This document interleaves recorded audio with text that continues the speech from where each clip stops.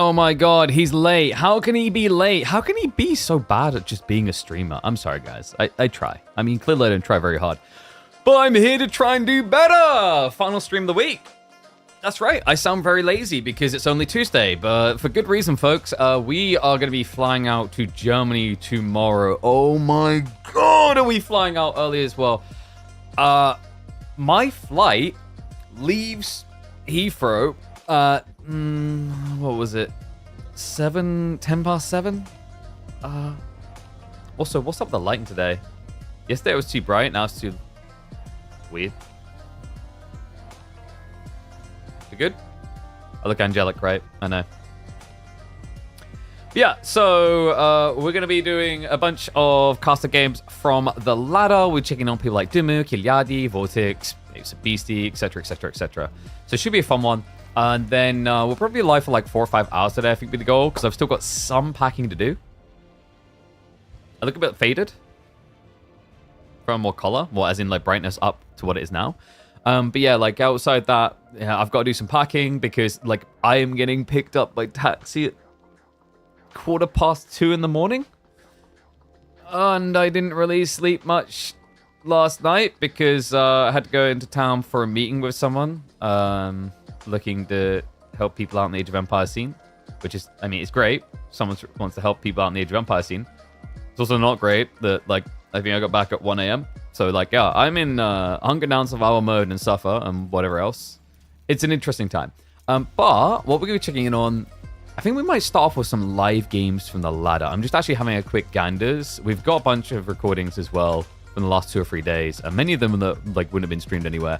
But you know me. I always prefer live games if we can find them. Let You Wonderland. Who's that? Just checking if that's going to be an interesting one. Rank 226. Not really that crazy. But. In other news, the Red Bull arrived! Yo! That's right. Oh, dude, that now that is the pristine play. So actually, the 2-camera setup, it was meant to be for the PC Specialist PC, but now it's just so that you guys can see that I'm chugging Red Bull off camera all the time. Love it.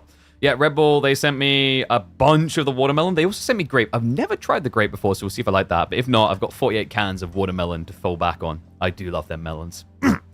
Okay, anyway. So let's see. I'm checking live now to see who we've got.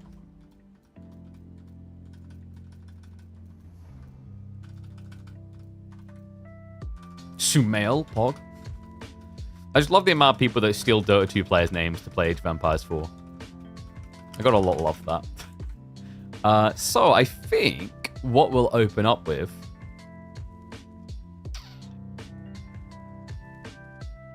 Let's do a Vortex versus Kiliadi game.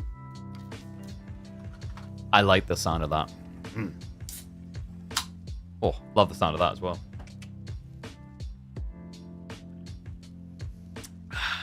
I need that. That's so good. You miss the shakes? I mean, that's on their marketing department deciding to pull funding out of gaming sponsorship, sadly. It is what it is. Would have been cool to have actually, like, had, you know, around. I'm still looking for, like, a replacement sponsor, right? But, like, with Protein Works, it's a case that they decided they didn't want to, like, spend budget in the gaming sphere anymore. It is what it is. Red Bull doesn't hit the same healthy vibe? What do you mean? Look, dude, it's got... Yep, no sugar. Wait. Oh, no, so 11 grams of sugar. Easy per 100 milliliters. Easy. That's not a lot, I think. It also comes with some vitamin B6 as well as B12. And I'm hitting my daily dosage. So checkmate right there. And did I mention you also get a really shiny can? What more do you need? All right, anyway. Let's set up for this game. I need to make sure... because I know what's going to happen here.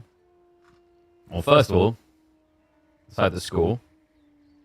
Because we don't need that for pub games. And, oh god, he's calling himself Spare Jardy now. I love how it's always Kiliadi that's saved as, like, the name change, because he's the most common one doing this right now. All right, there we go. Wait, I sound like a robot. Oh, yeah, you're right. Well, I see what happened. Ah, I know what happened. There we go. We're good? We're good. So what happened is, if you guys remember when we done the sponsor stream yesterday, I had to unmute the video feeds so that you guys could see things and hear things, right? That's why. Yeah. Because like the way that the loop sets up is like there's a video capture device, which is the capture card, and the capture card is already capturing the audio through, but we're pushing that through the mic side. So that like the problem would be otherwise the video capture device might not capture all audio sources, whereas the mic, the way that I've set it up, it pulls it all through. It's really weird, but it works. Anyway, let's get ready to rock and roll. Our first game of the day. We'll switch over here. This man is so ashamed of his gameplay, he keeps hiding his real name. But we found out. We know who it is. Yep, it's an enigma, really. I don't know how I actually figured this one out. But Spare Yardy, just stick with me on this. It's Kill Yardy.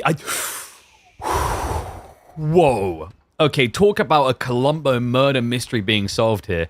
Welcome back to the channel, folks. We're checking in live from the ladder. Some of the highest ranked games you're going to find here. Vortex up against Kill Yardy, aka Spare Yardy, in the green as the Ottomans, going up against Vortex on his HRE. True legends from the ladders as well. These are two top 10 players when it comes to rankings. And I'm looking forward to seeing what they can do, man. Like, HRE has been, coming down a step or two, while Ottomans has been the rising kings constantly, week after week, month after month. And I'm kind of here for it. It's interesting as well because what has actually made me quite encouraged to watch Ottoman gameplay is that it's not just about reaching Imperial, right? Like, I think we can all agree that was a very boring time when every single game an Ottoman player would just rush Imperial. Actually made me hate this Civ more than almost any other Civ in the game.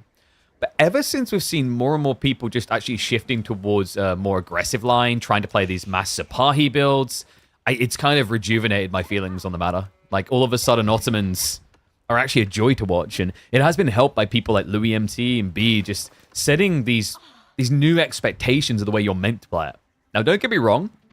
If we do get to Imperial Age, I think it's only right that we're cheering against the Ottomans, but I'm all for seeing them more present in the early ages, but I'm a little bit gutted. Like, I don't know, has anyone else been seeing people use the new Vizier points? Because I haven't.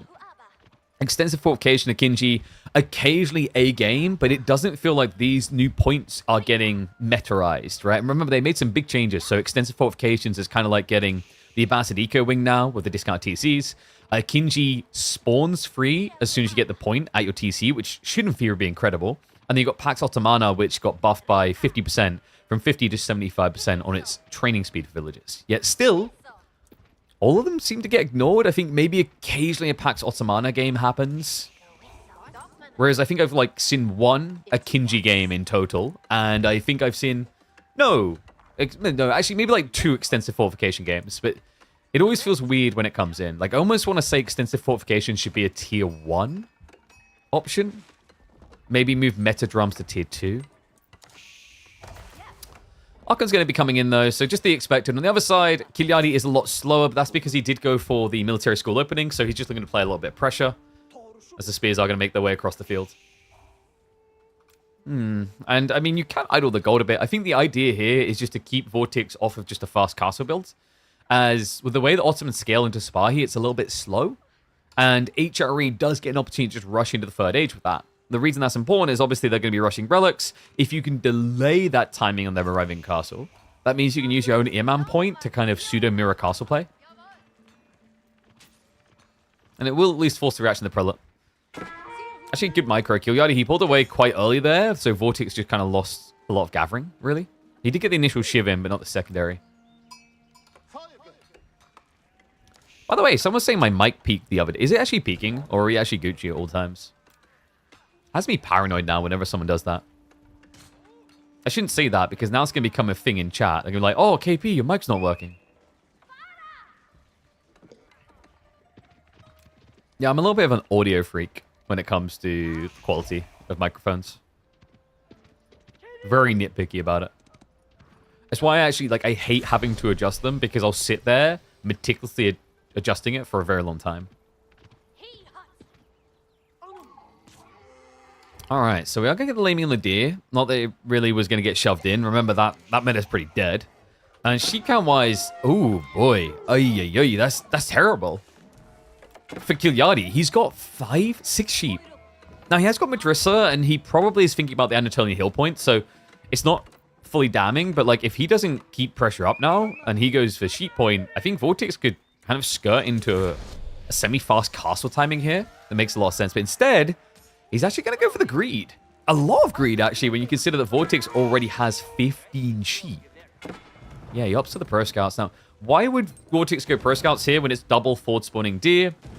Because you're against Ottomans. Ottomans are not really a civ renowned for going Pro Scouts for a start. And on top of that, you know, with this spear opening, you've already got some merit into archers, and your own spearmen are pretty good. Going to need to be against Sipahi. That extra movement speed goes a long way for HRE.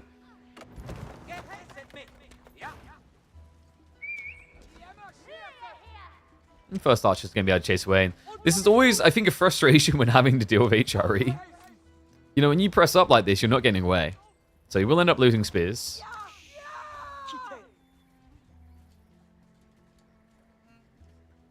And Kilyadi, what is the play going to be? It is going to be stable. So he's going to look to play Denal on Pro Scouts. Because I think when he was harassing here, he would look at the gold and be like, like you're either FCing and I need to get Sipahi to block Relic Gathering, or you're going into Pro Scouts and I need to block Deer Gathering.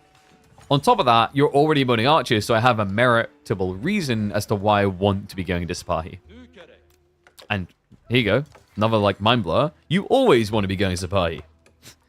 It's actually very difficult to get an Ottoman player to not build this unit. It's comparative to Delhi. Like, Delhi will just go out of their way to jump onto that unit type on the Ghazi because they're so good.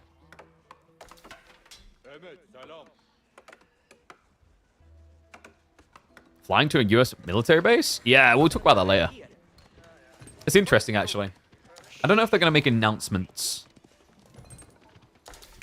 As Ottomans make Sipahi no matter what. See, you're starting to understand Ottomans. There you go. Get on the ladder. You can get Gonk.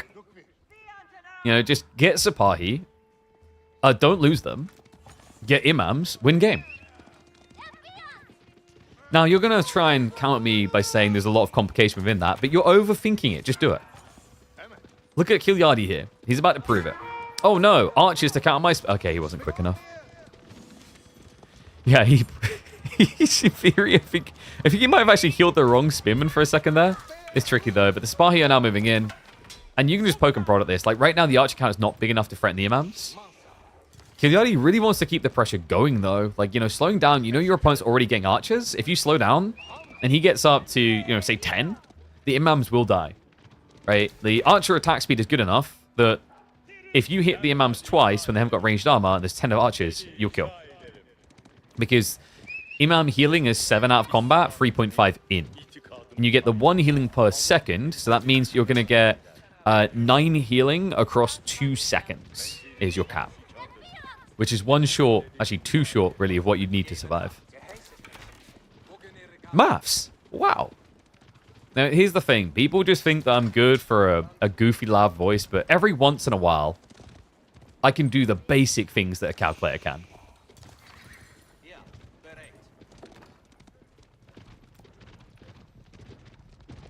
Is that me, or is Kilyadi not really denying anything? Except from that he stole the last cookie and that he was in the alleyway at the time of Bruce Wayne's parents' murder. But outside of that, you know, he's not denying anything. And that's kind of worrisome. Like, you're basically just playing into Sipahi to let HRE get Pro Scouts, I don't want to say for free, but you're not really punishing them for it. As HRE, you need to either kill Ottomans in feudal or castle time with upgrades or go fast imp. Got it. So you just listed a lot of options for how we can win the game if we're HRE. So, like, within that, though, with the way this is playing, I think, like, Vortex playing for a semi-fast castle timing can make a lot of sense. You know, you have to respect Kilyadi's blob because the marching drill sounds really broken until you remember you're up against the healing as well as the meta. And that's where you start to lean a bit more on Otto. But the problem for Ottomans is they can't economically compare to Vortex with the HRE.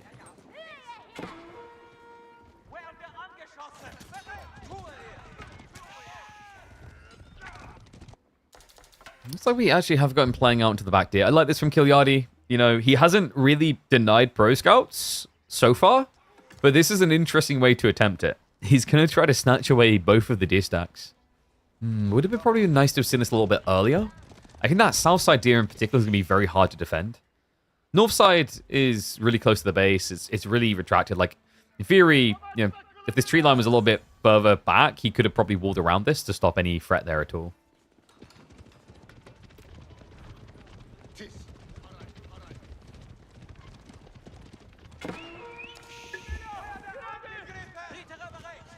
Did anyone else notice something here? Kilyadi's defending. Huh? Okay, who hacked his account? I don't think this is really him at this point. Sipahi are starting to get clipped down, but they're just still not really doing anything. I mean, is it good for Kilyadi that he's essentially dragging the game in for a little bit? I mean, is he really as well as the other concern? Look at Vortex's macro.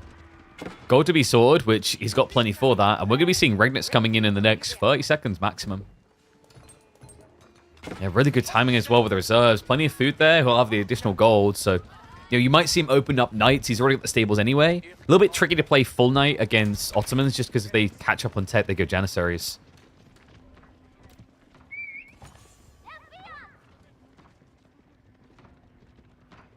Atri, same army, pro scouts, and castle. Excuse me, sir. Have you met the Sipahi? You know what we need? We need an MJ skin for these, because then you can call them Sipahihis. Just have the cavalry moonwalk into battle. Damn, I'd pay so much for that. Well, let's see what price Vortex have to pay here. Gold starts to get harassed. Villagers are making for safety. We'll be able to break away. 5 in the outpost will be protected, remember, because of the emergency repairs. So this is kind of a redundant siege for Kilyadi for kills. It's more about the idle time and blocking gold. I think he knows. I mean, you look at this, it's 2,000 gold now taken. It's pretty obvious your opponent must attack. Problem is, you just can't stand here with a fairly light army.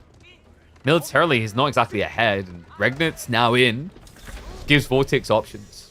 Veterancy on archers would be interesting. Spearman and Vet would also be quite helpful, but Knights is going to be the expected opener.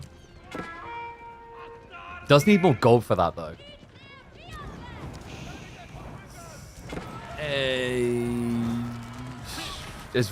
Vortex hasn't got great options as backup here. All gold's a Ford spawn. He's going to go for the trade out. Outpost Fire is actually assisting quite a bit in the defense of Vortex. And remember, he has also got the ability to just produce more troopers, but instead has to fall back.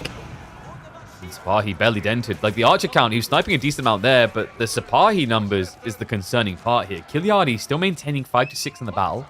A second wave on the way. The gold, untouchable right now. The Vortex, is he going to have to gamble here? He could set up the gate on the backside and go for it. Instead, it's just going to be him on the tree line, though. Kilyadi showing no signs of just aging up. He also doesn't have military school scaling here. It's just the single one he began the game with. So we don't have that passive reduction ramp for when the castle timing hits. He might just have to rush it anyway. I mean, he can keep scaling, but, you know, you have to be aware that your opponent, even if he doesn't sneak gold, he'll be able to buy into the gold for the veterancies. We can already see the archers. Veterancy is on the way. First Knights hit the field, and this is a bad sign for Kilyadi now. The problem is, like, you've got this healing, but so's your opponent with the prelates. Mike Flash is going to come in up against the Sipahi. A lot of them low HP. Good micro as well. Vortex target firing them down. Villagers went in for a grab on the gold. And somehow, Vortex has not lost a single worker so far. Color me impressed. Yeah, like, gathering in the battle like that, with this many archers, I thought, you know, you'd at least see Kilyadi snipe 1 or 2. He has got this Imam heal and an AoE that's proving quite frustrating. It's why Kilyadi is able to keep maintaining this pressure for now. But Vortex, it's almost like you just run away, catch your breath, and then come back in to poke the bear. Piece of gold at a time, but next fight, he's going to have that veterancy. And Kilyadi does not. He's got member of the Imperial Army on the way, but it means that he's going to be a big disadvantage in this fight upcoming. Even with the numbers that they are, it's deceptive, remember, because the quality is fully there for Vortex now. Kilyadi makes the right call. He backs away. What he really needs to do now is just kind of split up and check relics.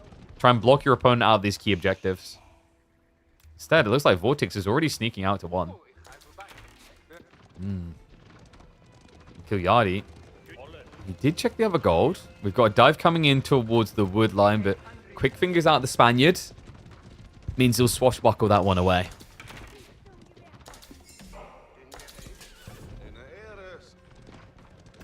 And all of a sudden, the gold harassment, you know, you got to start assessing, like, was it worth it for Kilyadi? Did he get enough here?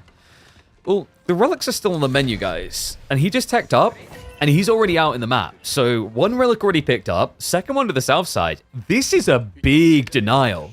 There's an easy opportunity here for Kilyadi to snatch away 4 relics from the HRE. Especially if he keeps renewing pressure like this, because it means the Knights cannot go out of the base. They have to march in to defend. Fortune gets activated. Kilyadi finally gets a strike on the workers, but only 1. Falls up with a 2nd. Needs to be careful of the wall low. Kilyadi. Don't worry me like that.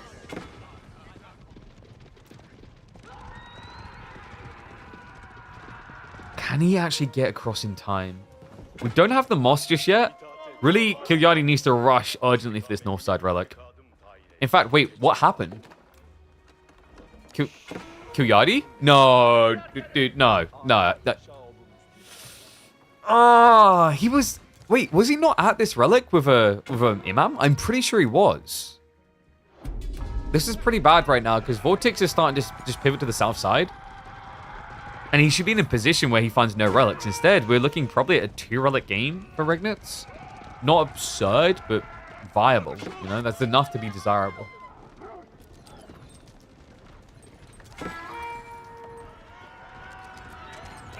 So Relic's already banged, but are you kidding? Is Vortex going to get free?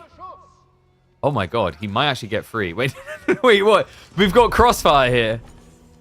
Both monks going to the unexpected locations. Knights now with a dive in, able to chip away at that archer count. It ain't looking pretty right now for Kilyadi's defensive line, but at least has some Janissaries coming out. However, they're trickling into archers. The Knights should eventually wear down the Ottoman defense, but I like that Kilyadi is taking all archers he can with him. Mathematically, this is not good, though. He's in a rough position, but mathematically, I am now in a better one. Yo, what is up, Sherman? Thank you very much, mate. Appreciate the 10 gifted subs. I hope you got some good rest last night. And the beer didn't sit too hard. Did I notice that AoE4 had 35k viewers on Sunday? Yes. And the interesting thing is, like, most of that viewership came from a casual audience. It was big French streamers playing each other in a casual game. This is what I've been talking about why we need creator invitationals and we need casual content. It's like something I'm basically waiting to pull the trigger on because, like, right now we have a very pro-heavy core audience. So getting people to care about casual content is hard. But when you start getting big names in like that, it goes huge. Speaking less of the French community, more of the Spanish community here, Vortex. In a very cozy position now.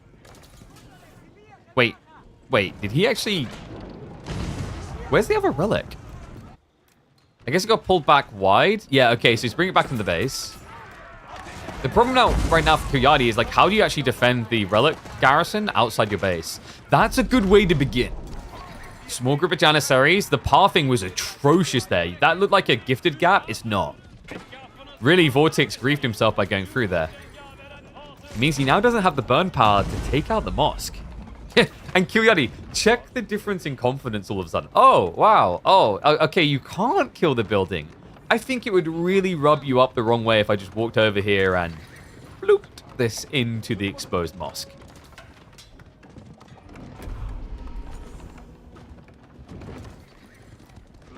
Still, despite the upsides of the relic game, the downsides come in the villages. Vortex took advantage of that situation.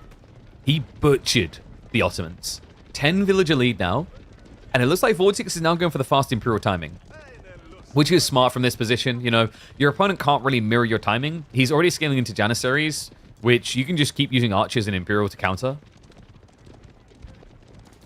On top of that, like, it's so early in the game for Ottomans to think about long-term food. That hasn't really been solved. I say that, Kilyadi is actually trying to add in farms, surprisingly enough. But but it doesn't really compare to Vortex's. All right, Vortex, it's only 12 farms so far, but remember, with the Arcane buff, these things go hard. I love that as well. We got the Cistercian Abbeys, so he's going to be able to buff this tree line on the south side. Because reminder, he played a lot of archers. He's already exhausted this resource. This is the difference, by the way. Like, the Cistercian Abbeys was a very big buff that kind of got underwritten. Cistercian Abbeys is huge, but not for what I think people expected. I think for a lot of people, they thought it was going to be about farms. And while it's good for that, where Cistercian Abbeys on the Arcane Chapel and all other buildings really comes into its own, is tree lines gold stone. It's just an easy moving buff. There's a little raid in here, actually. So Vortex does lose some workers, but I mean, he's still kind of on course for an imp timing. Yeah, just think about it this way. You pay 200 resources for a monastery, but like if you find a tree line and a stone like this, well, that's a double drop-off building. So actually, you really only paid 100. You know, over here, if you build... Well, this one's not a great example because it's a bit too far away. But let's say this gold was next to the tree line. Boom. This gold here, next to this tree line, that's 100 resources for a monastery. It's so, so good.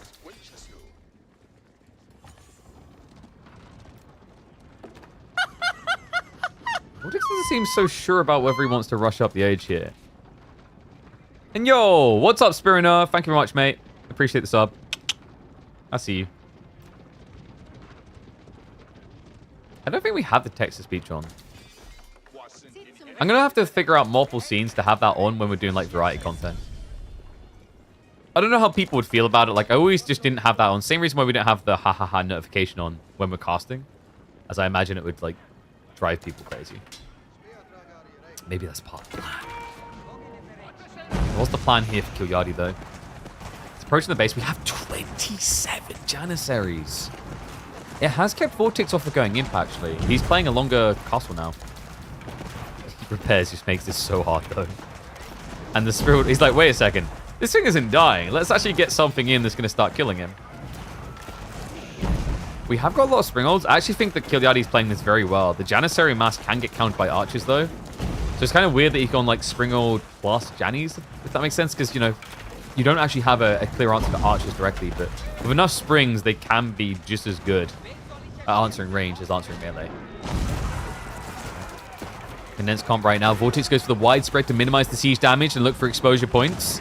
Archers are already moving to snipe out the Janissaries. He pulls the Sipahi out of position here onto the men-at-arms and allows him to snipe down the core of the composition. Goes straight after the Springolds now. Outpost is still alive. That means Springle shots are coming in big. Kilyadi manages to maintain pressure, breaks the north side of the fight, and forces the retreat. So Outpost goes down. It was just a few seconds away from the E-repairs. Vortex. Heavy cost there. He still has the better economy. You can see it in the raw food, so he can afford losses. There are limitations to that. I think in particular, the Archer loss was very expensive for him, considering there's still so many Janissaries to clear. This is tricky. He's going into spears to resolve this Sipahi issue, but that doesn't really work out how you expect. Janissaries have very good attack speed, 16 base damage. They're not bad at clearing out spears at all. Not to mention the fact you're diving into Springolds. There's still, what, 2 on the front side?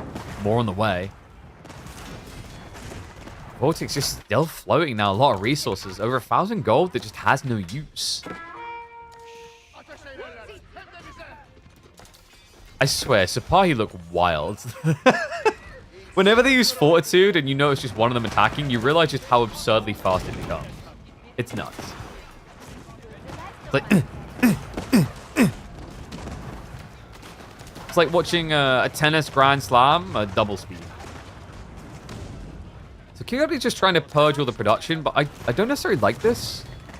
The reason is that these reactors are so out of position, you benefit your opponent building here because you can kill them. I think actually what might be better for him is just to target down the housing and the farms. Because like when you break away to the north a bit, it does give your opponent wiggle room to go back onto the food, which he desperately needs now.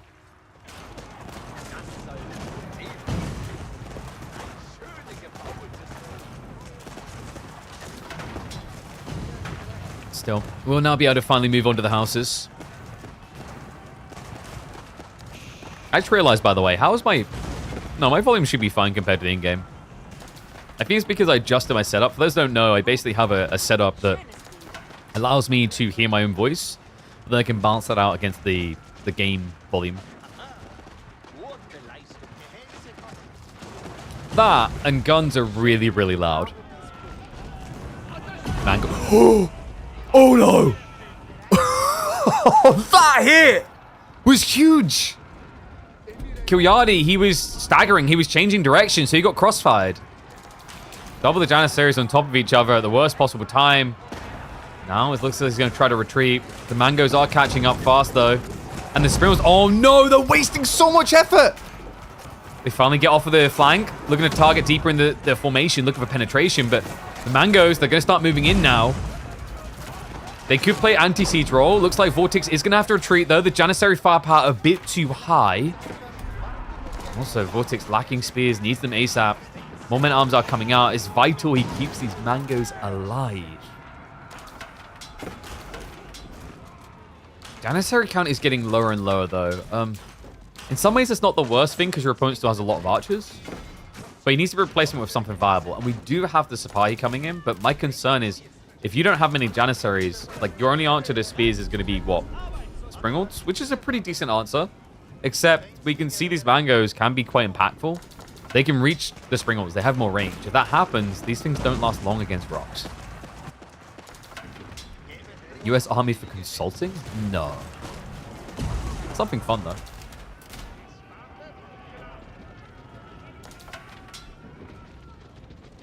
Kilyadi's definitely got him locked in.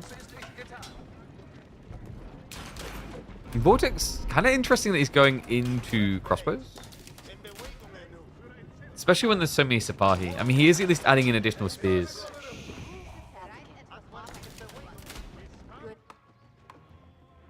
And I wondered where he was getting that food. Okay, so Vortex, he snuck out into the boar a while ago. Still, the big problem for him is, like, answering these Springles. Ideally, you go Horseman, but you can't. Right, you're against Janissaries. Going Horseman is a death sentence. So, like, it's weird the way Vortex has had to play this, but it is just Siege to win. And great strike there. Nice spears. Scare those Sipahi away. Look at the Jannies. What Jannies? They're just disappearing. It's a magician's trick right now. He starts to split them up.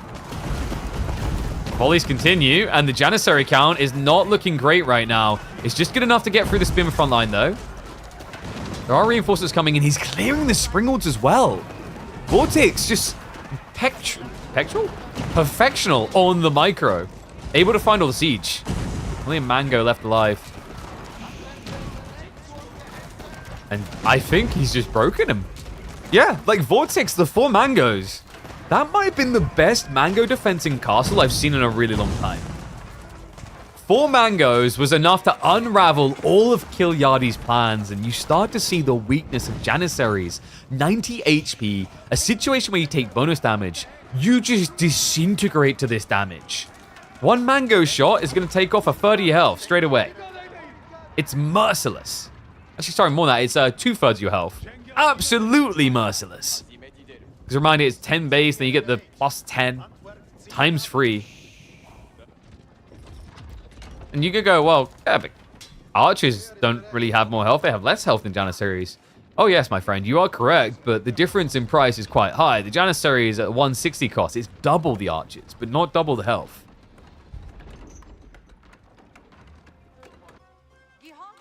Vortex is about to tap the last of his gold vein supplies, but now he's resecured the north side, so Imperial is now on the table.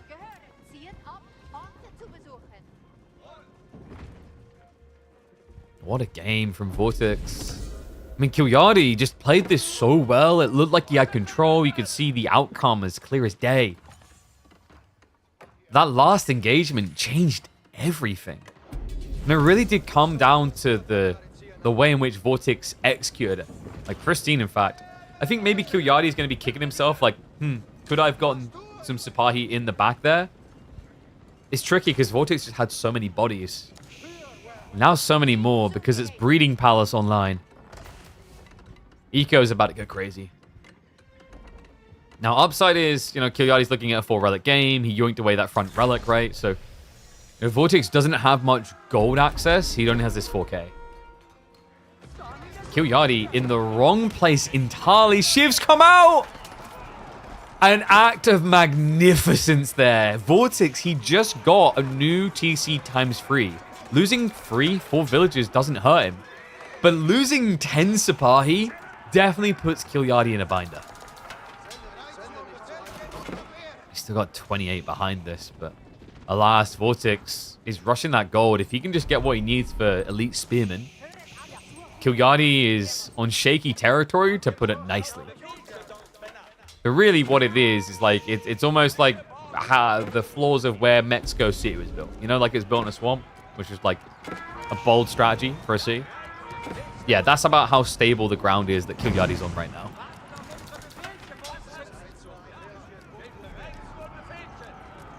Triple Sacred Sight is nice, but I don't really see that as his win condition. He has got the Great Bombard, which will be decent against the Spearman. He can play 11 Spear bowling. But there's going to be a lot of them. There is still that Mango threat.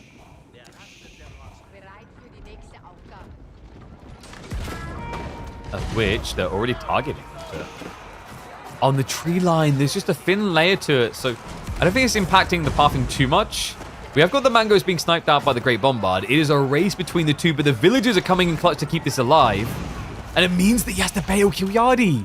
One more hit and he's dead on that thing. Sipahi will brutalize the gold line. Hold on. Is he doing this? Kilyadi. The Great Bombard, it's a bit tricky now. The Mangoes are full HP. They're holding him hostage. So despite what looked like a good fight for Kilyadi, if he can't kill these Mangoes, it's going to be all for nothing. That's why he will come in as a saving grace. Able to find one, second one as well, as Vortex doesn't have enough spears to immediately kill them. He does, however, have more Mangoes coming. I mean, this has really been a treat to watch, right? Like, Kilyadi, if I said that this was someone other than Vortex, it was a Smurf name, you might actually believe me, because it doesn't feel like we've been watching Vortex. He's been stuck very defensive, hasn't he, all game? Always in reactionary phase from what the Ottomans are trying to do. I mean, the one time he did attack, no, it looked pretty good. It got them the 10 worker kills, and they just fell back to safety.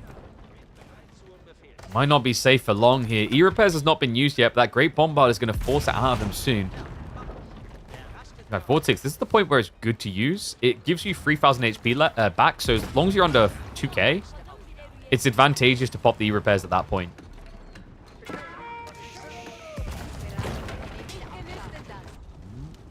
While that auto repairs, it buys time for Vortex to focus on more of the core comp. We are getting hand cannoneers now coming through for Vortex. Hand cannoneers is slow, and he does still have gold issues. Right, he's harvesting this 4k on the north side. I'm a little bit surprised that Kilyadi isn't diving it, because in a weird way, he's just kind of giving Vortex more runway than he should have in this game. If one Ottoman unit had the ability to repair, the problem is he didn't have many Janissaries, and if he used the Janissaries to repair, they would have just not been attacking back. He needed all the firepower he could get.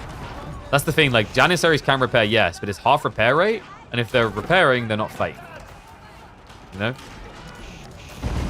If you just envision what Janissaries do in that moment, it feels quite stupid. Like, they're just clonking it with their musket to make it better. Hello. Village is repairing here. The E-repairs coming off cooldown in 10 seconds, but it's costing Vortex dearly. He's behind by over 10. The Mangoes, they're going to be fine. Yeah, the Sipahi count is not looking great on the front line right now. Remember what we said. Mangoes is what he lives and dies by, so the Sipahi need to find their value getting in. They dive on top of it. No Fortitude activation. Can't afford the extra damage, but he is breaking onto the Mangoes. 2 down. 1 to go. And he doesn't even need to wait for it. GG comes in. The Killmeister with the cool, aggressive execution. He didn't even need the 4th Ages Ottomans. And that, folks, is exactly the type of game that shows why I'm enjoying Ottomans right now. Screw Imperial. Play it out earlier. And you'll see just how powerful the Ottos can be. Okay, that was a cool one. Wait, Scarecrow, you missed streams? You're fired. I mean, you kind of fired yourself, so we're fine.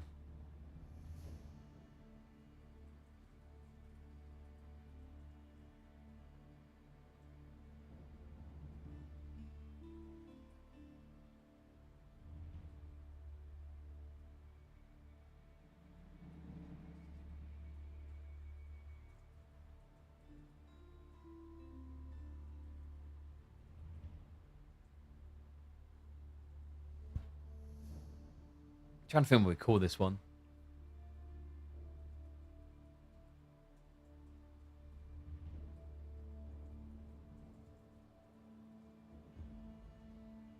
Maybe it's a bad mana mosque. Went live for 30 seconds and you missed it? Nah. Oh, maybe. Does that so if I go live and then I stop and start the recording, let's say it went for a minute and then would that count? But that hasn't happened in like the last 5 streams. Like, I do wonder if that counts, or if it's like, on the day, did you tune in sort of thing. Because I feel like on the day, tuning in would be much fairer in general. Alright, boy, let's get ready for another game.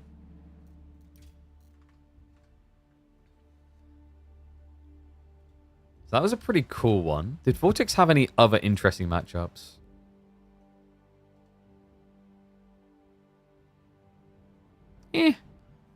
Nothing too crazy.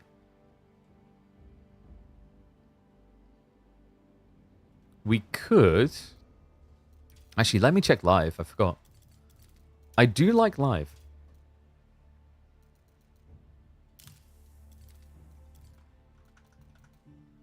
So let's see if we got any known names playing.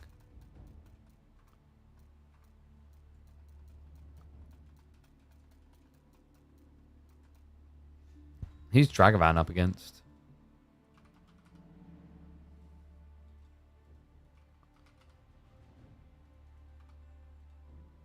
Oof. Dragavan's not having a good time, by the way.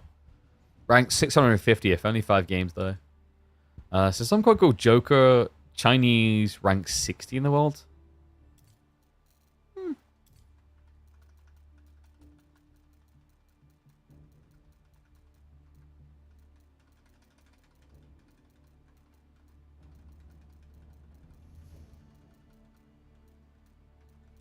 No Louis today? Dude, is he taking a break?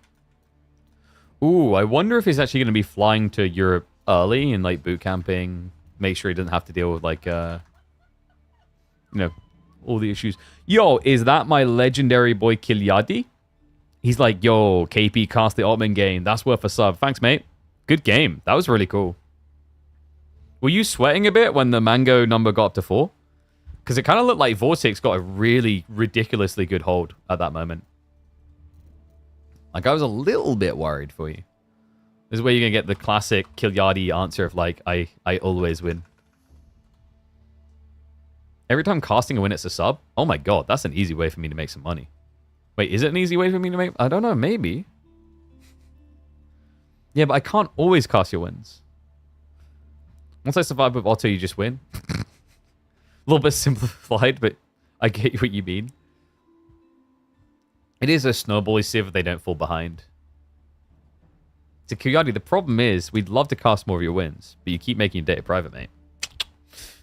I think there was like, I was really gutted, actually. The other day, there was an epic one between you and Dimmu. I was like, oh, wait until Dimmu's like not online, so like, you know, he has his moment with it.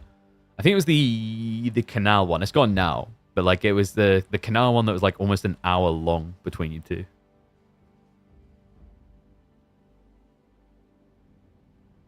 So you got some games against Core. Actually, ooh. Do you guys want to see Ravane up against Core?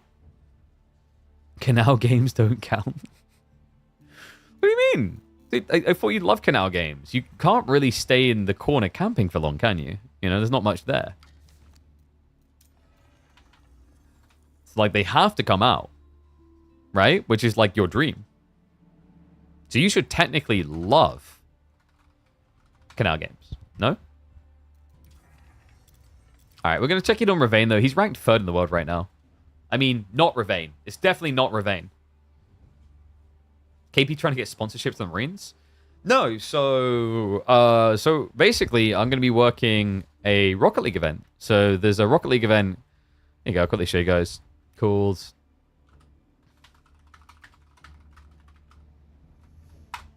So it is...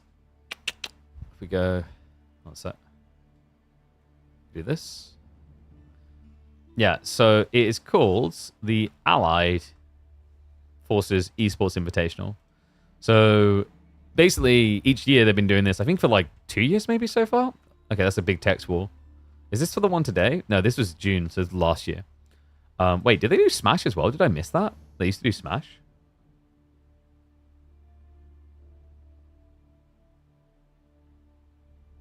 Ah, they have side events. Yeah, I was a little bit surprised they weren't doing Call of Duty as well. But yeah, so I'll be flying out to do this event here in Germany in the largest military base that the US have over there. So it's in Ramstein. It's the only time I've actually needed to get a criminal background check to work an event. So yeah, I'll be there from Wednesday through to Monday. Hence why I won't be streaming in the last 2 days of the week like we normally would. Yeah, it's an interesting one. So they've got not just the US Army represented there. There's going to be teams from the British Army, and I think they've even got the French Army there as well. I'm not surprised French is interested, by the way. Like, Rocket League is pretty freaking huge for those guys. Very, very popular for them, for good reason. Like, you know, I think General Mates is in there. You've also got, like, Carmen Corp, which even ran, like, big LANs on it. Yeah, they love that game. So I'm just finding the game we're looking for now. So we wanted not Ravane versus a guy called...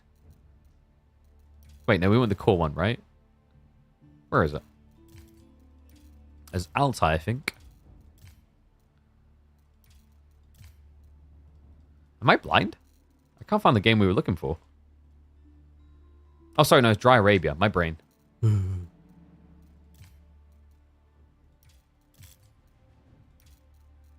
Was it too long ago?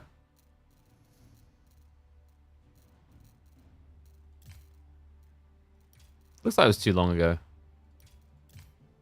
Hold on a sec. What we can do is we can check back through...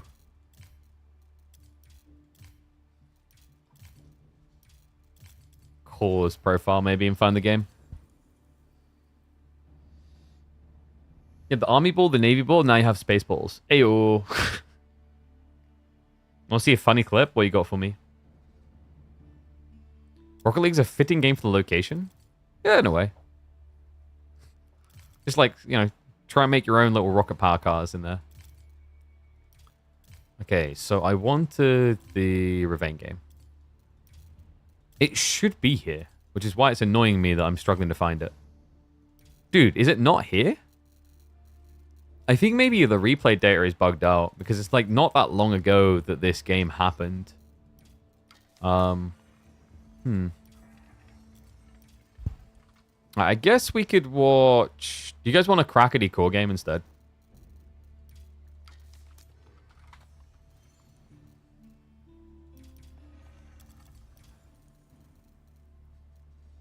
So, where is it? Altai, Altai, Altai. Wait, is that missing too? What is going on? It should not be missing. It wasn't that long ago. 1 second. Let me...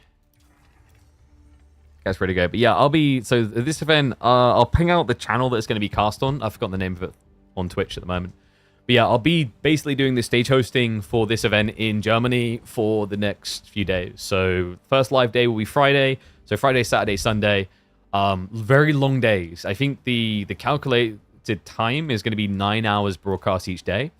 So they're going to work me to break me. Yep. Yeah, it should be a fun one. Like, it's the... I've done some kind of military-esque things in the past, but this is definitely, like, the biggest one I've, like, worked with in that sector so far. Like, literally going out to the military base and being on site. It should be a fun one. Anyway, let's get ready for the games. One sec, I can't... What's going on here? 1 second. I'm trying to... Think. Murica? Hell yeah.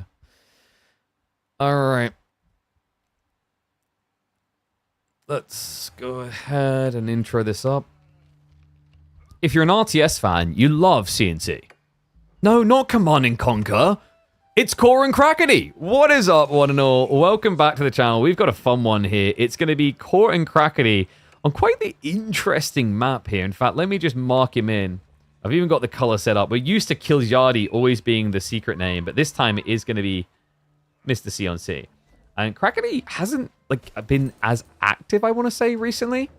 Then again, neither has Core, which is why I think this will be pretty interesting to watch. What I'm curious about is whether Mongols are going to really hold a torch here, because Rus overall still feel pretty good, despite what some Redditors have you believe.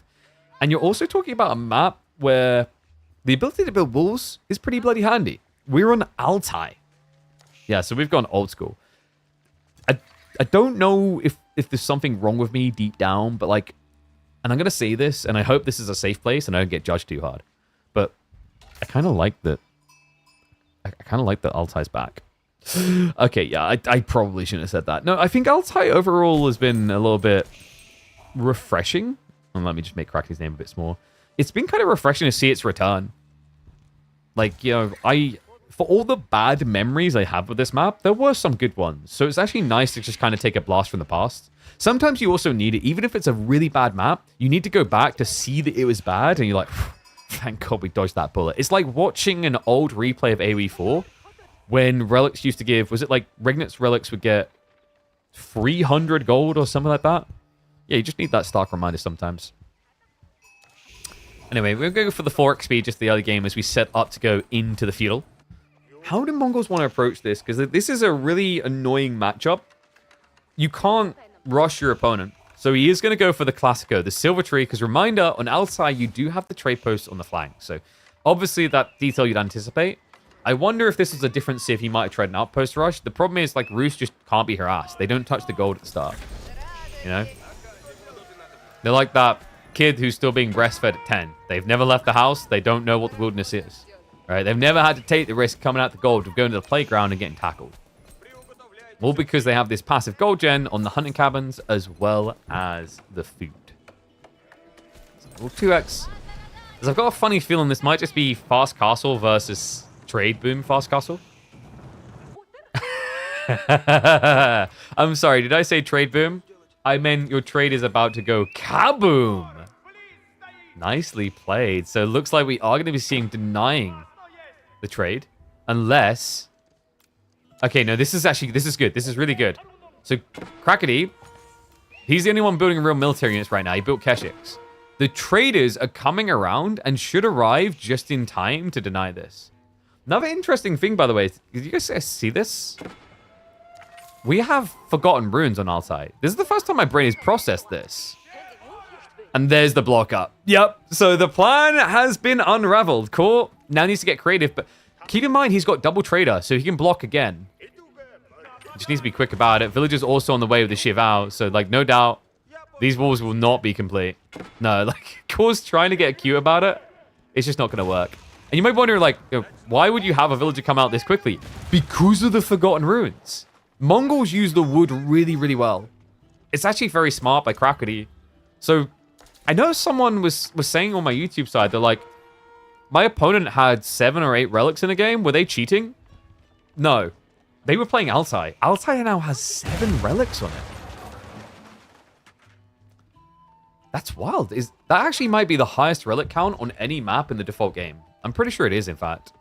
Now, it's very hard to get 7 relics because they're on split ends, and you have to be garrisoned inside here for 6 minutes. But all of a sudden, this starts to make Mongols a better pick than I think they've historically been on this map. Mongols just the type of Civ that's kind of struggled with the existence of Altai. The trade is good, but you see the shenanigans with the wall-ins can be problematic, and also you're just talking about a Civ that doesn't have an ability to hunker down with keeps and walls ever. But even just one of these Forgotten Runes is pretty potent. You know, it's going to be a 60% increase into your stone gen in age 2, which is fantastic for Silver Tree spam. Also good for just double downing on Keshik Pump.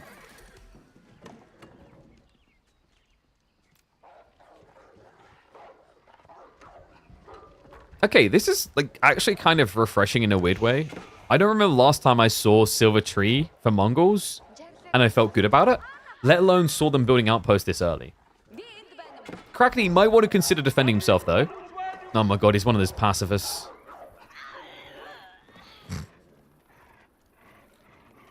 Oops. Did he even realize? I don't think he's realized, which makes it even worse. So he's not even coming to finish it off. He is looking to go to Castle Age, though. Core already on the way up, though. Who do I favor here? I think Rus has some really good answers of the game scales. Mongols' obvious play is to go for the fast imp build, and you just play into the Cognate spam, which gives them a boon. But when you get deep in Imperial, like, very hard to discredit Rus. They have a lot of valid plays in the late game. The trade is going to be a bit of a conundrum, so I imagine Core's going to try to lean into blocking that. Just because, you know, Silver Tree trade, it's one of the best trade forms in the game, easily. Because of the scaling factor where you get bonus resources. Alright, get your numbers in. Apparently 110 gold high trade house. I'm not so sure about that. He's bounty tier 1. A little bit weak.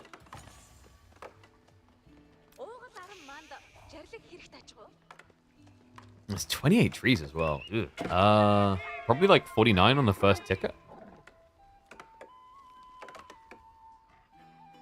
Villager? Okay, they did come out in the end, so the outposts are now up. Oh, dude. Okay, do I get gifted sub? I won. 49 exactly. Oh. I have watched too many high trade houses in my days. I'm getting too old for this crap. Wonder if Core's going to try to play into the boar early. It's not actually a bad idea due to the positioning. Because he can just pull it in and wall it off. But for now, he's happy with the deer. A reminder, there is quite a lot of deer on this map. Love that we actually see the full play from the Mongols, though. So Krakatoa is denying some of this. And it is going to be a Kurultai game. Makes sense. You've already got Silver Tree trade. You don't need to go for step redoubt. And this also gives them a big buffer. So now, all of a sudden, because we're getting Kurultai, I actually like Mongols' chances a lot more in the late game. Because once you're, like, buffed up to ridiculous degrees, you're maxed out, no more population possible, the damage buff is going to be worth its weight in gold and beyond what step redoubt would do. And there you go. 98 gold in the end. Alright, we're going to hit up the 2x speed a little. Horse archers are starting to show up, but Keshiks are there. We actually have spearmen coming in from Krakatoa. Interesting choice. Wouldn't mind seeing more outposts with just spring order placements. He actually went for the arrow slits over here. Makes sense, though, because he has got the stone gathering in this area. Relic should be the next thing on both players' agenda. And it looks like Core is going to pull for it first. Yeah, so Krakatoa very late actually going into it. Yeah, he's ignoring it. Blacksmith is dead. I wonder, is he going to use the reset trick? So a little tip, guys, if you just want the stone and don't care about the relics, you can ungarrison your villager and re-garrison, and it'll restart the countdown.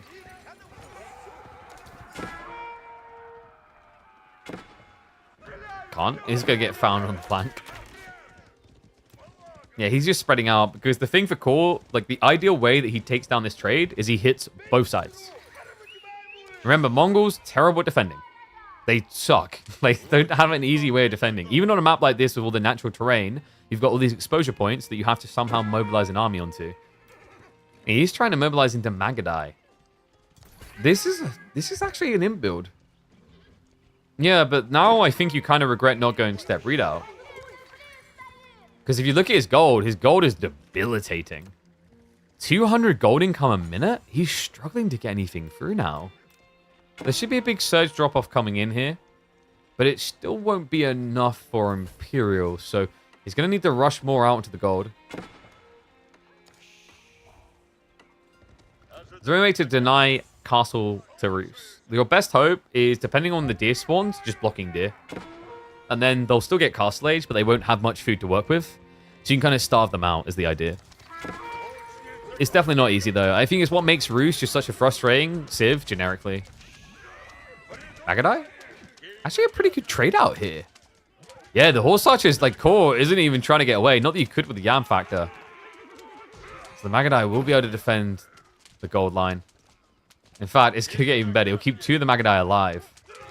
A lot of expensive horse archers going down. We do have the wolves coming through. So Core may be anticipating that it's a Cognate play. He did get 5 relics. You cannot underrate the importance and value of that. But at the same time, at around 50 eco, it's hard to discredit the power of fast Imperial Mongol. Yeah, even though it got nerfed XD. The nerf wasn't really that substantial in my eyes. I don't feel like it really hurt them. Deeply impacted them in the way that they care. Yeah, because the thing you have to keep in mind is, although they nerfed the Karganet production rate, they didn't really nerf the path to Karganet. Everything you've done to get there before that was very impressive and successful still is. And you maybe lost like 5% efficiency on Karganet, 8% maybe. It's still a ridiculously good landmark, especially when you've got Military Academy already prepped and at the ready upon your arrival into Age 4, which Crackety is now on the way to.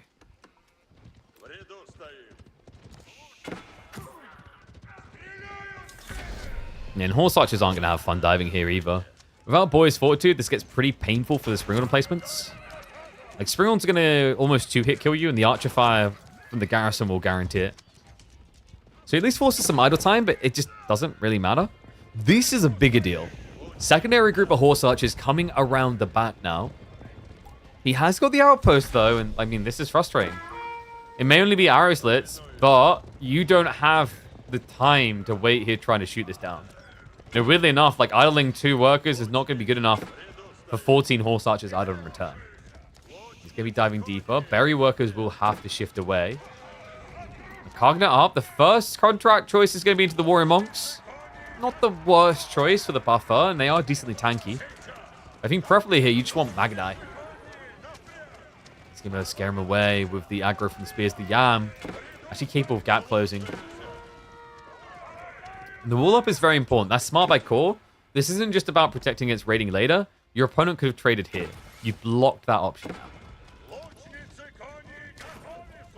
Did he reset? Oh, he did, yeah. He's even building additional outposts up here with Springhorn placements, by the way. Nicely timed. Okay, that was sick, actually. Crackety, he got the repair in plus Springhorn just in time to come back and ruin the horse archers on their retreat. So keeps that all alive. Reestablishes trade. Very important here, considering it may only be 7 traders, but obviously you want to start inflating that. He has now got PG. Palace Guard, quite nice. And I just realized, oh, we're casting a core game, so we definitely have to call them PG. So the PG, the knobs. Nice comp to have here, actually, against the Horse Archer Horseman. You're going to want a few more Palace Guard. If you can get like 1 or 2 more additions to this, it gives you a body blocker to protect Nest of Bees. It'd be nice to keep the Warrior Monks alive also. The extra armor and damage actually goes quite nicely on these type of units. We do have 2 TC. So Core, he's getting ready to hunker down. He hasn't solved his food issue yet, so it's not really feasible to just rush him. And you notice the pattern we're seeing here, by the way. It continues. Castle versus Imperial. Gone are the days where people see Imp happens and then panic react and go Imp as well. No, they have to find value. And also, it makes sense against Mongols because Mongols Imp timing, they don't really get this ridiculous inflation like a Palace of Swabia, but what they do get is this tempo of military. If you can keep that count low, yes, these units are valuable. Yes, there's some that feel broken at times, like Nesta B massing against this. But if they keep trickling in and dying, they're never a real army.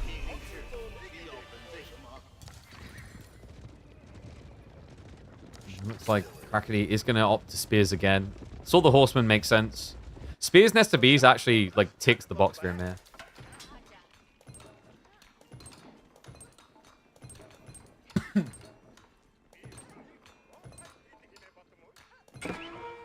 I think Crackety should maybe stop rubbing leprechauns off because apparently it's rubbing off on him. Back to back to back Nesta Bees. Boy's Fortitude will allow the Horse Archers just to survive, but it'll be just about surviving. We've also got Sire Bowlimbs on the way. I mentioned the range too. Villagers are going to cut and run, but remember, guys, they have got the gold on the west side. And Core's trying to get cheeky here. Villager pull to the west to try and wall it off. Really smart, considering your opponent doesn't actually have much in the way of burn power through these. We go on 2 on the 2x speed again. A few villagers are getting it found. Outpost denied. So, like, all of a sudden, probably a good thing that Crackety didn't lean too hard in the trade. He only went up to 11 since teching from 7. Because now he has no access. Triple Sacred Site locked in, and, I mean... Can Core do any wrong here?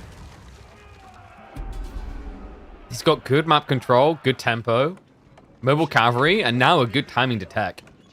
Yeah, like, at this stage, this is becoming suffocating to watch. What do you do here if you're Crackety? Roll a wee wee pow. Alright, I shouldn't have told him to stop rubbing off leprechauns. He should have kept robbing like a scratch card because that RNG is painful. He has at least got the 3 Nest of Bees, but my problem here is, what's your counter to Horseman? He doesn't have one. So the Nest of Bees are nice, but how the hell they're meant to last, I'm not sure. Unless Core gets weird pathing. Well, he just focus fires the Kurotai? Okay, this is at least a little bit better. Goes after the workers. I get the threat of the Kurotai, makes the Nest of Bees just able to evaporate you, but I thought he'd just dive in for the kill. He has managed to sneak in, though. Horsemen find 1. Body blocks are going to be on the west side. Spinman do get sniped out, so access to more. Core is going to go for the dive now. It's only a sprinkling of Horsemen. That's going to be good enough. 2 Nest of Bees down, 3rd to full. But the Horse Archers have been melted. Oh my god. Incendiary arrows plus the damage buff on the Nest of Bees, more than good enough, because remember, the knobs you get from the Cargonet have additional barrels. That's why they're hitting so hard. So you've got additional barrels plus 20%. Additional barrels in itself, by the way, is a, what, 30% increase damage, 40%? Then you get 20% on top. It's ridiculous how good this combo is. Core does still have Sacred Sites, mind you. And the traders were up to shenanigans here. I don't... Wait, was he trying... Oh, wait. Is there a gap? I think the traders tried to go down the center of the map. Maybe through here. But they can now look to resume trading. And that wall was burnt through in the end. Counterattack possibility, though, folks. You know, Horse Archers look pretty good earlier for Core, so they're going to look even better for the Mongols. Not just that, man, they're getting the full Roost Salute. Elite Knights and Elite Archers on horseback. And yeah, good. Well, actually, like you say it was because of the wall. The thing is he was here, which wouldn't explain the wall. Someone else happened with Crackety's pathing. Maybe he was just trying to run and kite for a while. Still caught. He was able to age up, but like you see the dangers now of diving the enemy base while aging and why most players would advise against it. It kicks you in the teeth time and time again. I mean, even such a small army just able to do that much damage to him because there wasn't a second wave coming in to secure it. Wall is going to be burnt through. Core is prepping that second wave now. This time full imp upgrades to be obtained. He's got biology coming through in 25. With 22 minutes in the game, and both players are only 100 population, which for the way this is played out feels quite small.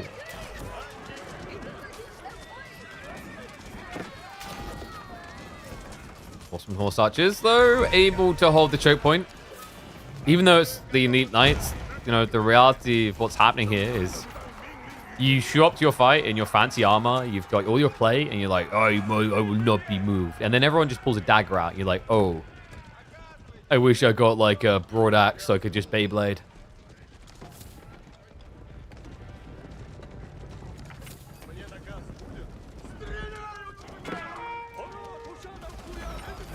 And we're just kind of getting a Mimic Cavalry off, actually. Double Horse Archer? Is anyone else getting deja vu from the campaign? You know, maybe Core could bribe Crackety to walk away? He's going big into Horse Archers again. I don't know, man. I think Roost Horse Archers just kind of need a rework. Every once in a while, people take a break from it, and they still come back to it in the end. It's just massing Horse Archers in Imperial Age. It is a little bit sad. Because they have got some cool units. Like, I feel as if ever since Season 11 began, I don't think I've had a single Streltsy game. Maybe one. I've seen maybe one. If we go into Imperial, like 8 times out of 10, it's horse archers. Mongol eco seems low for him. You have to remember the Karganet is adding in a lot of economy in its own way. It just doesn't show on this charter because it's producing the units. Trade count is up to 19, so he's about to unlock the final tier on the silver tree. Yeah, he's got it here, sorry. And then he needs to go for... I mean, would stone commerce be worth it? It would if he had the gold. It's just right now, there's so many more important things for Krakeny to upgrade. He doesn't even have the blacksmith techs, which is why that fight, that dive was so bad for him. I'm glad he realized it. Like, biology, obvious one as well, but even more so is just the range damage increase when you're playing Horse Archer Magadai. It's the most important tech for you. Well, we thought that he was getting trade. That plan fell apart. Magadai now coming back, and this is just annoying to play against. Like, you know, you think that you're in a good position, you march forward, then you realize they're on the flanks. It's not like Dry Arabia, where I start here and then cut across to here. I'm going to have to wide rotate, either back towards my base or towards his to get there. That's what can make Altai really frustrating without walls. Oh my god, these sweepy pals are hurting me. Which is interesting, because these sweepy pals look like they're incapable of hurting anyone. Wait, what if the way of hurting people is making them waste their time killing them? We figured it out. Did he already use Gallop? Cool. Ooh, he goes after workers. 57 to 99 economy now, by the way. Magadai on the drive-by, though. They're in range, and you just see how Magadai can wreck Horse Archer's world. There's no getting away from that. Does turn around to trigger the buff, the Saint's Blessing. A second wave arrives, this time of Horsemen, but it's not going to be enough to stop him, no. Krakeny, fantastic chase in there. Punishes Core for the greed. Did not have the Gallop to retreat at all. Yeah, and, you know, this is why when you play this type of matchup in the late game, think of Horse Archer Gallop like you do the movement speed arrow on the Khan when you play Magadai. For anyone who's played a lot of those Magadai, they know where I'm going with this. It is a get out of jail free card. When you're in a bad bind, you press that button and you run for the high hills. He opted to do it a different way. He opted to greed. Definitely paid a price for it. Still, at the end of the day, guys, it's Horse Archers. What do we need to make more of those? Food and wood. We've still got quite a lot of that on this map. Especially on the flanks, he's got so much in reserve. And yeah, the Forgotten Ruins, he never re-garrisoned. It would have been nice at this stage because he's got Warrior Monks to pick it up. The interesting part to me, though, is that Core hasn't done this. Like, has Core been so busy trying to get out of Silver in Valorant that he didn't know about the Forgotten Ruins? Because he's a 5 relic gamer right now. That's an extra 80 gold, actually, plus the Tithe Bands effect he's definitely got at this stage. That he's just missing out on. Horseman? Wait, where are the traders going? Oh, no! They're going nowhere, guys. They can't trade. They actually can't trade.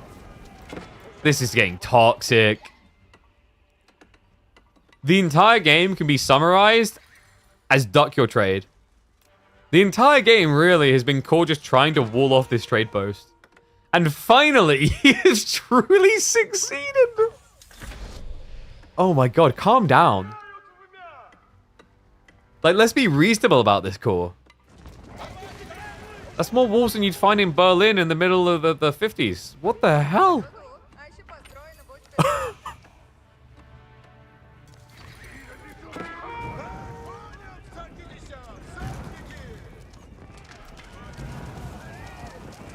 We have got the Magadai able to ride by and deal with these horsemen here, but when he realizes what's happened here, it's not just wooden walls, it's fortified wooden walls. This is going to be a nightmare to try and break through.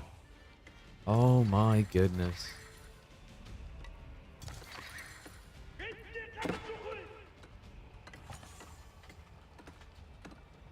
We've got dive now into the base. Not able to quite reach the workers.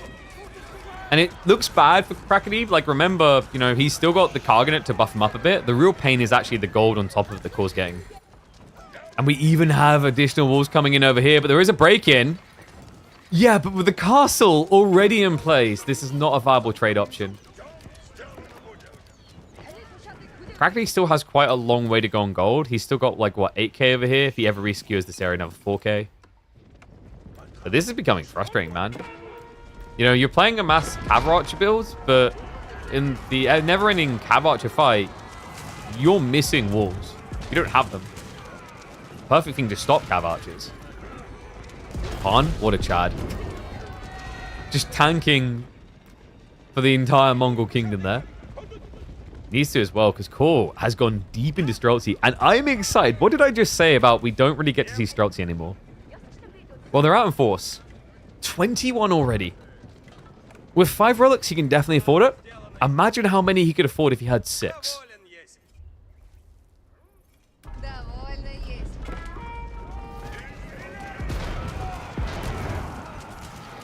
Oh, into the clash. It is just Magadai, though. Trigger the Horseman is good enough to let the Streltsy get in. It is a bit tricky because you're slow. You need time. Remember, with the Khan Hunter, the range is good on these Magadai. They can technically just kite you non-stop. Yeah, which is why he needs to keep Horseman going. What just happened? This man had 25 Streltsy half a minute ago. They're gone. Even Bombards aren't going to feel great here. Why did Kor stop producing Horsemen so much? Oh, he's out of wood. Wow. What? Was he moving his tree line? I think so, yeah. He was pulling it from the front side because he was trying to move up here. He got idled. Once that happened, like, look at the gap. So Krakeny, he's in a really good position now. Able to just wipe the entire Rus army with mass Magadai. That is sick. That is gruesome. Still watching traders unable to trade. But the Magadai are definitely carrying this right now. Kor is leaning harder into the flanks, just setting up farm clusters and wood lines. For him, the answer is just horsemen. Just build lots of horsemen.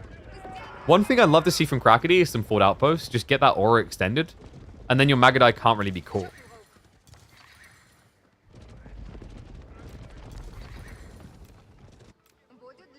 Kor, does he have to be worried? I think he only has to panic when he runs out of wood.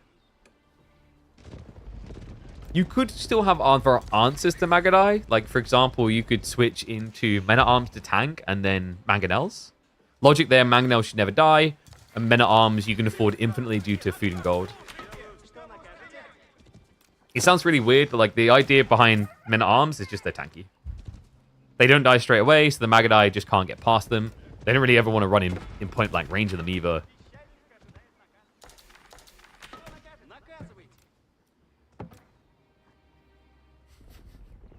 Okay, so I really need to kind of get a vibe check. Are we enjoying Altai today? Or not? Because I did say when you haven't seen something for so long, it can be refreshing for it to come back. But I'm starting to recall. And I'm not sure how I feel about it.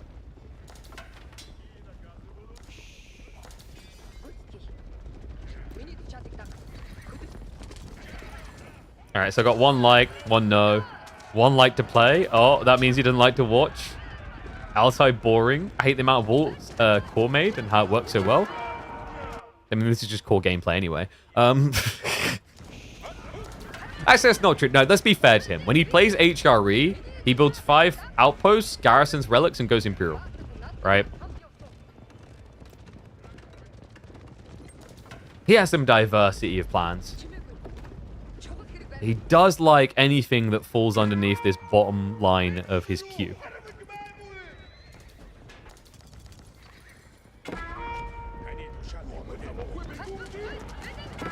You say that Kor's only been building walls, but has Krakeny not also just been building Magadai?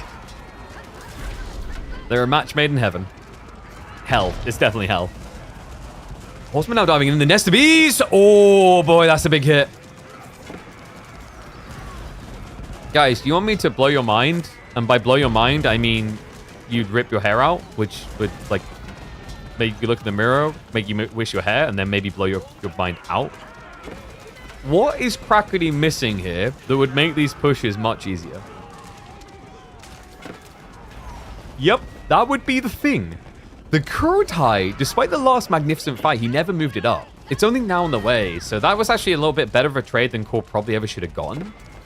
Next fight is going to be a bit more gruesome. It is more and more horsemen, though. I guess I say it's going to be more gruesome, but how many Magadai did he have? He had about 50 before that fight. So this was a very expensive engagement for Krakody. And guys, he's out of gold. Oh, no! He's fully walled in as what? No, come on. This is toxic. Guys, he can't afford Magadai. Where is he getting any gold? The only gold he gets is by burning buildings. Okay, so the way Core wins this is to stop building stuff. Yeah, that kind of tracks. Didn't even get the upgraded bounty. He's now going for it. This is desperation mode. Raid bounty coming through. It's definitely going to pay itself off quick, but this is brutal, man. The textile traders, the front line. I love how they get 20% more damage, by the way. Fierce. Nesta Bees is not really the role that you want here, I don't think. I guess this is like a clean way of trading out against the Streltsy, but there's just so many horsemen. Maybe just getting more Palace Guard would be nice for Krakody. Maybe getting access to trade again would be nice for Krakody. Maybe just getting access to the 8k gold and has 3k left would be nice for Krakody. There are a lot of things that would be nice for Krakody. But sometimes you just got to put on the most hardcore punk German rock you can find. Maybe just go for like Anger Fist's greatest hits. Be like, Alexa, play Anger Fist. Put it up to maximum volume. And then play until your ears bleed. And then, you know, if you lose to Core on this map, you can say that it was a medical emergency. I thought of all the possibilities. Nice block with the Spearman. Alright, let's send these Spearmen to re-obtain our trade line. It would take a while. It would take quite a while. They didn't mark us right there? What, next to the giant castle that will kill you when you come up? Yeah, just make a hole.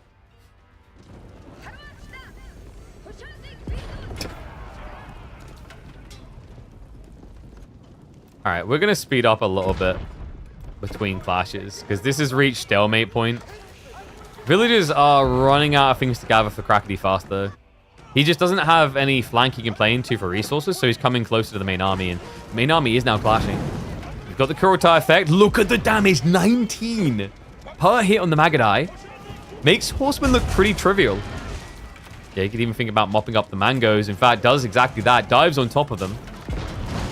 If Krakody can just get some gold, this game is over. This is my only concern for him right now, is these Magadai are kind of irreplaceable. Yeah, he's down to 21 now. About to go under 20. He's mopping up the Streltsy, but like, if you're Core, you don't care about this. This is like stupid. He's never running out of gold. You're running out of firepower. Now it's just Spearmen, which means Streltsy are actually going to be MVP. No Nesta Bees either. I think he's just dead. Probably not a quick death. Like, he'll get some pressure. But yeah, just like, when you approach these walls and you have no range units to really shoot over, like, it's a gradual loss waiting to happen, right?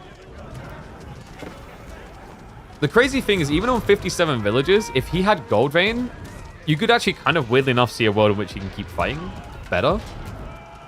Because he'd have, like, Magadai instead of spears. No, instead, break on the wall and call with the remax. This looks over. Oh, this map is pure toxic. Actually, Core is pure toxic. This is just vile. I feel like I just don't need to see more of this map. It's weird because we actually had a show match featuring Puppy Paw and Louis that was epic on this. And this was just toxicity through walling. Oh my god.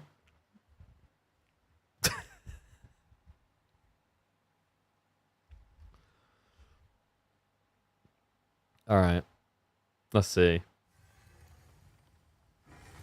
I think we just call that one, he hits him with the Berlin Wall.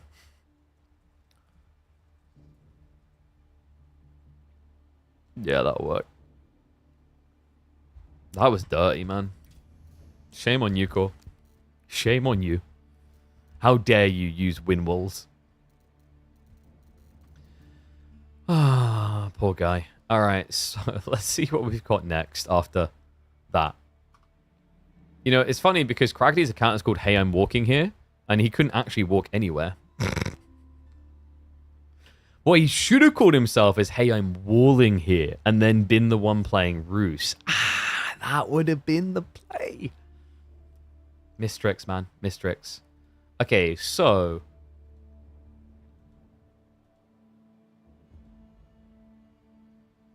let me see what else we've got here.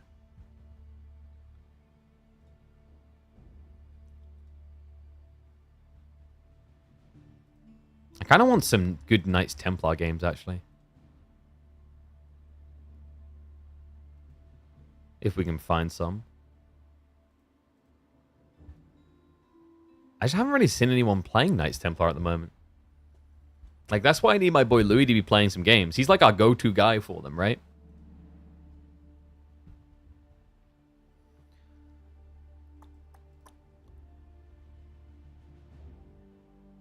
Wait, Numenor?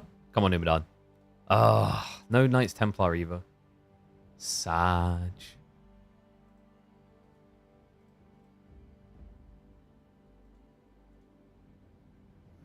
Scatbrained has got some, but I don't think he's like he hasn't had good opponents really. Not for the Knights Templar games anyway. I'm just a small boy looking for my KT, you know?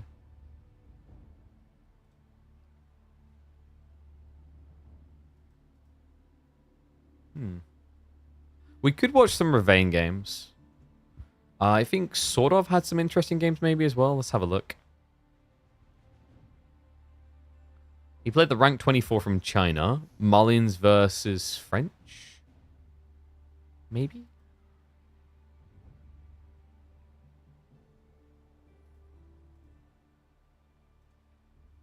Dude, I kind of want KPMM to start up again already.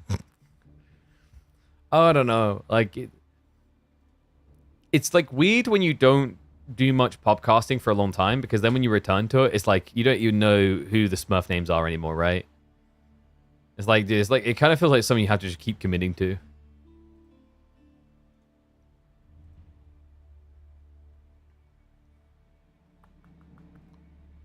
Just checking MSN. No. Mohohodo?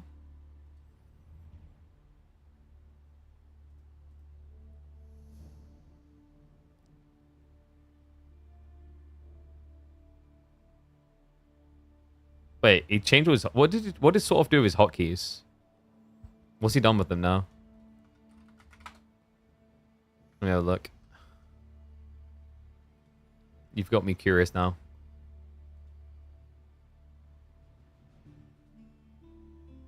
Bro, does Sort of not have VODs? Lulwood? He doesn't have VODs. So I can't even see what he's been doing with his hotkeys now. Why would he not have VODs? Okay, there's a YouTube VOD. Can't... Oh, you're right. I remember this change with Twitch in Korea where they screwed everyone over. Yeah. You're right. All right, so...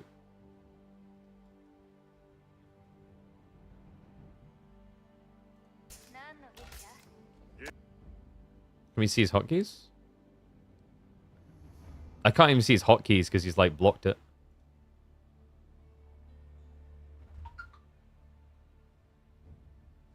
Sorry, I just got to get the camera set up for Ezra duty. Keep an eye on my adorable son sleeping. Yeah, I don't have any way of checking like what his hotkeys are at. Oh, we'll. Alright, let's check some ranked games live for a sec. Q selects his control group and tilde selects his zero hotkey. Wait, what? At that point, you might as well just get one of those, like, you know, the small razor, like, I think it has like 12 buttons on it, and you put your hand on it, sort of thing. Might as well just get one of those while you're at it. At that point, you're already a freak, so you know. Lean into the freakiness.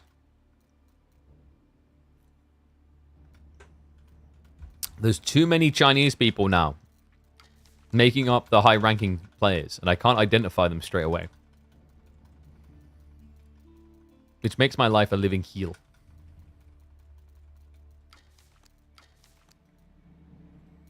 But Dragavan in game. Drag's kind of it. Let's go with Ravane. We're going to do a Ravane game against No GG, who I think is Starflock. It's a Chile account, and they're ranked 67th in the world. So I think it's Starflock.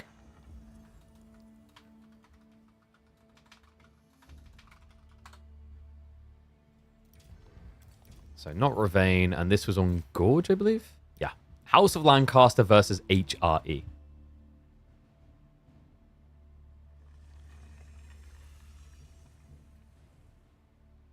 You know what I kind of want to start doing, actually, with, like, the overlay? I'll show you what I'm thinking of doing. The only thing is it's, like, annoying when you're setting up at the start of a game to do this regularly. Like, you almost want to do something along the lines of...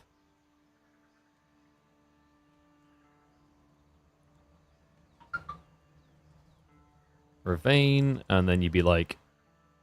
Rank number 3. So like this.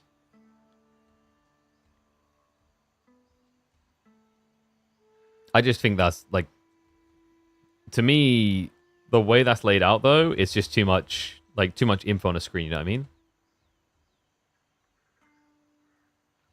And then you do like the same where you be like, this one would be...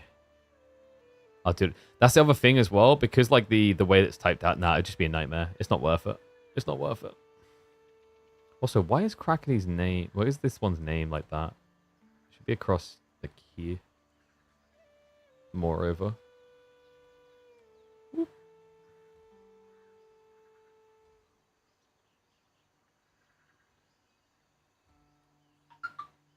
The colors are triggering you? What do you mean? Well, not going to stay green. The example has them as green. Oh, guys, dude. Guys, bear with me 1 second. I just need to quickly go check on my son. Because he's... I mean, I thought he was asleep, but the camera just got knocked on the floor. So, sorry about that. Give me 1 second. I need to go check on that.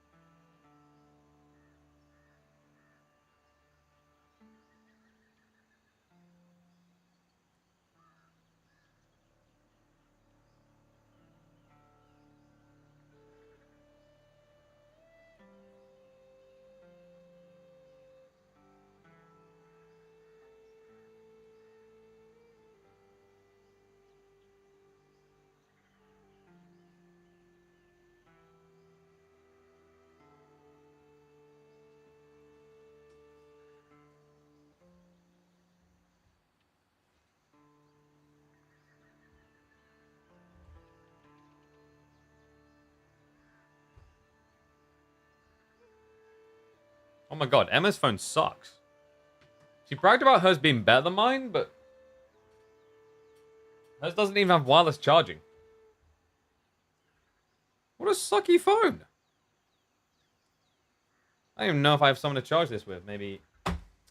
Oh, dude, I hate this. I'm going to unplug my controller to charge her phone. The reason I hate this, by the way...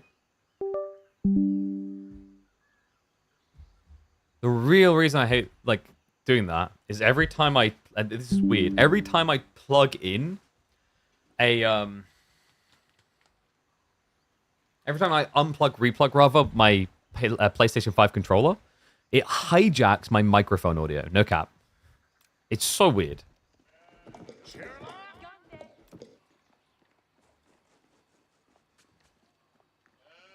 Bow down, for there is a new master on the leaderboards. That's right. Well, welcome back to the channel. We have got not Ravane, aka Ravane, or is it? It definitely is.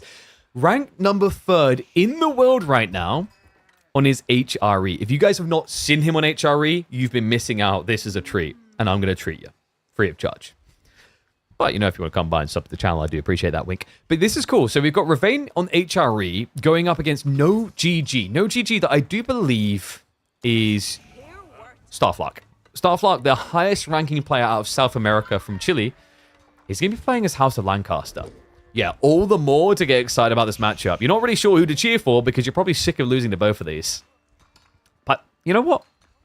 You might end up cheering for Ravane. His approach to HRE is quite different to a lot of people. He's very polarizing, actually. If you guys remember, we used to have a player called Fitzy here. If you're not familiar with him, go look him up. You'll see his AoE content. Guy just liked to spam spears. He's that type of person, right? And the interesting part is that never, like, that's always been the case for Ravane, start to finish. I've seen it to a ridiculous degree. He's the type of person that will even build a Burgrave just to build more spears. So see how he wants to approach this, because we've already got a difference coming in from Lancaster, which has me excited. Yeah, so Starflark, we've had him in our chat before. He's clearly not a fan of the just build manners and defend build. He's doing something different. We've got Abbey of Kings coming through for Lancaster, which gives them a value as the game scales. House of Lancaster got an interesting buff actually not too long ago. It kind of got overglazed amongst the nerfs, but they now have scaling with the Lords of Lancaster. The Lords of Lancaster used to lack additional armor to be tanky in later phases. That's now been fixed. So this unit is a bit more viable to add to your composition in the later phase of the game. Whereas before that change, most people running Abbey of Kings were trying to all-in early game. That was their big focus. So I'm curious to see how these two are going to start to approach this, now with a difference in landmark appearing. Archon on the other side. Not the Ravane I've come to expect, mind you. We just talked and hyped him up as a man who loves spears, and he has chosen to not go for mine work, which would have given him things like all pikes. All pikes that has great scaling into the mid game, decent in the late. The first Lord's on the way. Sorry, I really should put it down to normal speed so you can just kind of really bathe in how slow these guys are. Yeah, they are ridiculous tanks, though. Look at those stats. They may move at men-at-arms speed, but they have more health than even an Imperial Age men-at-arms. Kind of sounds dirty when you put it like that, doesn't it? Yeah, very powerful tool in the arsenal when used correctly, though. Now going to have him marching across to try and intercept on the goal, because it looks like not Ravane is going for an FC build. And this is now like making me wonder, is this Ravane or isn't this? I think it is.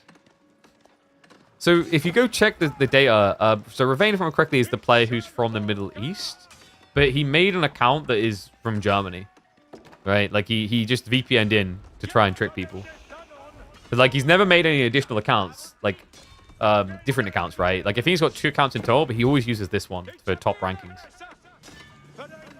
I am curious, by the way, as to whether this player will eventually start playing in tournaments. Would love to see it. So like some people, I don't know, they have mixed feelings, but like, I mean, for a start, having like a new region, having the Middle East come in is actually a big boon. As like that's a potential region to invest in the game. We've seen how good that's been with China getting involved in AoE4. The other thing, though, is like this guy is consistent. Rank 13th at end of Season 10. Season 9, Season 8 was 40 to 50 ranks. And Season 7 was ranked 9th at the end. So he's reliably stacking up in the tippity top. And he is a grinder, by the way. He's got, so far, about 50 games on this season. Last season, he finished with almost 350 games. In Season 9, he played over 500 games on this account. Yeah, grinder really doesn't cut at that point, but here it comes. This is our boy in action. It's the Burgrave.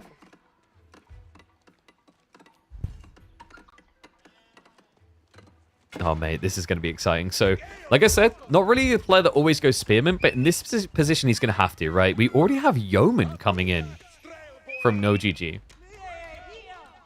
Who, remember, we're assuming Starflark. Starflark, a player who's been playing in our KPMMs in the past. He's well-rounded. He's on the up and come. He's definitely no pushover. But this Yeoman idea is weird, man.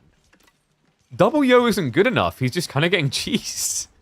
Yeah, the Prelate's able to do this because the Yeoman, they've only got 6 tower range. So the Outposts, well, if you step up to try and snipe the Prelate, you're going to be in range of the Outpost and slowly die. Smartly played. Ravane, now upon arrival, it is going to be a commitment straight away into men-at-arms. Behind this, he's already got blacksmiths. He loves these type of builds. It's going to be an MAA rush. But do not write off Lancaster, because they are a civ that can contest this with a version of their own.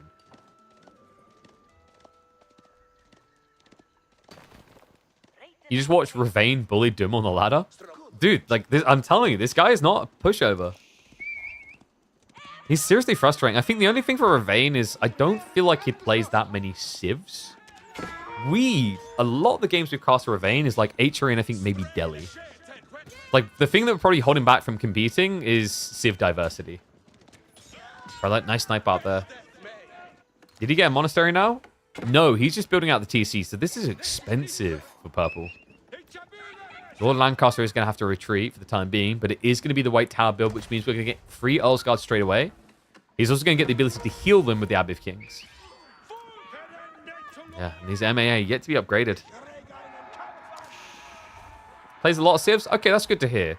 Is that a more recent development? Because, like, I remember I cast a decent amount of him 2 or 3 seasons ago, and I feel like I did see a lot of HRE in Delhi at that stage. White Tower is up, though. And the Earls Guard are out. Yeah, and Ravane, already painful the way this begins. Burgrave is a timing type build, and you've already now lost 2 of those men-at-arms. Big hit to your scaling point. Wow, Orange actually going straight away into crossbows. I thought he might just ego trail Earls Guard. In fairness, though, with the way that men-at-arms work with marching drills, they might be able to gap close you because they're only 0.01 slower than Earls Guard, and but the difference is that you get the charge. Right, when you charge, you move a lot faster, and if that connects, it's 50% bonus damage anyway. So definitely a safer way to play, but yeah, really, Earls Guard would have worked just as well as crossbows.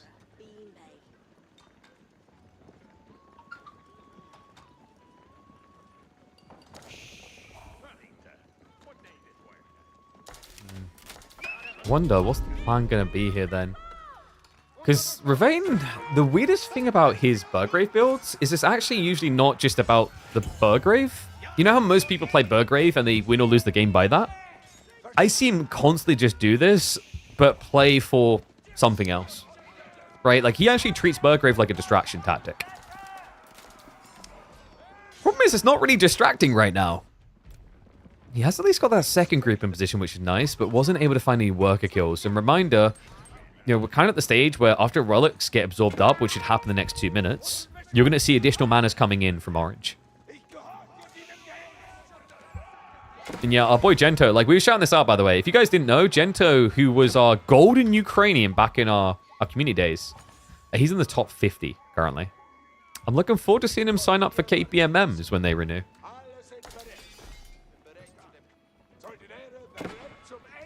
It's like, I'd love to actually see Ravane come in. I think the big challenge we've got next is to try and get more players from China signing up, because actually, like, China is the growing region more than anywhere else right now.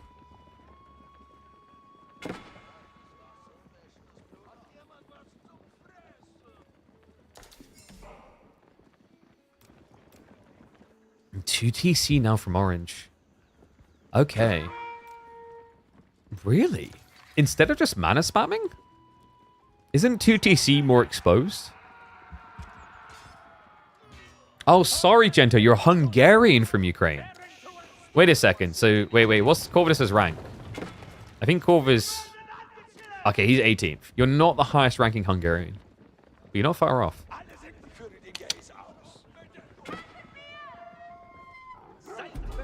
Villagers now sneaking out from Ravane. We have Wheelbarrow at 12 minutes.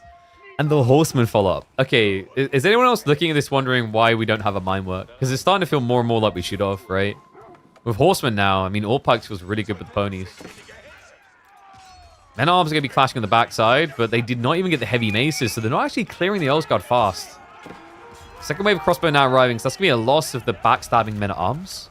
He did at least force the cancel on the TC, and it's going to be rebuilt, but cancelled again! Okay, you start to see the rodent-y nature of Ravane, man. Like, he's always in the right place. Crafty son of a gun, able to deny that TC timing twice. Well aware of what his opponent's up to now. Which gives him ample time to react, to flex to it. Well, Orange isn't just going to be about the TC life. We can actually see he's prepping for the additional manas. He already got the level 2 tech. You know, if at first you don't succeed, build the same thing in the same place again. So the TC on the south side, because he cleared the south side raiders, is going to go up. Sacred sites should be lockable for Ravane. The problem now with Orange's comp, and this is why I was kind of a bit wonky on the idea of going crossbows, is like when you just have Earl's Guard, you're really fast for infantry. But crossbows slows your comp down quite a lot. I guess it's not too bad because he has the Lord of Lancasters also, which will also slow you down. I would love to see him scale these, which is why it's nice to see him just +1ing on them. Remember, it's a 5% scale of health for everyone in the formation. So if you get 4 of them, your Earl's Guard basically have got elite army tactics minus the damage component in Castle Age. That's crazy. With just 3 of these Lords of Lancaster, you're achieving the military boot camp effect for Abbassids. No blacksmiths indeed. I think... Has he just kind of forgotten at this stage? Yeah, I actually think Orange doesn't realize anymore. A little bit painful. Especially now you've got Ravane going in for the extra armor layer. Really powerful for these horsemen crossbow. Ravane, how are we looking on farms? Not great. Only 7 so far, but he's pulling additional workers. So I imagine the next step in Ravane's mind is, you know, get up to 20, 25 farms, start to stabilize his eco. Because right now what we've got is 2 civs that just aren't really going to be coming out of their base in a rush. Both of them want to stay at home. Say that as they try to contest relics and sacred sites, but the relic game is already complete, and Orange did take the lead there. There's not that big of a womp for HRE because they didn't go for the Regnants. Then again, I guess when you say it like that, that means you went for Burgrave, which always feels like a womp. I guess Burgrave is interesting now. So the big issue that we used to have with Burgrave is it had no skill point. Burgrave was a timing attack, and that was its worth. But remember, they made a change recently where Burgrave gives bonus charge damage. Pretty good for a Civ that usually wants to lean infantry, even as the game goes deep. You can see it right here. 50% charge damage, and because it's percentile, I think that was a very smart choice by the devs. If it had been a base rate, you're just going to get spear spam, and that's kind of it. But by being percentile, it gives it viability into Imperial and beyond, where you're getting these higher base damage numbers. He's going to get chased away on the flanks again. Horsemen are creeping, though. Not unseen. Yeah, and that's given the info, the tip-off, so Orange can now react into spears if he feels that threatened. Probably wouldn't be a bad idea here. You can kind of just get away with Earl's Guarding still. But Spears is never a bad thing for Lancaster, guys. Like, Spears is actually probably Lancaster's best unit, generally. People like to say that it's Yeoman, but it's not. Like, I think Spearman is the most cross-applicable unit in most build orders because it can save you so easily by bulking. It's very cheap, very efficient. It also functions as a support unit. It's kind of like... The way you have to think of the Spearman is it's kind of a reversed Camel aura. Right, the Camel aura is there to give the armor in the late game to Bass's troops, whereas you're taking armor away from things you're hitting. And that's usually why Yeoman looks so good, by the way, is because they actually have the assistance of those spears, just making them hit a lot harder.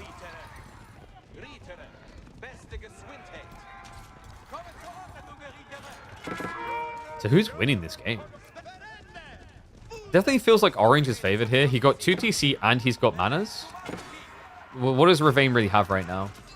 His army isn't really even that threatening. He went into horsemen that don't have the greatest economy to back them. It's just 13 farms. Like right now he's playing external resources, which is great temporarily, but that usually means that your horseman idea has like a 1 hit, and if you whimper, you die. Make matters worse, we have got the full Lords of Lancaster effect, and you can see the difference it makes. Like we're talking about Imperial levels of health on his men-at-arms in Castle. Even the crossbows do quite nicely, actually. Crossbows going up to almost 100 HP each.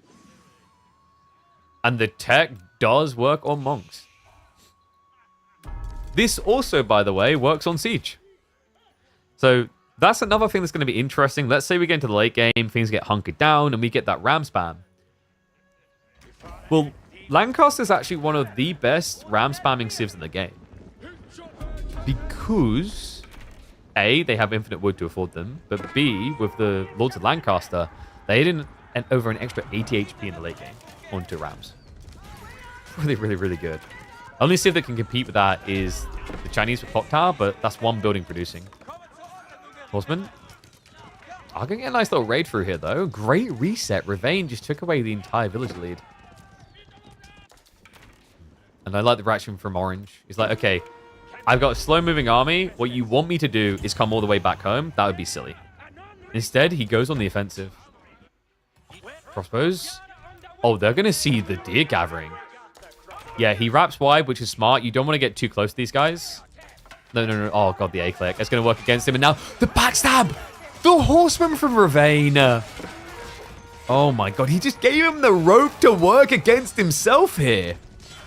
This is the most catastrophic fight that Orange could have taken. His backline got intercepted by the horseman. The crossbow archers get to clear out all the Earl's Guard. And now there's no doubt about it. Purple is a mile ahead.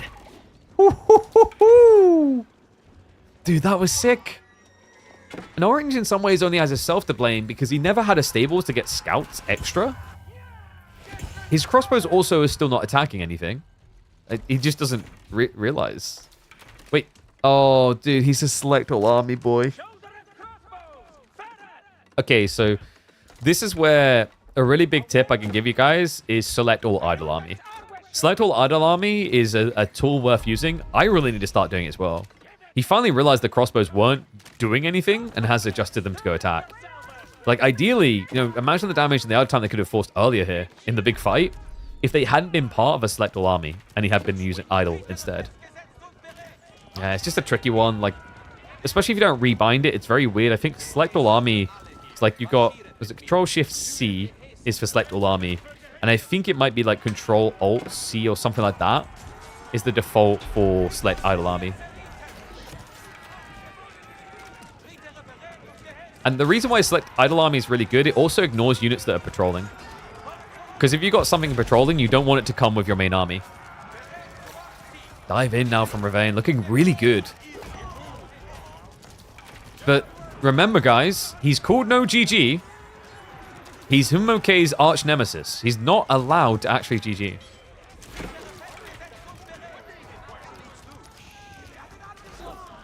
Changed it to F2, but F2 is all my eco buildings. How will I find your university and your blacksmiths? Wait, oh god, no, I just realized this game's never gonna end. No. Orange is playing Lancaster and he's called no GG. How does this game ever actually end?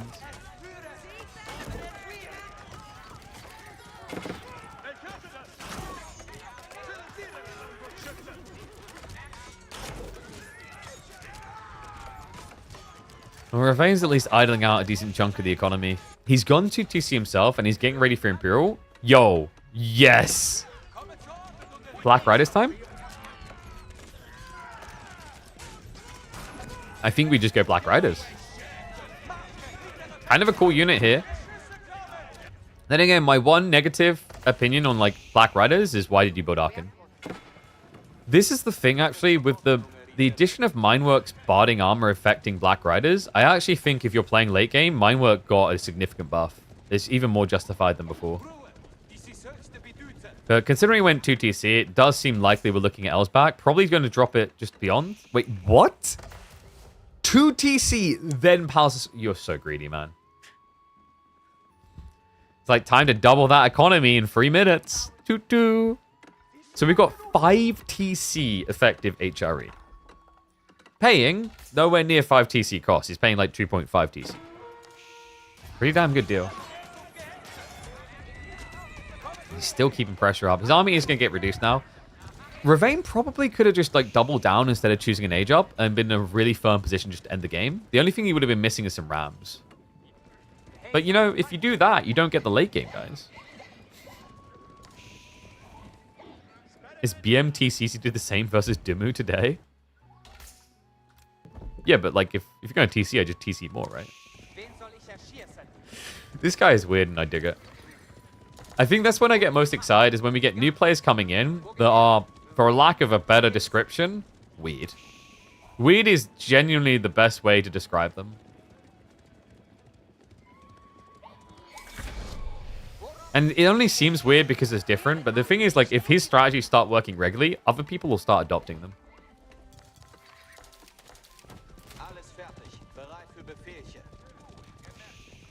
Horsemen riding on the flanks. So we don't have any potential for Black Riders yet then. Because of the choice he made, right? If he went for the Elsbach, he'd already have access to 8 Black Rider population, and every keep would be worth another 8. Now, if you want to get 40 Black Riders, you're going to have to build 10? Oh, sorry, 10. 8 castles, right? The interesting thing is if you have Elsbach, you only have to build 5. Well, 4, because you already have the Elsbach.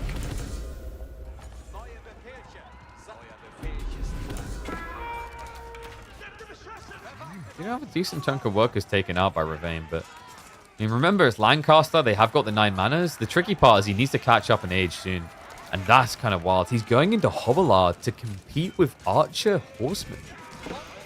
Well, he knows these are getting upgraded, right? Hovelards can be interesting to the Lords of Lancaster because they get the same health as standard horsemen, but he's not likely to keep the Lords of Lancaster with these guys, right? They're too slow. This means your Hovelards actually wouldn't be raiding at all. Time being, he's able to push this away. And we do at least have wall-ins now to secure onto the golds. Still, it feels like for Orange, the goal here needs to be to age up soon.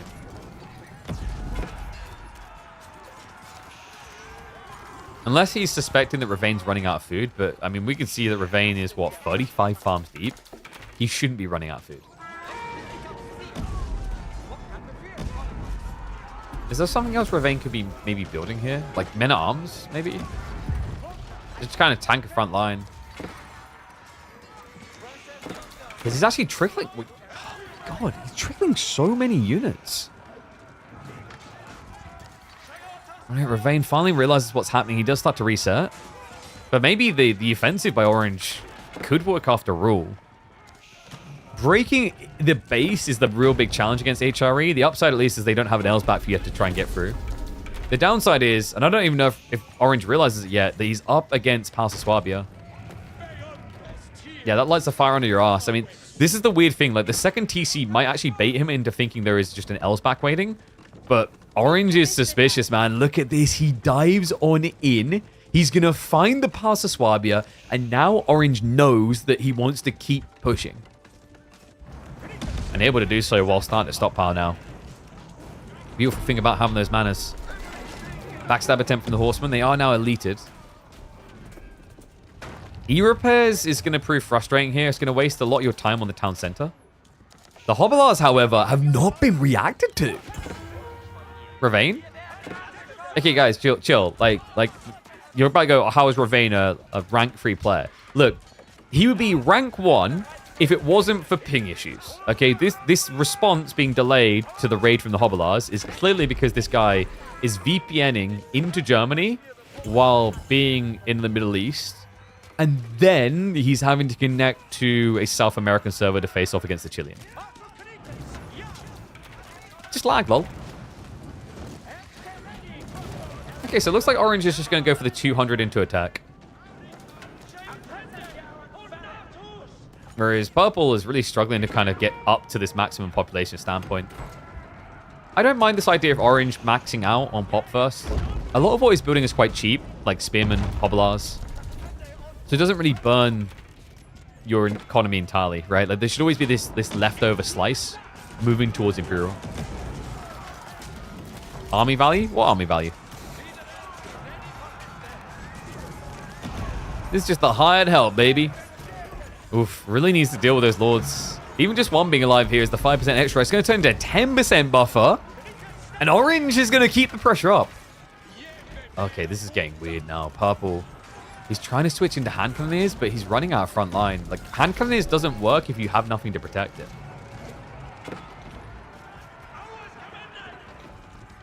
Another state castle versus Imperial. It's happening a lot.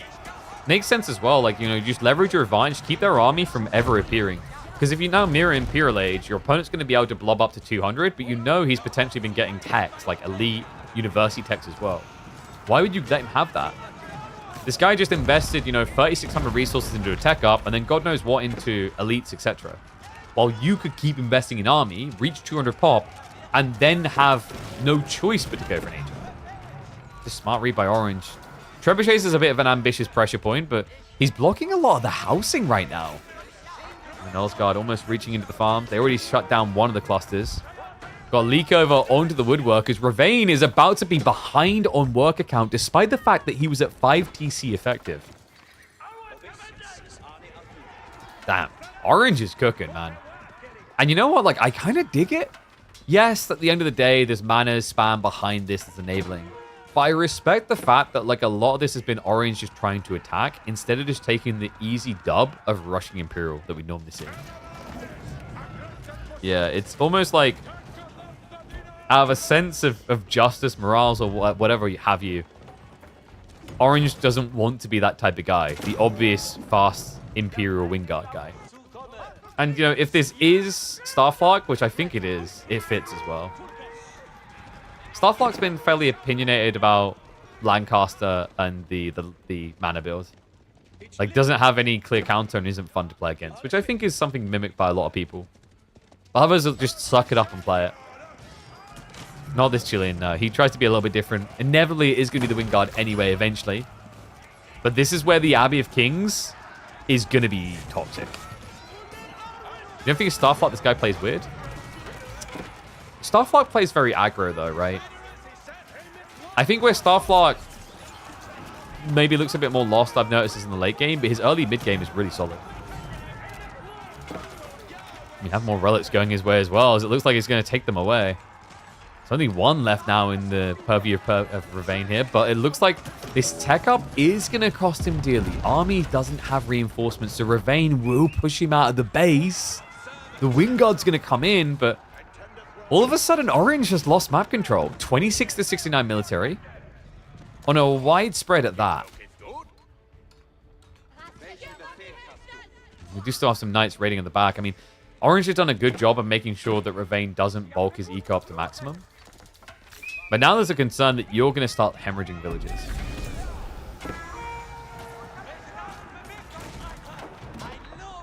Barkshear drop at H3 base? Hell no. You always go Wingguard. Like, here's the thing, right? Like, Lancaster has more reason to Berkshire than English, and they just never will. So the reason why Lancaster has more reason to Berkshire than English is because they get an extra +2 to the unity buff on things like Ulsgaard. The reason why they never will is that the Wingguard is too damn good. The spear spam alone is worth it. The weird part, though, is Orange has seemingly forgotten about the spear spam. Yeah, he hasn't queued up any. Horsemen, with one of the weirdest path things you're going to find in a while, do finally get their hands on the mango. Ravane, 71 to 60 military. Is he going to use this? I mean, he's kind of lacking the wood, but come on. Garrison command is so lean and efficient. Not a single queue up yet. Not looking good. It means the Ravane can keep pressing into him here. White Tower might slow him down, make him think twice, but we talked about the wide flanks being exposed. So you do have clear targets. Last time Ravane done this type of dive, it looked really good until he burnt himself out from hanging around. And that was against a TC, not a White Tower, so I want to see him moving away ASAP. You're not going to see him steering to the south. There's just nothing down here for him. No, there's like a small group of gold workers, some berry workers. Okay, so 15 workers in the corner, but they're a little bit split. And they're not obvious, so instead he's going to steer back into that second town center. Okay, but, you know, losing a few workers isn't bad when you have the full mana economy, because you want to start blobbing up more military anyway. At this point, it hurts because right now, Orange doesn't actually have anywhere close to maximum pop, so you don't actually want to lose more workers. So Ravane's idea isn't bad. It's just every time he does this, I feel like we're missing siege. You can tell he's a classic Burgrave boy. We also are missing a decap. Thank God that's finally happening. And a keep drop. So Ravane starting to realize that Orange might need additional gold considering the way he's playing this.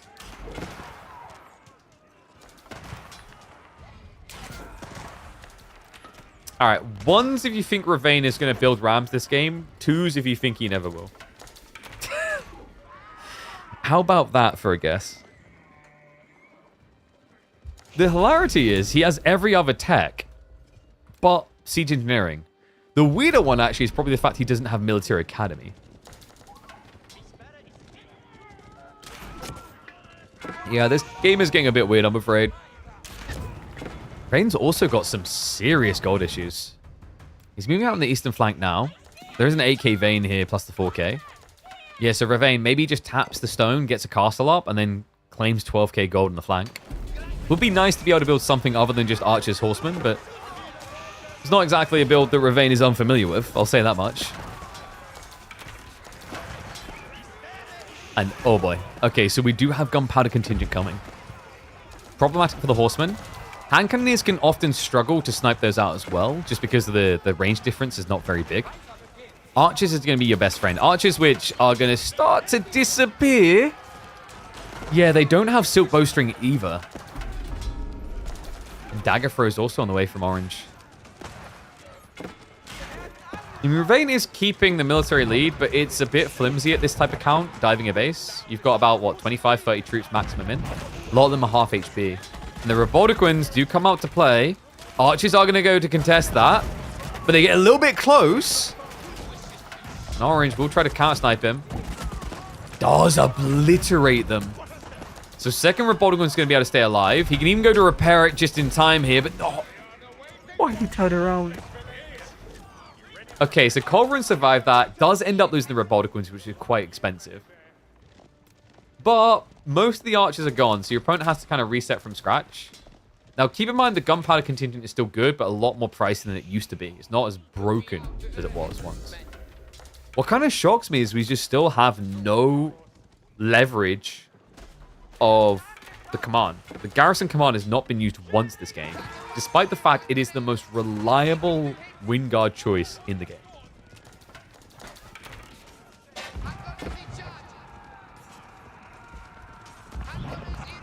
Orange holds for a couple more minutes. His comp is much better. What part of his comp is better?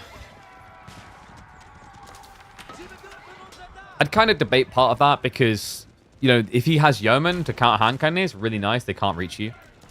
He doesn't have the count up yet. Like, Ravane still has raw numbers is the big concern here. The 25 horsemen haven't really been adjusted to. But the crazy thing is if he just used this button here 3 or 4 times, horseman play would be very difficult for Ravane to continue.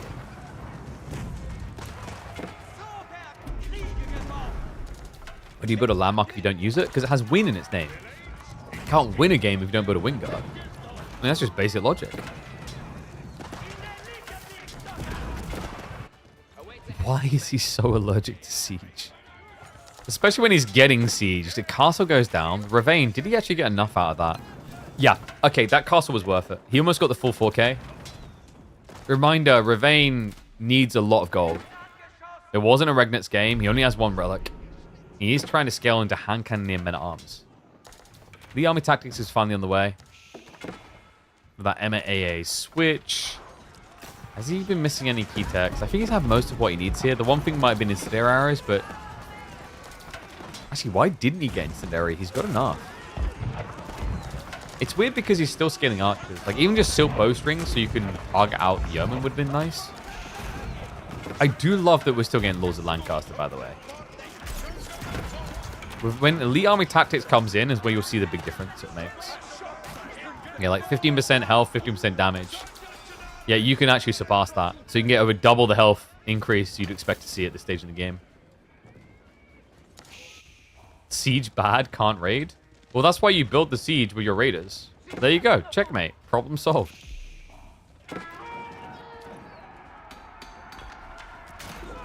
Outpost now being dove onto. Gold's pretty much gone here. But we have got Orange kind of steering away from most gold-heavy investments. The main one now is going to be the Hobblars. I kind of hope he just doesn't do hand cannoneers. It feels like an experiment that shouldn't have been continued. And you don't really have the gold source to, like, reliably scale it non-stop. Like, sure, you've got 4 relics, but that's... For hand cannoneer scaling, that's kind of atrocious. I feel like I'd say I'd rather see you actually just use the gunpowder contingents with all that gold. Because Culverins are quite nice here. Culverins are just going to be your better hand cannoneer, really. And farms galore.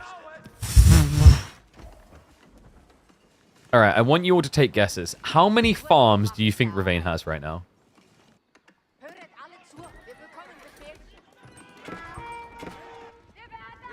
Like, I think we're going to see Clarkson's farm. We're going to see a Saudi Arabian version. I think it's Saudi Arabia. Middle East, let's say Middle East to be safe. We're going to see a Middle Eastern version called Ravain's farm. He's at 90 farms. 90. Okay, one just went down. 89.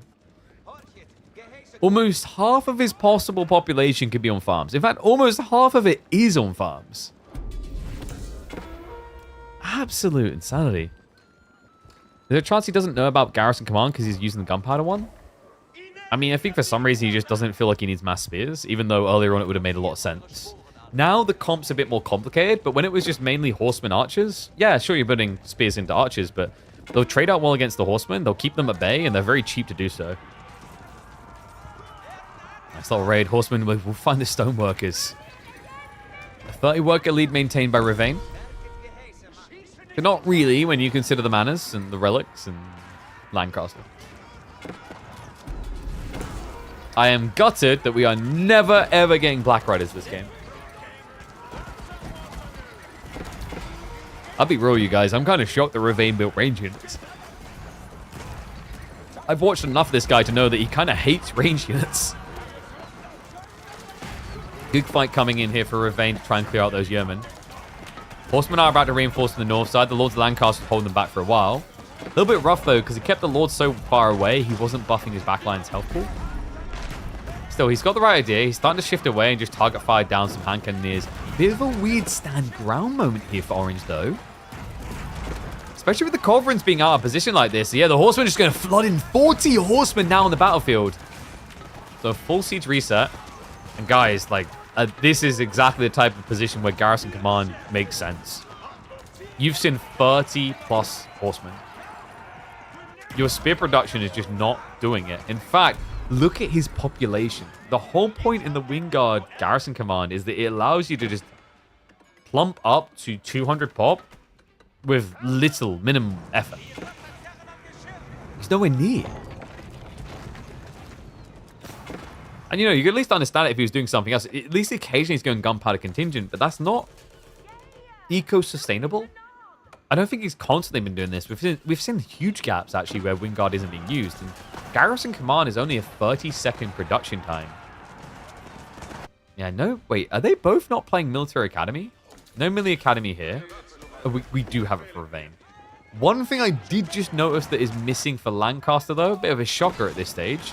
We do not have Padded Jack. Reminder, that's the one that gives the Yeoman and Spearmen additional melee armor. Would be great against men-at-arms and horsemen in particular.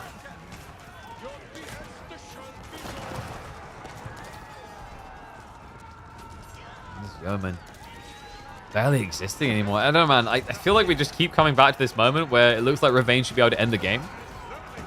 And then Orange off of static defenses and reinforcements just about survives. But then Ravain comes back about 10 minutes later. What rank are these guys? Ravain is ranked 3rd in the world. No GG is ranked, I believe it was 67th. So this is a very high level game. But Ravain just plays so different from anyone else. It's absurd. He built a siege? Yeah, but it's a car room. We want rams. Nice little raid coming in here, but remember, Ravain does have the pass to Swabia, so if he loses workers, whoop the freaking doodah. Siege being lost again. Another gunpowder contingent's on the way. And this is pretty interesting. An elite knight switch? I wonder what the thought process was for Ravain. Maybe just to kill the workers? Also, his opponent just hasn't really respected the value of spears in this game.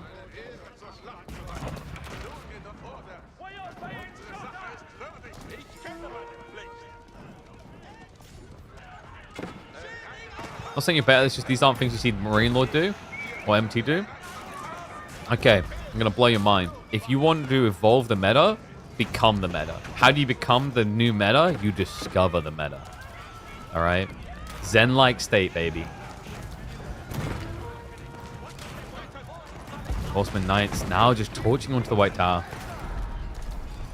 I mean, he actually finally has the burst damage on just his units to kill buildings without even siege. Remember, you scale per age on torch, so even if he didn't have siege, we actually finally have a position where Ravain can start doing things.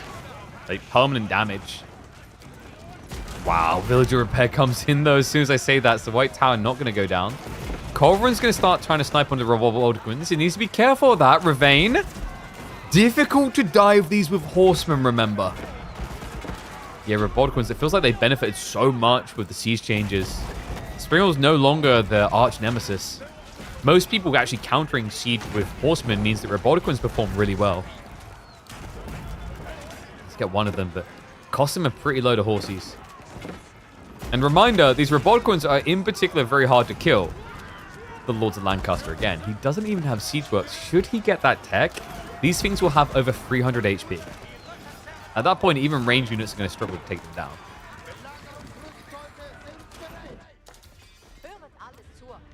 The scout always seems to know. Yeah, he's got the ball being pulled. Yeah, Orange has actually had this scout here for like half the game. Because it was here earlier when he was taking the 4K on the front. Interesting that he just keeps it in that area. I guess he wants to know when his opponent is running out of gold. Because obviously for House of Lancaster, they're going to have infinite gold over you. They already do pretty well with scootage, but the 4 relics is essentially doubling scootage.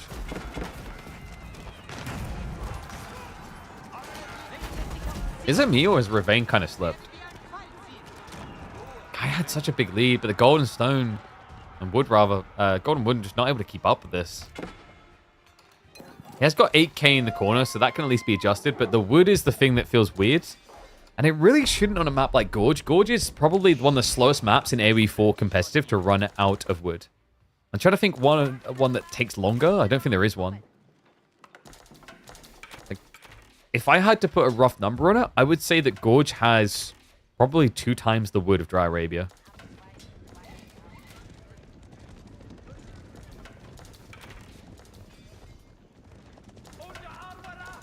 No padded Jack's new meta? Yo, you mock him, but if he wins this game... He still doesn't have it, by the way. It's now coming through. Okay, so this is big. Horsemen, men at arms are going to have a hard time now.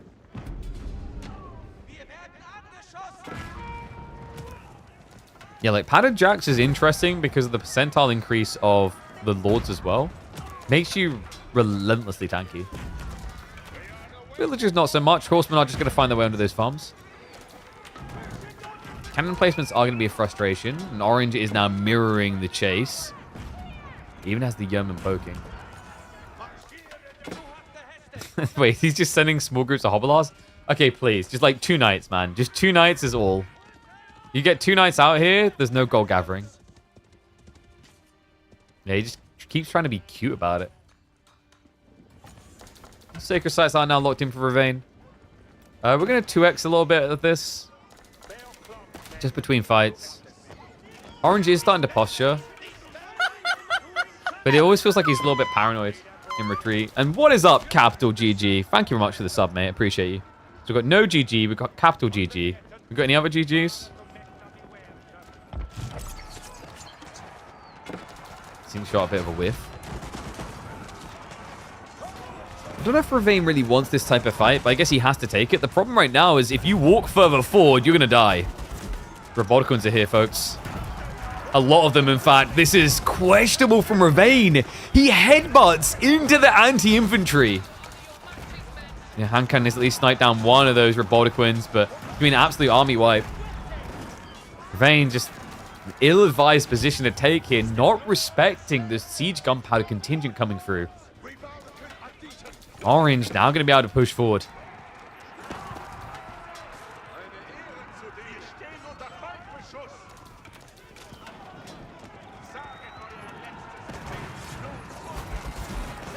Source of Valiant Giant Pigeon defending against stinky humans.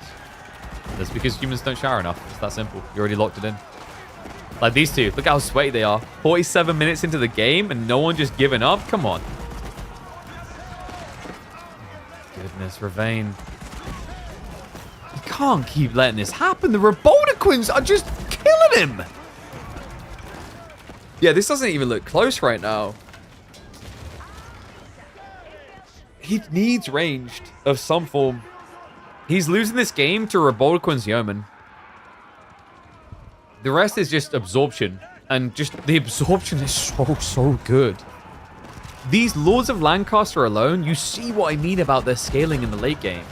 Over 350 HP, they just don't die. He's trying to leverage hand cannons as a counterplay, but that could be difficult into mass yeoman as well. Does get the snipe on the Robotiquins though. Okay. There's a few knights littered in here amongst the men-at-arms. Complicated matters. And Orange needs to retreat. Like, this is all of a sudden a really bad idea. The Robotiquins are the enabler, but if you don't keep reducing them, you can't keep pushing. He has at least got a trickle of troops coming, but between marching drills and also the cavalry element, Ravane gets reinforcements faster here, remember. And that's the snowball factor, which is why you're now seeing Orange lose the fight.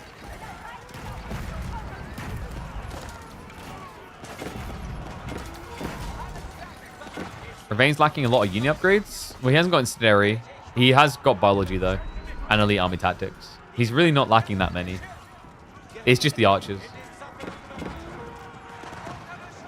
One rough thing is actually reskin the Lords of Lancaster. Remember, you can only build them out of the one landmark, so the other annoying thing about the game here is, like, once you have maximum, it stops you queuing more, right? So you can't have an additional one ready.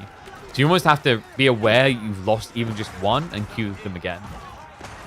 That make it a little bit annoying to scale and maintain that extra health in the late game. Ravane. He's scaling a lead again. We've been here before. I don't know, man. I just don't see this game ending before 4 hours. What can I say? Every time you think they got the push on, every time you think he's ready to string them up, we get reset again.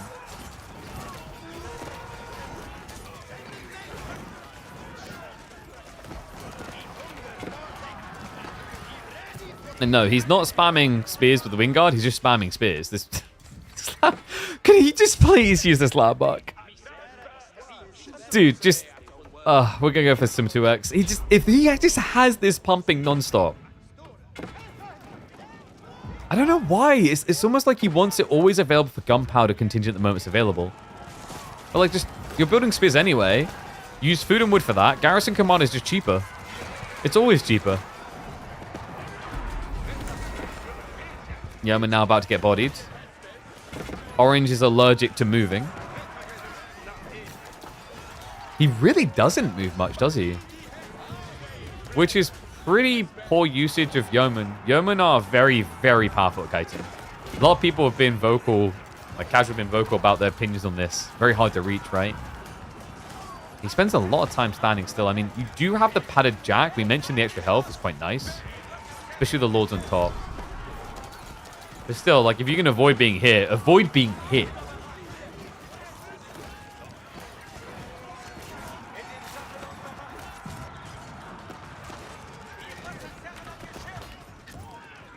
Rain. We do have mangoes now showing up. No siege, though. No real siege to deal with buildings. So we've got one player who's basically allergic to his Wingard, and we've got another player who's allergic to using siege in majority. He does, however, have incendiary arrows, which makes his archers kind of a siege weapon. An ambitious shot there from the sync shot to try and deal with Mango. That doesn't work, by the way. Remember, they have high range resistance, 85% in fact. The Portquins are back in action, which means, guys, I'm going to hit the fast forward because this is clearly not over. He does try to stick on. Nice pull there just to get more troops in, so the A clicks weren't going to work.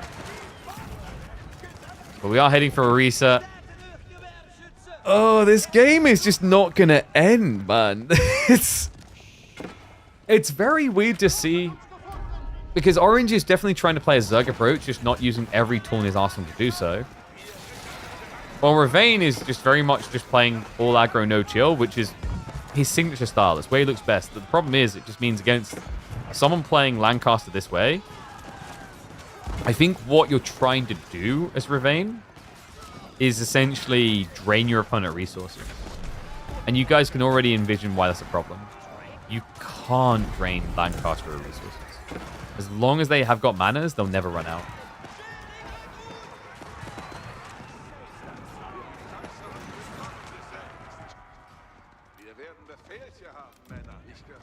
Let's speed up again.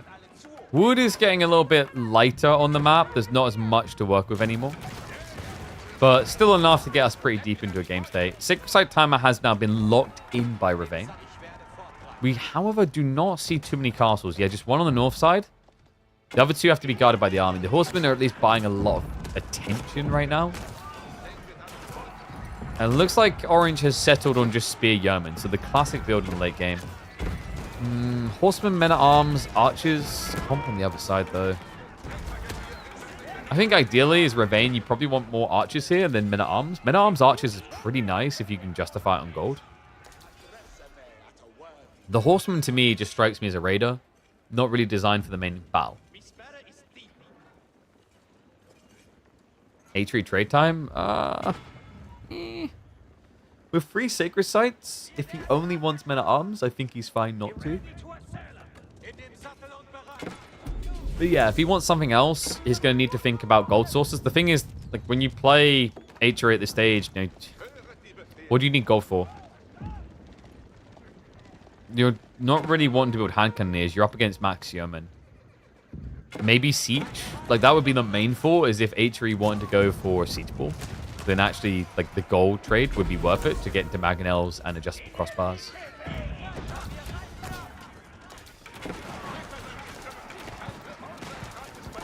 The clash looks good for Orange. So what is his target after this fight? Like, this is a big win, actually. Maybe? No, wait, spears. Spears come back. Spears come back. All right, they're in a blood frenzy right now. So the men-at-arms are going to rotate around the back. There is crossbows in the formation. I'm actually a little bit surprised they haven't got upgraded to elite.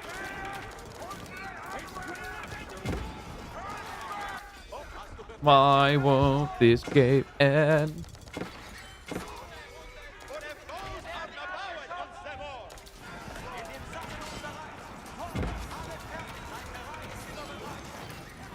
Is Gorge getting weird again, chat? Are we returning to the dark days of Gorge? You know what I'm talking about, right? Like, Gorge kind of had this for a while, where it was very, very monotonous to watch, right? The games just wouldn't end, and we're kind of getting that type of game here. What a weird one to witness. Ravane is starting to gain that ground again, but we've just seen this time and time again. He arrives at the edge of the base and then doesn't do anything to win.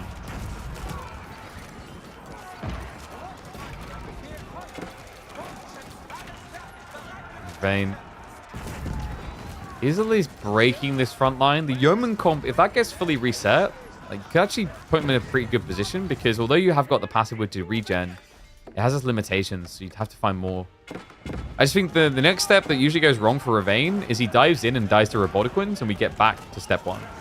He does have a lot of archers this time, though. 32 should be good enough to counterplay this. In fact, he's even going to get the Culverin pretty much for free on the flank of the men-at-arms. And Ravane, he might actually have it locked in this time. Yeah, I like his comp a lot more now. It's a much better balance. Before, he was HRE braining, i.e. he was doing men-at-arms, horsemen, only melee. Instead, now going to be able to start diving in the Culverins. One goes down.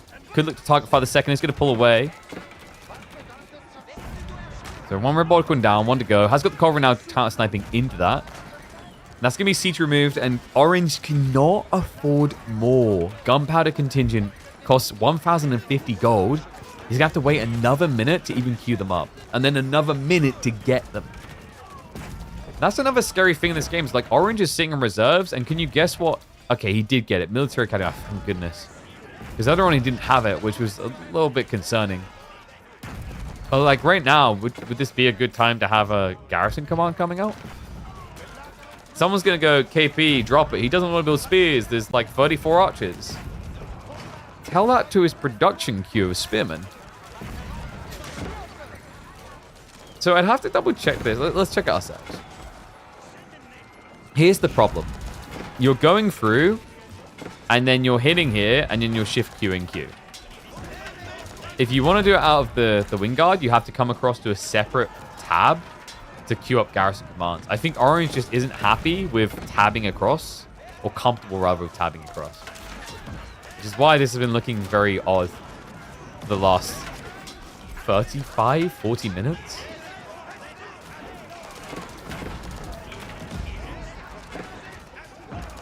desperately trying to get rid of these culverins. A good reason as well. It's just playing counter to the siege plays. Secret sites are still locked in, by the way. We're just 4.5 minutes away from a Ravane victory. And this is the wacky thing about his HRE. Like, the way we got here, the late game he played, is not what we've seen from the majority of high-ranking HRE players. It is what makes him both confusing and enjoyable to watch. This feels very different. Not sure if I'd say it feels different in a good way. Like, at this point, he's just ego child Lancaster late game.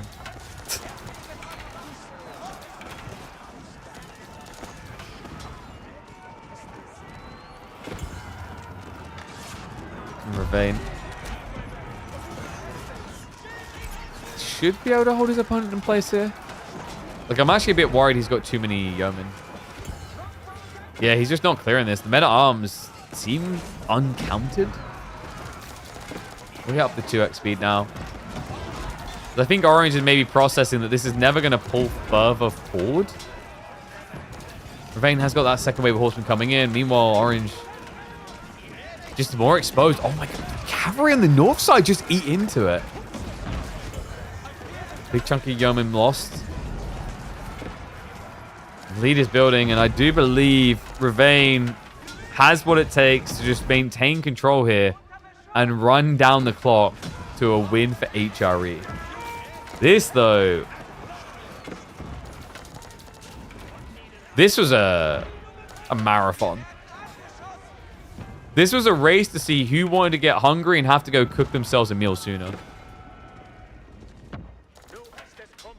Orange now does look cooked. We are finally getting some rams coming out to try and deal with castles on the flank. But he may have left it too long. Yeah, going to see him steer both to the south side, but the numbers tell no lie. Just look at the difference in this fight right now. There's barely any front line, too much yeoman, and not enough defense. Ravane just going to A-click his way through to victory. Rams could maybe pause the timer, even get a decap potentially, but the problem is there's so many horsemen they can snipe that out. Oh my god, this game should have probably been over in 20 minutes. And the outcome expected 20 minutes was going to be Ravane's dive to just close out the game, but for whatever reason, this somehow turned into an hour and 5-minute game. Cool to see the Lords of Lancaster all the same, though. I think, you know, if Orange leverages the Wing Guard better, has better production rates, we really see some value off of this Lord of Lancaster play. Problem was he never had that secondary wave to like be enabled by them. It is also tricky to use Lords of Lancaster on the offensive because once they die, it takes not just so long to produce them, right? It takes 25 seconds per. But then you also have to get them across the map. And they're a slow men-at-arms. I'm going to stick to 4x speed. I don't know if this is going to get uploaded. We'll have to see. If you guys like it, make sure you subscribe. Make sure you're liking and commenting down below. Let me know what you think of Ravane's style. This is a very weird game overall, but apparently he has been getting dubs over all the top players as well. So it's not just him playing against lower rank players to exploit them for MMR. This guy seems to be top 10 and here to stay. Help. That game was weird, man. That game was weird. Upload this as a lesson. I don't think I want anyone to learn.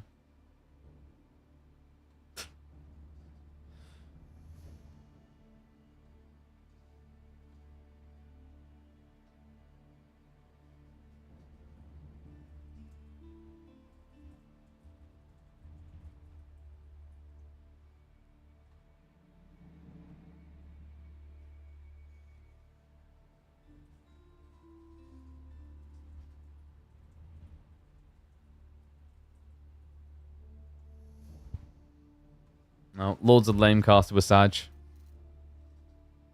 Altai trade games or something? It was peculiar. Alright, let's see if we've got anyone on the ladder. God damn, that game was long. I like saw we were getting HRE biz. I was like, yo, this would be cool. I did not expect it to play out that way.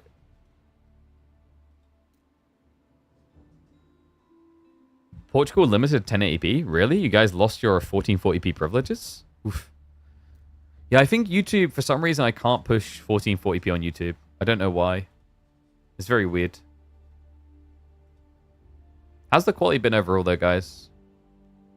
Always checking this thing, because obviously they run the beta of it.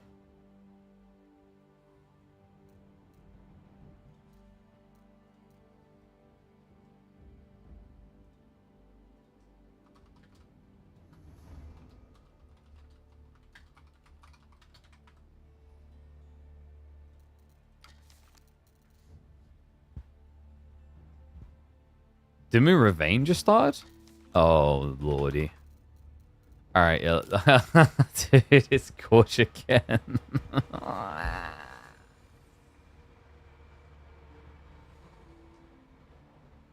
Why am I agreeing to this? Oh, no. Oh, no, no, no. Why am I doing this? Alright, whatevs, we're doing it.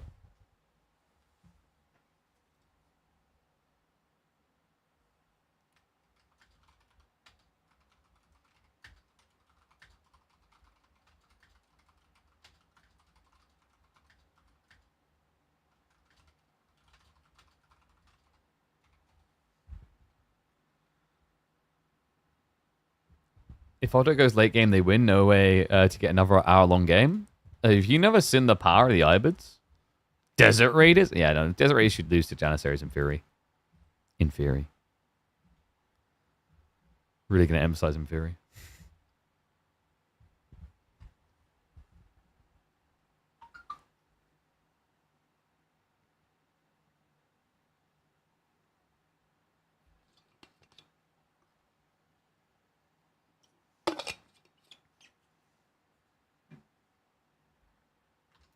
Which drugs you take? None.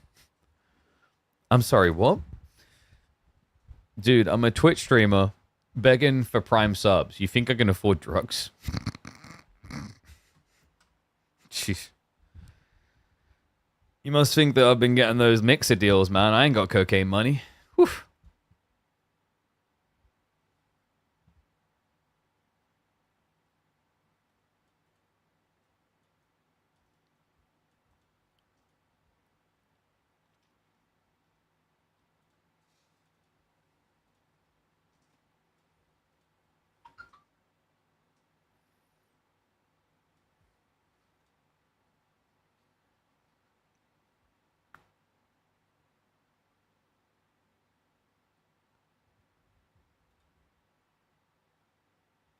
Just double checking someone.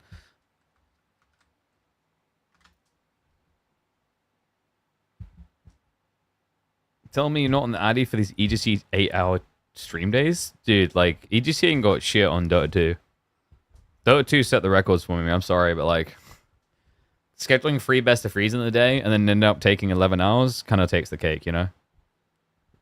I was built for this crap long before we, before AoE4 was even released.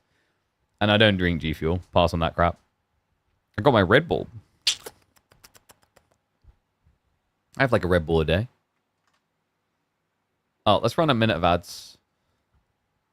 Maybe then I'll be able to afford my cocaine.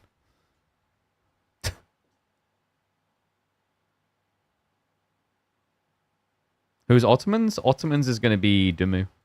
Benny old boy.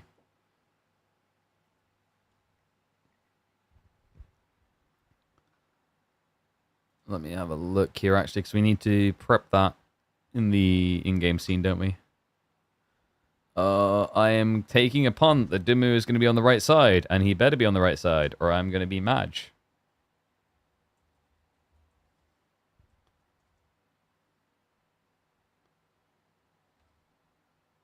Please.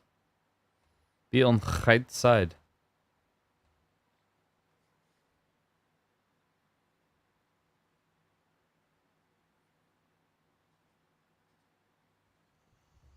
Is he on the right side? He's... Yeah. He is. Hog. We nailed it. All right. We can even do predictions on this one, right? Yeah, sure. Who will win? Irvain, Demu.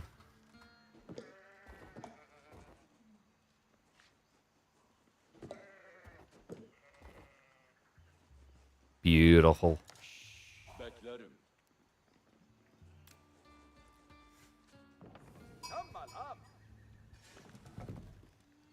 This guy has been the scourge of the top-ranking players on the ladder currently. Dumu, in particular, has apparently been feeling his wrath. Welcome back to the channel, folks, for a fun one. We've got Rivain going up against Dumu on Gorge. Rivain is going to be taking to the field as the Iabids. Meanwhile, something you'd think would do quite well here, actually. It's going to be Ottomans coming out for Benny Boy. Yeah, Ottoman's quite nice, just because, like, we've seen Iabids, most of their strategies historically revolve around either Desert Raiders or playing into Lancers. One thing I will say, I noticed we already have some comments we get into this where people are like, if Ottomans get late game, it's over. You won't get a late game. You won't get a long game. I wouldn't underrate the power of Iabids if I was you. Do not sleep on the Iabids. In the late game, with Silk Bowstrings, they have a capacity to just outrange and snipe down the thing that's meant to counter them. It's very weird.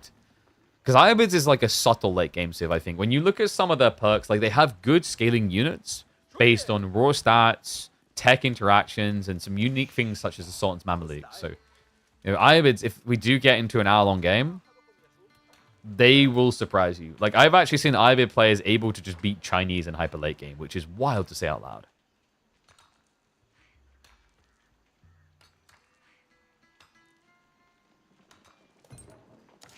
So, let's see. How do these two want to try and approach this? And what's the gamble? Wait, dude, 100% on Dumu? All right, someone needs to farm some points. By the way, Rivain and Dumu recently played on ladder. Rivain beat him. In fact, Rivain is the ranked higher player currently. Dumu be slipping. He's down to, I believe, it's about 17th on the ladder, if I'm not mistaken. Yeah, I'm just double checking it now, in fact. Dumu is, okay, he's back up to 10th. But not Rivain is sitting in 3rd place currently with a better win rate. Growth wing coming in. Okay. Growth is a little bit rarer, actually. We usually see, like, Desert Raiders, or you see people go into the Cambulances. So, calling me a little bit surprised. Because, like, if you play Loggy Wing, you can then just play a little bit of aggro with 1 or 2 Desert Raiders, and then look to tech afterwards. I guess one of Rivain's big concerns is doing anything Desert Raider-oriented is going to feel rough in the early game, because of the Sipahi. I guess that's actually something I need to consider late. I said that Desert Raiders can counter from range on Jannies, but I guess your big worry is going to be Sipahi. I haven't seen that matchup, actually, now that I think about it. Mass Sipahi versus Mass Desert Raiders. My instinct is that Desert Raiders should get beat because of the Sipahi extra range and bonus damage there, right? Like, in theory, anyway. Would love to see it, though.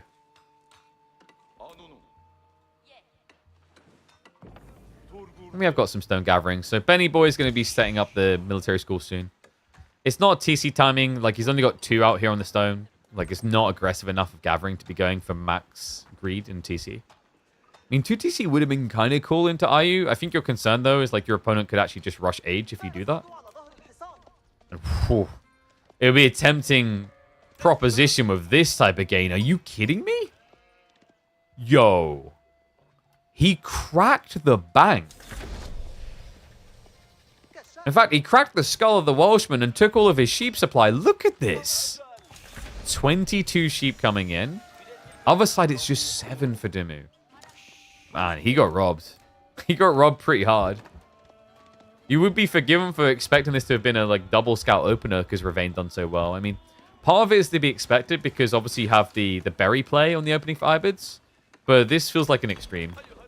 I was really never expecting 22 to 7. Good news for Dumu. He does, of course, have the berries, so he can pad his food for a bit. He also does have the Anatolian Hills point, which gives him 10 sheep, so that can offset the concern. Wouldn't even be surprised if he considers playing out the deer.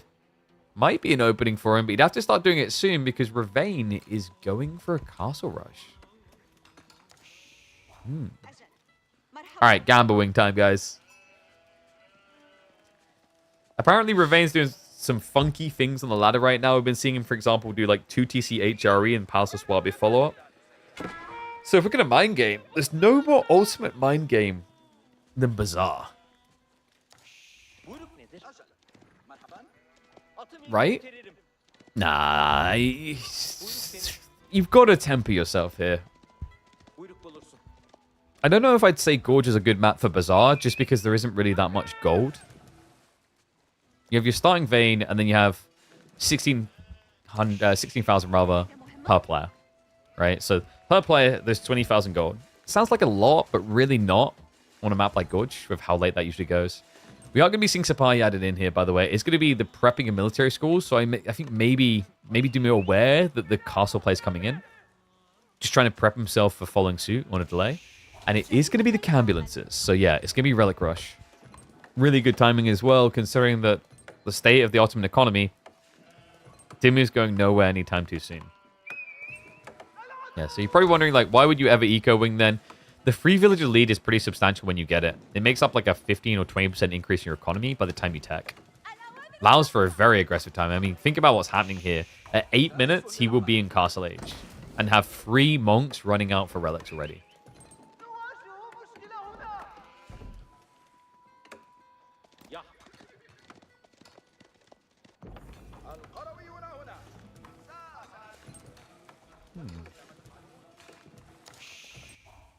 What else is Ravane thinking of here? Because he actually got a really good spawn, guys. Double deer on the west side. Look, if you just lean into this area with 2 TC play, you've got plenty of economy to stretch the game. Whereas Dimu's spawn a little bit more awkward. I mean, the boar is of no consequence, no value. And his gold is kind of split away from the deer berry priority. Yeah, I need the 6 stack here. Sapai, the... How? Like, what? Double kill? Won't get the thirds. No, I think he used the fortitude maybe at like slightly wrong time there, but that's still incredible. That's 2/3 of the landmark choice removed. Remember, Eco Wing only giving 3 villages. And it tells him exactly what his opponent is up to, because no way do you get to dive like that with only an outpost reaction, unless it's tech up. So now you're seeing Dimu prepping himself. He's already got the wiggle room to slot in a Mehmed Imperial army right here. And he doesn't have the Vizier points. Because he's not scaling army, he won't be able to get the Imams. He's just going to pray the Sapai can play blocker. Very difficult to do because Cambulances have got the Dervish debuff, right? The Camel debuff. They actually remove over 2 damage from Sapahi. Ambulances on the way out. Sapahi on the way in for a dive here. Nice usage of the Fortitude. Another 2 workers down. Alright, Dimu is just giving you a pristine masterclass on how good Sapahi Fortitude is. When you play this type of matchup, when you have Sapahi all in versus Greed Tech, it's almost like having a Knight instead with Fortitude. Because Fortitude's weakness is getting stuck in melee. Remember, you attack 50% faster, but you take 50% more melee damage. The only thing that can melee you is shivs. I think for Ravane, maybe that was the play, is actually just turn around with the stabs and you get them low enough fast enough, especially on the berries where you had like, what, 7 or 8 workers, same with the gold. And yeah, this is sadness, man. It's actually comical because you have to laugh. If you don't laugh, this is just sad. I'm working hard, guys. Can we stop watching my hard work? Like, you know, one day I'll be scary. Yeah, it's not today, though. 3 relics already achieved for Ravane. Well, soon to be free, right? He's got that deep relic coming. No doubt about it, he's getting it back, though. And in terms of the remaining ones, they're easy and safe. So we've got a 5 relic game for Ravane, which allows you to easily forgive the worker losses, not to mention the fact he's already claimed 2 in return. Man, that gold block, a big deal. Slowing down the Lancers from coming out. It's a great strike there by Ravane. Additional Lancers on the way. Looks like the oh, whoa, okay. The dervish, a bit of a weird positioning there, does actually end up going down to the Sipahi, surprisingly enough. I guess he must have got a body block there. If you come in from the other side and block the ambulances, they're going to run around you. And with Fortitude, you can get 3-4 attacks in before they get out of range. This is painful to watch, though.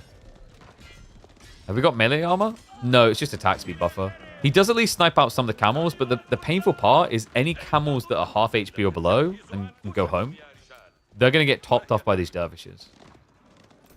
Yeah, I don't like the way that Ravane microed that, by the way. Maybe just pull away a little bit sooner. It's worth scaling these ambulances. It's possible that Ravane feels that it's not because there will eventually be Janissaries. But remember, the follow-up play here is if your opponent follows Janissaries, you're probably following archers anyway. Ibids play archers really well. And actually, Janissaries can feel like a bit of a throw into Ibid archers because of the Sultan's Mamluk buff. Archers will kill a lot of Janissaries fast, and then they'll buff their damage further as a result.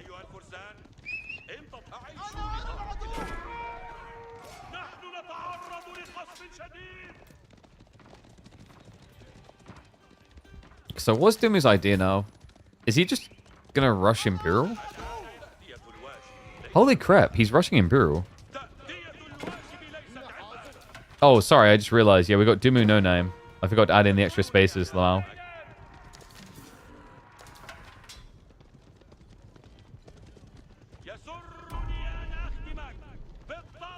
We blame Dumu for choosing an overly long name. Who is this new player on the block? Who is Dumu new name? And is he related to Ben?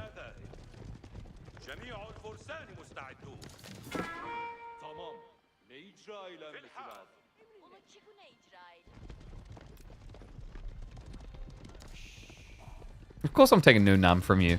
He couldn't even complete the M.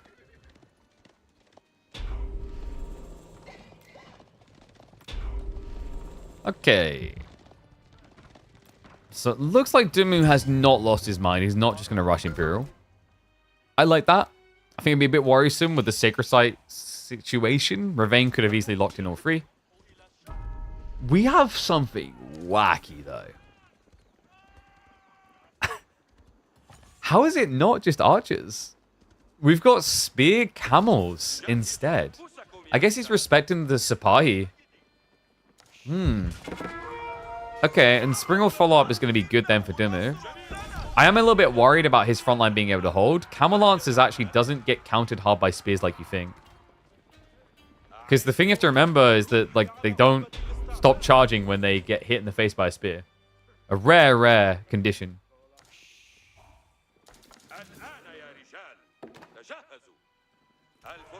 The condition is camel rocks. I don't know. Like, what do you want from me? Camel go. Oh, they're more like a llama in these situations. They spit in the face of the spearman. Does end up losing 2 camels for it. Not sure that was really worth it for Ravane, but he's going to keep on pushing. Finds the Springles. He's still fighting brute force into spears. But this is kind of genius. He's been hiding his spearman. Spearman that just got revealed. The Lancers rode in. Dumu extending a worker lead now. Something that he really needs to be doing here, considering the relics and the sacred sites. The timer is ticking. Long way to go on that, but the gold in his pocket is the most important part. Ravane will have an ability to keep scaling into Camel Lancers. Definitely needs to consider moving on to the deer soon, and in fact, we do have that now coming. Dumu just lost all aggro on the map. It's just spears now. Yeah, well, we talk about light cavalry being good for Ottomans. Think about this. When it comes to mass infantry, you ain't beating Ibids. They've got the spear wall. They're able to stab over each other with the phalanx. Dive in from Lancers. Wait, he didn't finish the mango? Huh? Well, second wave is coming in now. He just needs to pull one over, and there we go. So he gets it. He'll be able to get the Springald as well. This is so Ravane, man.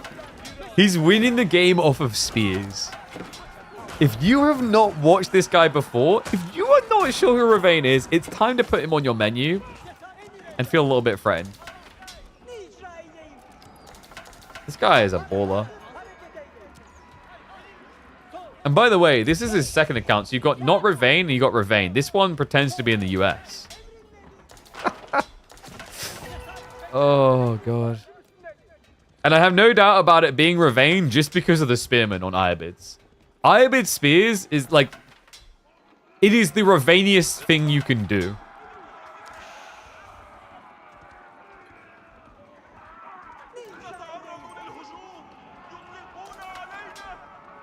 And a Ghoulam switch? Okay, dude, we're just getting more and more Ravane. Ghoulams is pretty sick here. I'm a little bit worried about the Springolds, but against Spearman, it's just a double tap killer.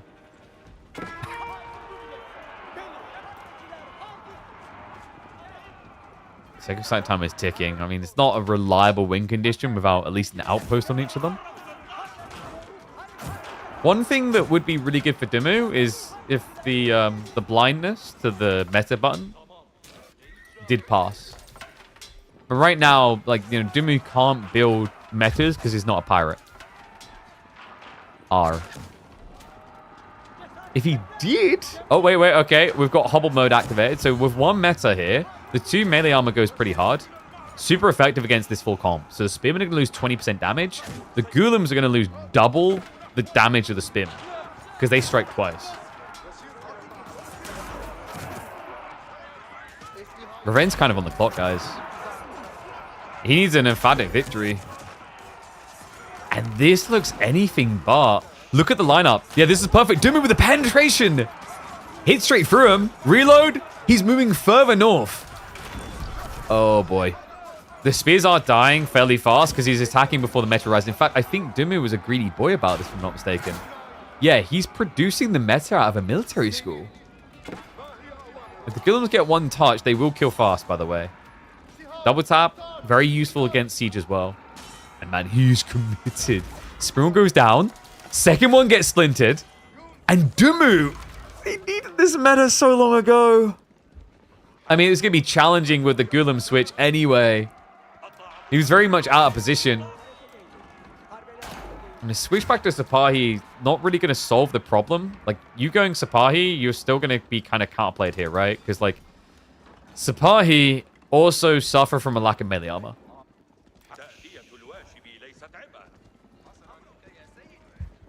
Ravane now just actually prepping the range too. So full switch into archers on top of this. Dude, like, how has he made these switches so quick? I actually dig the way that Ravane's been playing Iobid here. He's got very aggressive transitions compared to most players. And I think he's just going to kill Dimmu. He's catching him now playing under the berries and the deer on the flank. I mean, Sipahi, in theory, should be good against the archers. Just the Ghoulam count is a bit too high right now. And also, with archers now arriving, it means the Springolds should be threatened. But a bit of a weird dive here. Ravane not respecting the choke point. Does go for the meta snipe. Instead, turns onto the Springolds. 1 down. 2 to go here. Ghoulam line is getting a little bit thin. But Ravane does start to pull away with his archers. Yeah, he's waiting for the next wave. At least he's keeping the siege count down, because, like, the problem here is if Dimmu has 4 Springolds, you don't want to dive this base, because you're stacking up in choke points. It kills you. So really important he kind of controls the tempo, stops Dimmu from getting truly online with that.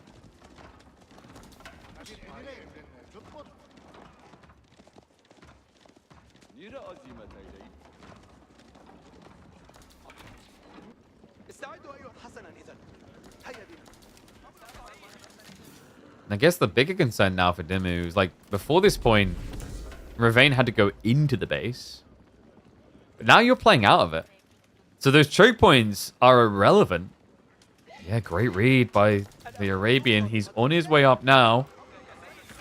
He is going to see him. Villagers are going to run. But even if Dimmu gets them out, folks, he has no other food access. The Madrissa is not going to be able to sustain him here. Which is worrisome for a guy who's trying to flood Sipahi. Oh boy, is he trying it, but trying kind of slowly. I mean, 15 is usually quite good. Against this many troopers, it doesn't feel it, though. You could argue that Ravane's melee line is a little bit thin, however. Something that he potentially could exploit.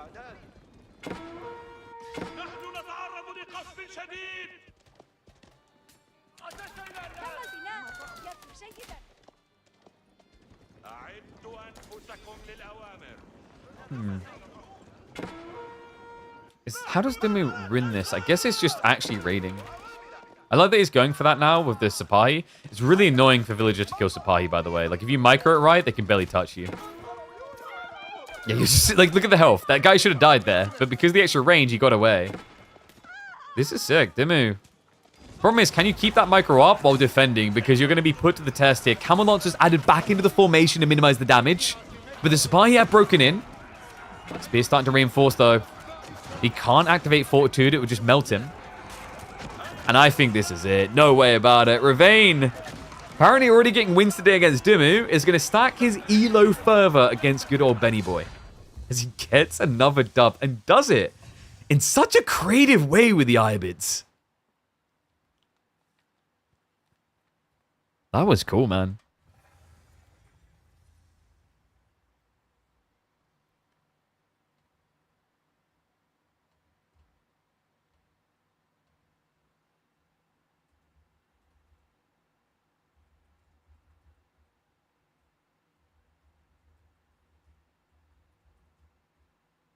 Something to do with the Ibid spears, right?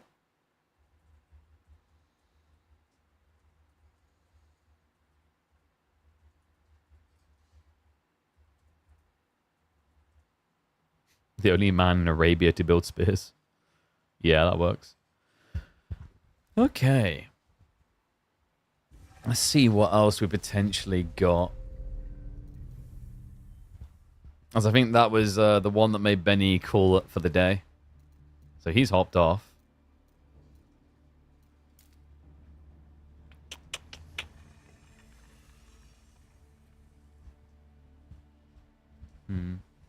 No, this is a free-for-all. We don't care about that. Let's see what else we've got.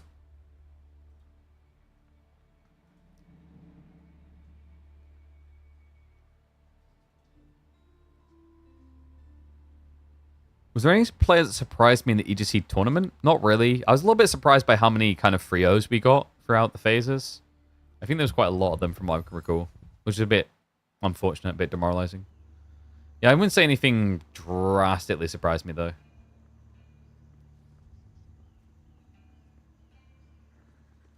I think, like, the biggest surprise was the run that we were seeing Dimmu make in the early phases. He really, really surprised me. I think he was surprised as well by how well it was going. It was nice to see, though. So, maybe some sort-of games?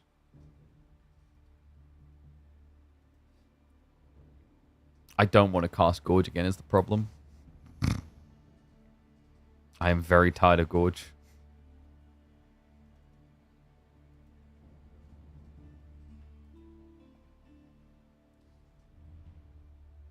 No cooler for the Lappy? No, it's pretty impressive. So, like, made sense when I was running it for the full game comp, but I thought we'd test actually not having the water cooler on it. And that's actually impressed me by how well it's doing.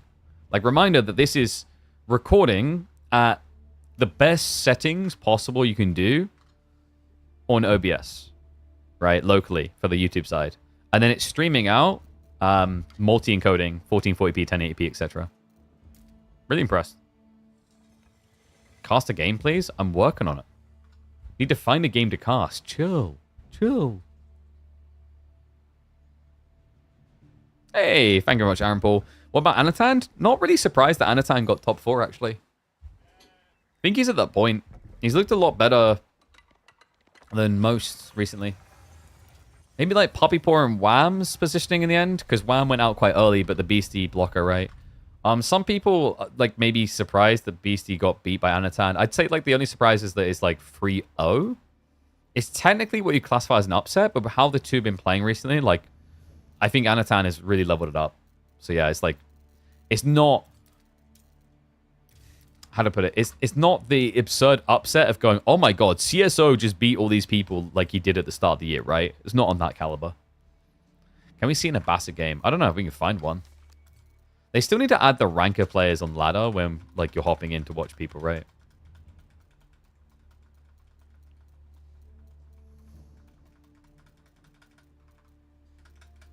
I'm kind of weighing going and eating and coming back and casting more, but, like, at the same time, I still need to do some of my packing. And I've got to go through all the influencer emails before I fly out. So I'm flying to a US military base, directly to the airport nearby, and then traveling across into a US military base in Germany tomorrow. So by this time tomorrow, I'll be vibing in Ramstein, which is the largest US military base in Europe, if I remember correctly. Now, I'm pretty sure there's no bigger one. I don't think we've got any known players in a live game right now, but we can find some replays. Why? I'm joining up. What can I say? It's time. I'm going to be casting some good old Rocket League. A little bit surprised. I thought they were going to do Call of Duty as well, actually. Apparently they do have side events of Call of Duty, but the broadcasted event for the Allied Forces Esports Invitational is Rocket League. So I'll be working that from... So that'll have a broadcast for Friday, Saturday, Sunday. I also need to free up some space on my phone. I need to check if I'm allowed to record on site, because I'd like to do my behind-the-scenes vlogs. But, like, it might be a challenge to be able to do those, because you're in a military base. Right? They might have an issue with you recording. Maybe.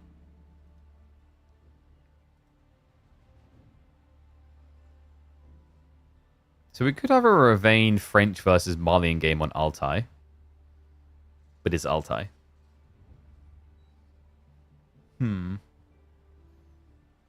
competing in BC's Control Only AoE4 tournament? Come this Friday? No, because I just said I'm going to be in a different country on Friday. Also, I don't play AoE4 with controller. Because aim assist is too easy. Do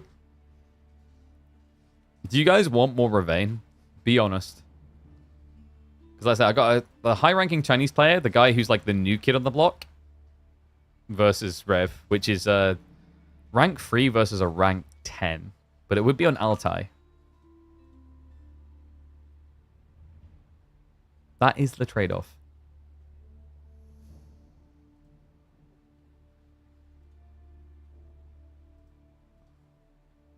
Or did Core have any interesting ones? Ugh, archipelagos. Pass. It's a hard pass from me. Alright, let's go for the Altai game. A Ravane versus Miyamika. I mean, they'd have to queue into each other, and I don't think they've been doing that, really. I like Ravane. He seems like a bad boy. Aight. Interesting. Is that, like, Spankage? I don't... The rank 10 guy, so no, it's not CSO. It's a different guy.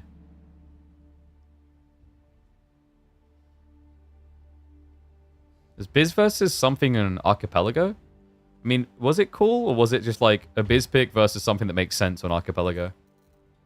Because then it's just an XD, right? So... No, not team ranked. We want... Not Gorge. What map did I say it was on? Altai. Oh, Lord, forgive me. I pray I do not regret this. I will probably regret this. I mean... The last Altai game was a combination of weird and just toxic. But let's go for it. Alright.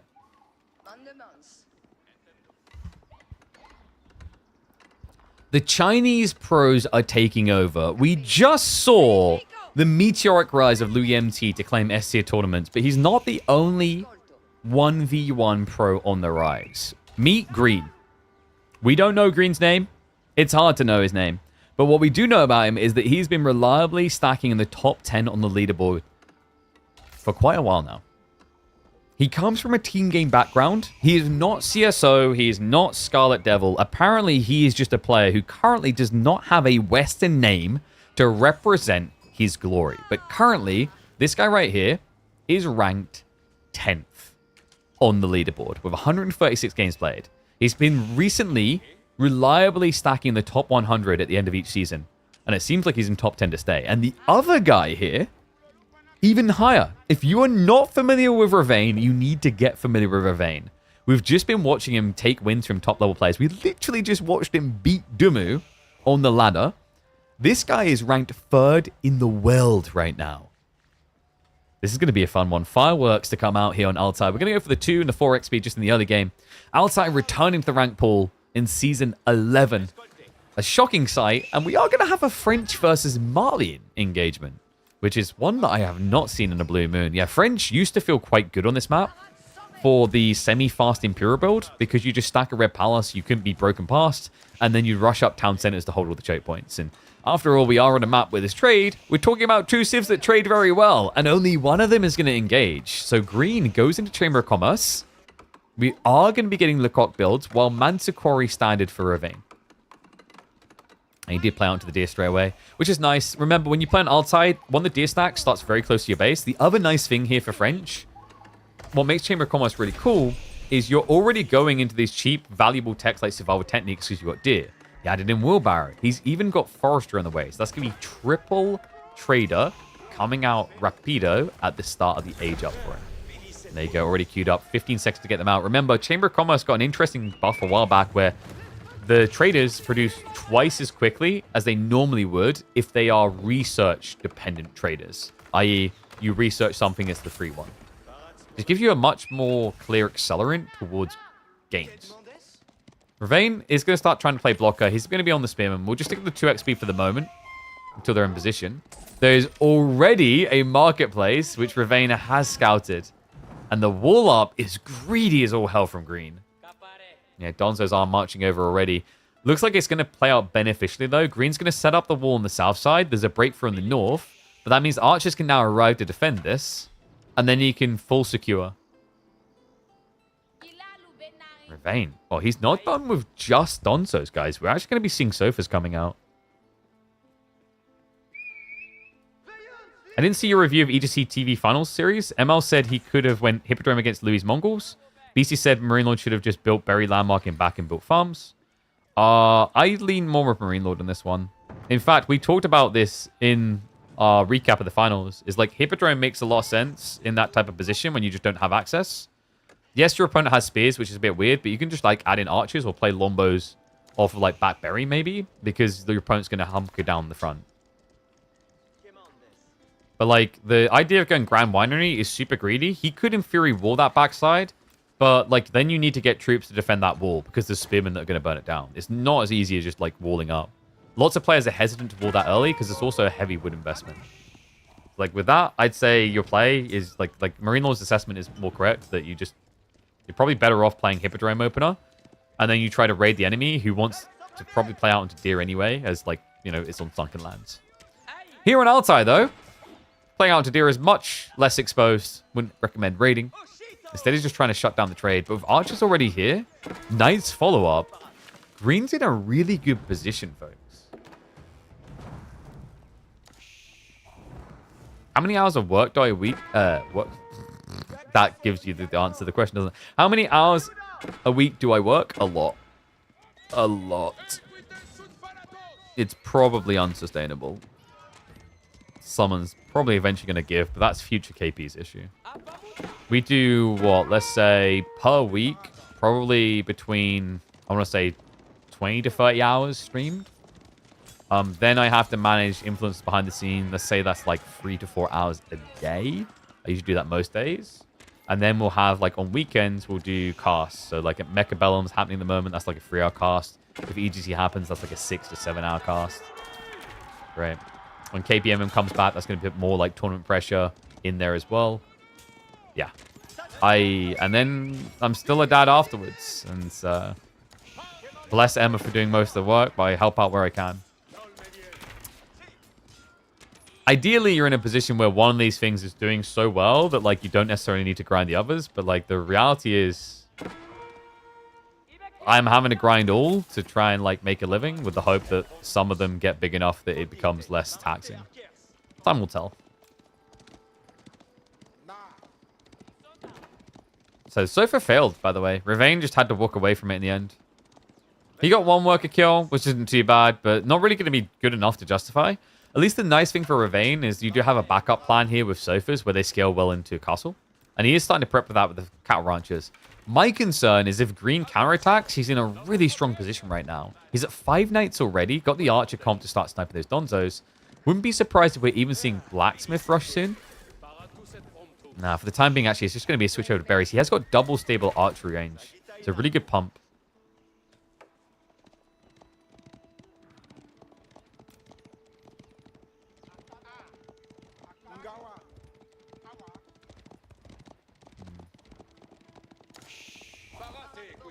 So what's Ravain's golden plan here? Because we know he loves his melee more than almost any player in the game.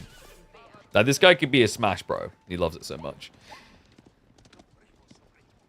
At some point, it's got to give, though. I don't know if I'd rate Donzo so far against Knight Archer. Knight Archer has, I think, a clearer scale point, probably. Then again, you do have to kind of respect the Donzo javelin throws. So I think as you scale this deeper and deeper, for green, it's more about a commitment point. Whereas for Ravain, it's almost like a poke and don't commit point. What's up, Fat Plop? I see you with the gifted sub. Thank you very much, mate. Appreciate you.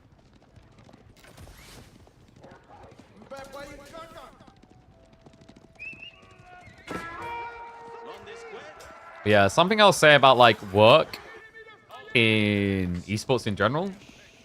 And this is why I don't recommend it for most people.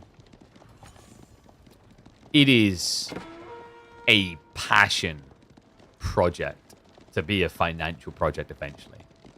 You can make money, but the amount of effort you have to put in esports to make money is like 4 times higher than if you just go and do it in a different industry.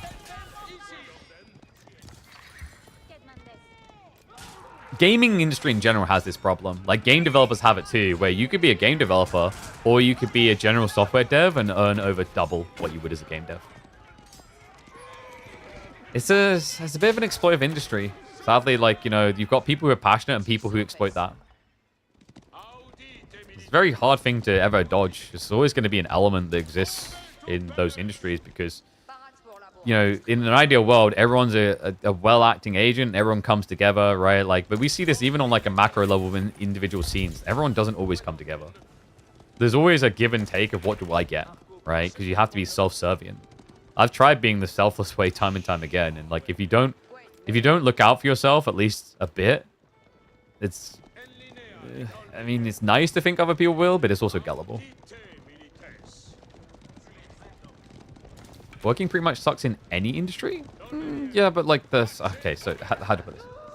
You'll go and do your 9 to 5, right? And you probably switch off and do what you want in the evening. I wake up in the morning, I respond to, like, emails. I do my stream, and afterwards I'll respond to emails. And then I'll, like, stay switched on. Even if I'm playing a game, I'll be looking and responding to, like, emails. Right? Add in, like, the esports commentary side of things. Like, bless these people that I'm going to do Rocket League with in Germany. They gave me a few weeks' notice. But I've had people give me a day's notice for events in other countries. So then, also on top of that, not only not switched off, you can't plan holidays, right? Like, me and the family are planning to go on holiday at the end of September. And I'm crapping it because, like, if an event comes along that I can't afford to miss, I'm up Craps Creek. Right? I'm even crapping it from just the idea of between going to Rocket League this week and then also the holiday then, not streaming. So, like, from content creator to esports, there's a lot of these careers that have this always switched on mentality that's probably not healthy.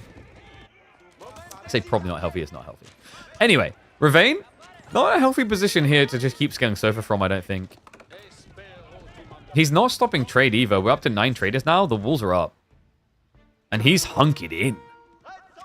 Archers finding worker kills, though. Nicely played. We'll go to strip a few back, and that's an extensive lead now. 54 to 38.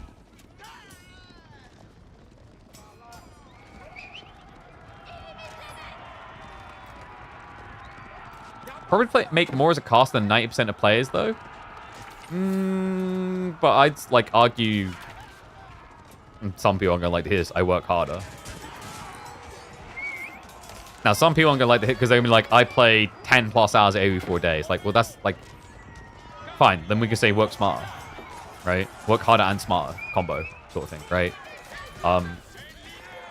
Clash coming in. We'll talk about it after this one. Because this is like an interesting one, actually. Ravane got a lot more value than I expected, clearing up some knights. But his Sofa line is getting a bit thin. The tricky part is Green isn't really microing away any injured parties here. He's just brute forcing his opponent down to death. And it's working. But yeah, so anyway, now that we've got a gap, we can talk about that. The thing is, like, if you think about people like, for example, like Poppypaw and Wham, who could actually like carve out a niche and make content. Probably challenging in the current size in AoE4 to make enough money itself, but like, are they going to do that, or are they going to scrim behind the scenes, for example? They're going to scrim behind the scenes, right? And when you choose that, like it's very hard to be a pro and a content creator, but you can do it. But you have to scale it. It's a long-term commitment. Like, what I've done with my content is long-term commitment, and look how long it's taken to even get anywhere, right? Like, I've talked about this in the past. I don't make enough of full-time streaming to, like, pay all my bills on its own.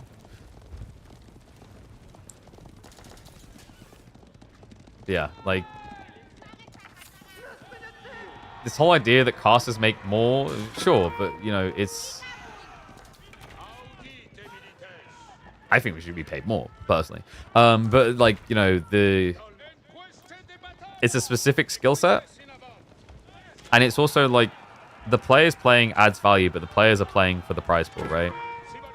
The argument is that if you're a good enough player, you'll make more money than the casters, is a better way to think about it. Does that make sense? If the prize pools are big enough, yes.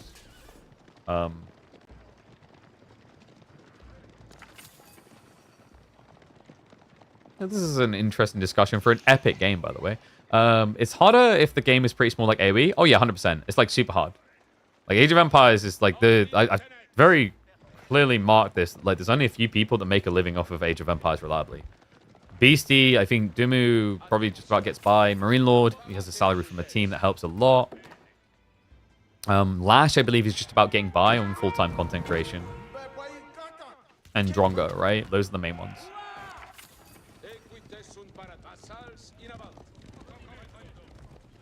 And yeah, Crackety does have a 9 to 5. He's not full-time, like, casting.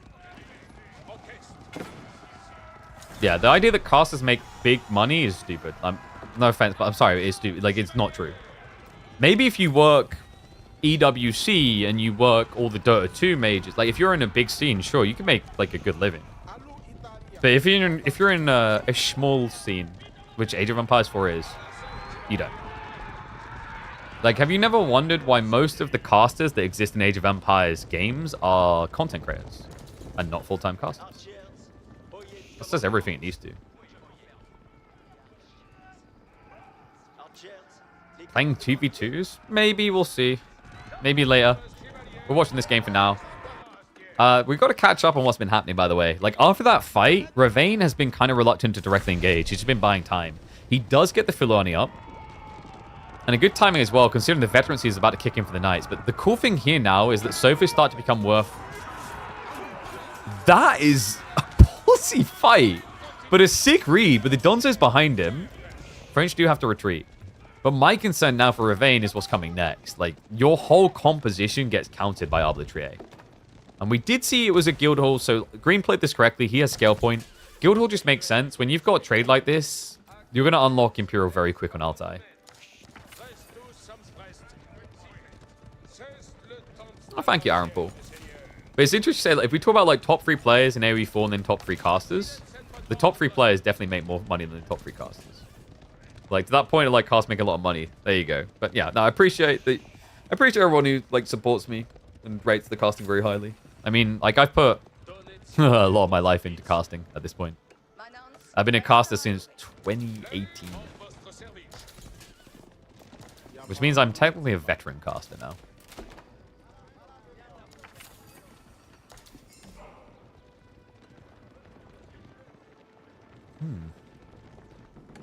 Oh, actually, like, Louis is... Sorry, I forgot about Louis' content creator. Louis, like, is bigger than Beastie. Like, Louis is actually bigger than Beastie. If you look at his Billy numbers, I think he's double or triple the size of Beastie.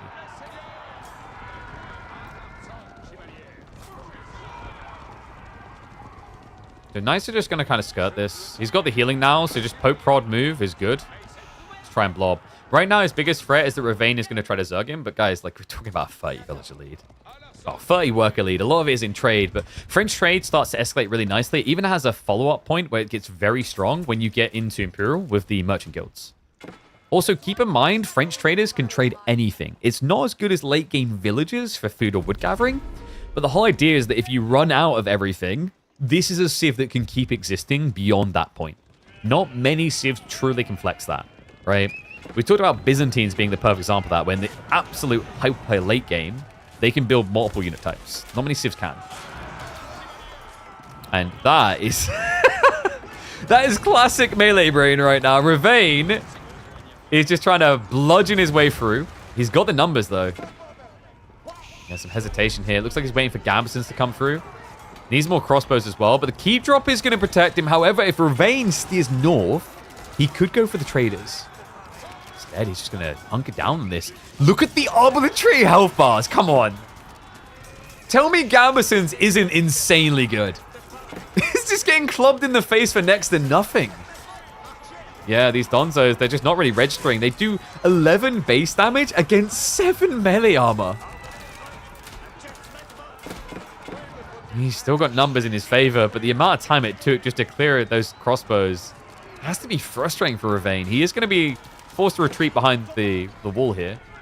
He does the Donzos, so can't really be pursued. Great denial on the double relic retrieval, though.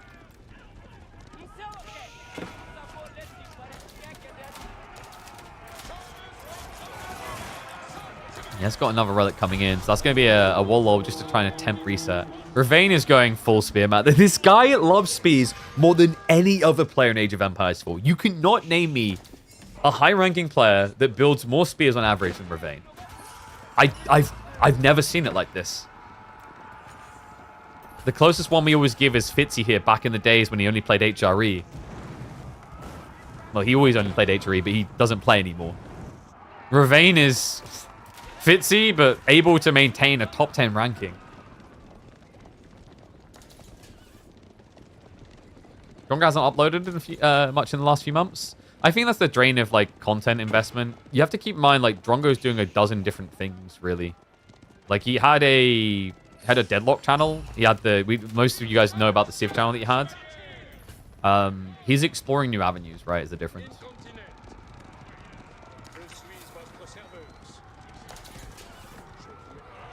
And the argument that benefits us and other YouTubers, kind of, but like if the market saturation isn't there, right? Like if there's not as many people now seeking content because we're past the patch or whatever, then it's like you don't necessarily see the numbers translate. You had a baby? Whoop-de-doo-dah, I've got 2. Not a competition.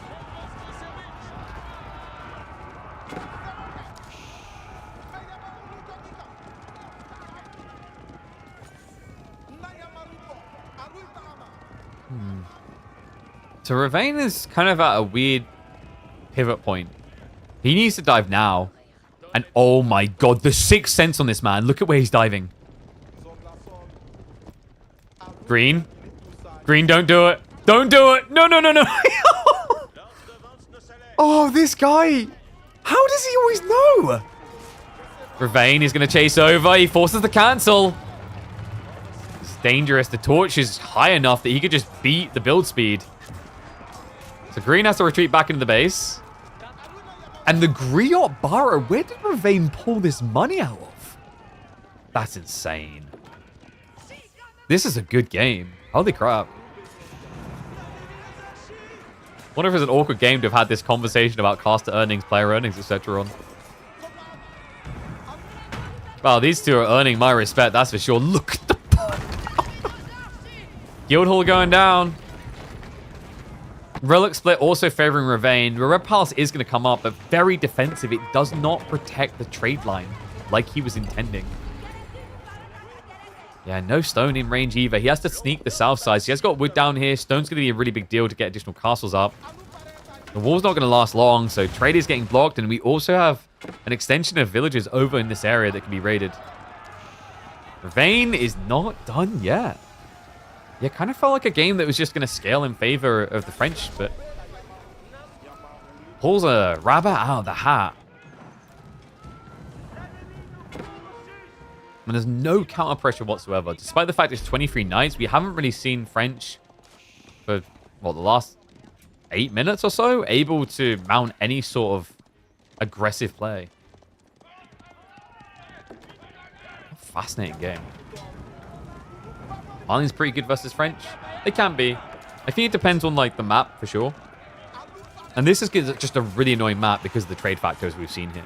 Like, the way that trade was scaling, you wouldn't really have expected Bravain to be able to hold on, but he was very smart in his approach. Like, I think most players would have tried javelins, and it would have been a bit weaker. I 100% back his play to go into Sofa instead. I think it helped immensely.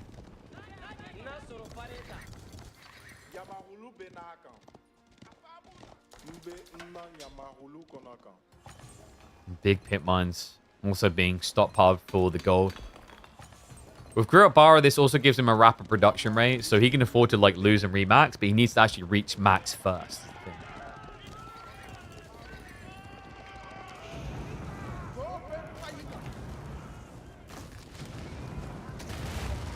When does KPMM 2 start? KPMM 2 will start in August. Wait, he's not done King Relics. I love how we just have 2 monasteries for a relic each, and it's still not going to stop him from just taking both. Does need to bring the monks to the front side, but this could be a 5 relic game for Ravane. The gold passive income is going to be absurd. Destroyed value has also been absurd. Like, look at these trades. Ravane now even diving a red pass. That may be a bit overly ambitious. Yeah, these Sofa are going to start getting shotgun down, but once again, the torches are out. This guy has no chill, but he hasn't activated the Griot Bara, so there's no burn speed. There's no burn damage increase. Love the way that he just stalemated this. Drags the army deeper without fully committing. Goes to the burn now. He's not getting the increased torch power, but it looks like it might be good enough here. Ravane, if he gets this landmark down, that should be full teeth cracked. Gonzo sticking on top of Arbitrary, but that means there's no burn, and it's not going to be enough. The boiling oil damage. Enough to scare the reinforcements away, and it will be a farm hold out of green. Okay, we're going to need a name for this guy. This unknown player just has a name that doesn't translate. We're just going to have to create one for him.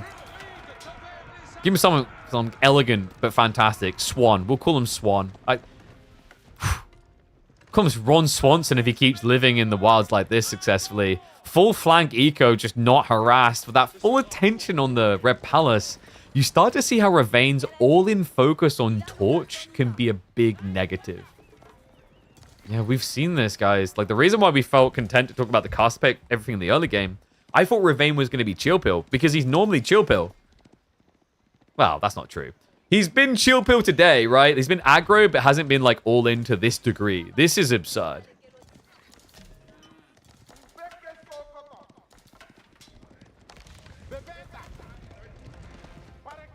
Green now starting to get that eco properly online. Also the quality of troops. So we're seeing merchant guilds. That's basically enclosures for your traders. And crossbow stirrups, elite tech, crossbowman. Relics, so this one he can't get. At least he shouldn't be able to get. Yeah, because of the Arbalest emplacement. But that's still a relic yoink. Oh my god. This has been probably one of the more epic relic yoink games. He yoinked 2 from the front of the base. He yoinked another one now.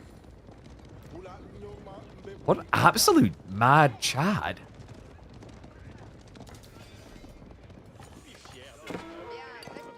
More stone being gathered, because of course you still need to secure the flanks.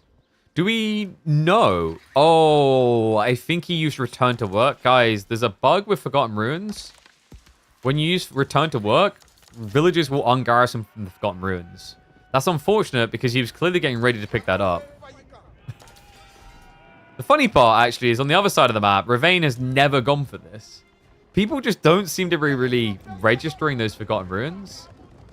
I don't want to say they're easy to get. It's like a weird positioning, like in these type of formats. But like in theory, in the mid game, it should be very easy to acquire a relic there.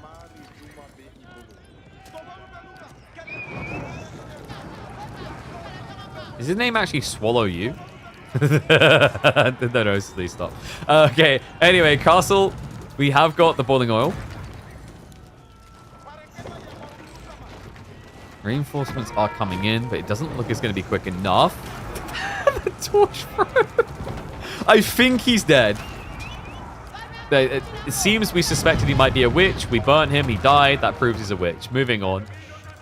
Oh my god, Ravane this flood though. And Green understands he's just way too weak to take it on directly, so he's just poking elsewhere. He takes out pit mine and housing. That's a lot of idle actually. Ravane, 27 of his workers just running for their lives. Does he hang around here? Doesn't look like it. So he just allows the trade to continue, which, I mean, color me surprised here. Honestly, Ravane is just deep down a Mongol player at heart, isn't he? He runs in, he burns something, then runs away. This boy will always be raided.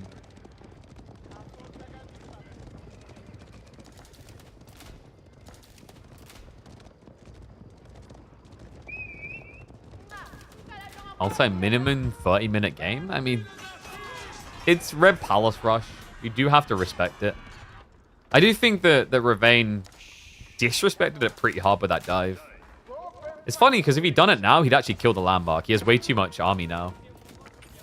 The thing I don't like is Ravane is now just chilling, and you really shouldn't be doing that when you've blobbed out like this. Green's still got runway, and he'll letting him trade.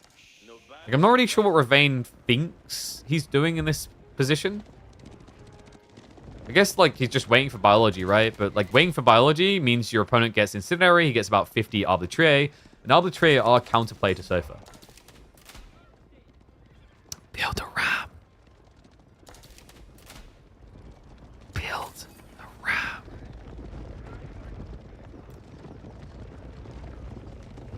Build a... Never mind. Ravane just hoping to scare him out of the game. Can't build a ram, he's pop cap. True.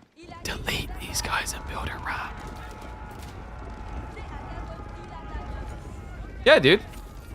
Yeah, whoa, no. It's not murder. Okay, you're not catching me on this one. I will not be sent to court for this. It is population control. It's different. Somehow. You know, you call it murder, but think about it this way. If these guys here die, someone else gets to have a job, to provide a living, to exist. So is it murder? Or is it creation?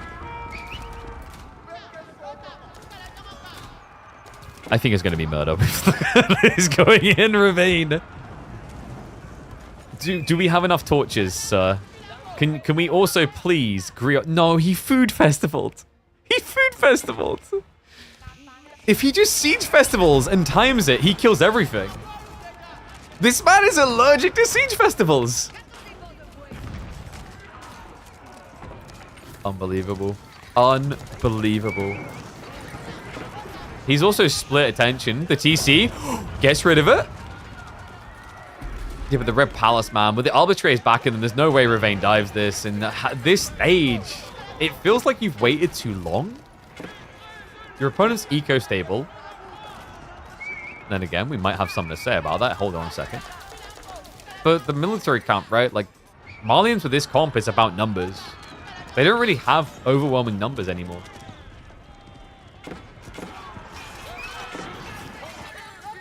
Raids are at least getting a good hit now into the traders. So well played there. Gold is kind of a little bit worrisome. I mean, he has the 8k in desperation. Same with the 4k over here, down to 2. But he did just bail on Arbitraries on the front. Is Green building too many crossbowmen? 64 is pretty high. Slightly overkill. I think 40, 45 is pretty solid here. And you're seeing a great reaction from Ravane.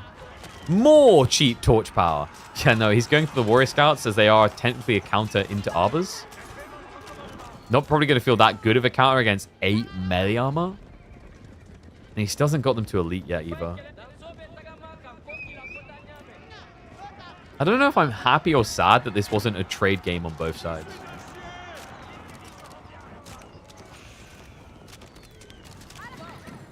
Oh my god. 71 Arbitrary?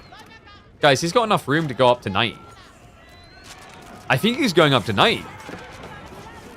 What? 90th kid confirmed. Holy crap. The Warrior Scouts also just wasting all their time on like one horseman. Interesting choice to Pavis drop now. This is just unhinged, man. Is he actually just winning with mass arbitrary against warrior scouts? Which theoretically should counter? Yeah, about that, they don't. They absolutely do not. At this stage, what Ravane really needs is mangoes. You're on Altai. It's a choke point map. Mangoes are your best friend. But we just don't have him building any. A keep drop is going to fail. Oh my god, Ravane, no. I mean, what does that keep even do for him? I guess it's just like trying to constrict. This is a pretty classic move on Altai. If you try to get the 1-2-3 keep to block the central pass. Easier said than done, as we just saw, though. And oh my god, oh my god, it's happening. It's happening. Where? He's building a ram. Ravane, it's actually happening. I didn't think it was possible, but he's discovered rams. That's right, which means he can now win games, because currently, guys, he is functioning on 0 RAM, and as we know, Age of Empires 4 tends to recommend at least 16 gigs of RAM. I don't have to worry about that, because my laptop has got 64 gigs of RAM. Exclamation mark PCS if you want to check that out. But it's coming. Wait, is he building it? It's happening!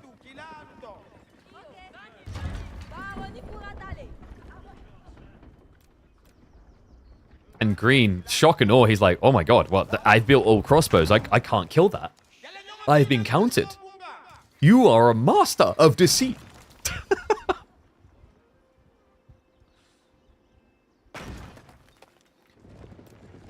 Okay, so we'll start knocking the door. Remember, Rams clear walls very quickly because they do over double damage. 500 instead of 200. Villagers are being pulled to repair, but they're going to be too late, right? Yeah, it's gone. And it's down. And into the breach we go, but it's not just one location, folks. I'm going to stay here as if nothing else is happening, because then you'll think nothing else is happening, which means you'll think that Green is going to defend himself well. What? Where did these come from? Da-da-da-da-da-da-da-da-da-da. It's Attack on Titan time. The scouts, they march in. What is this guy doing? Oh. The mass warrior scouts into arbitrary horsemen.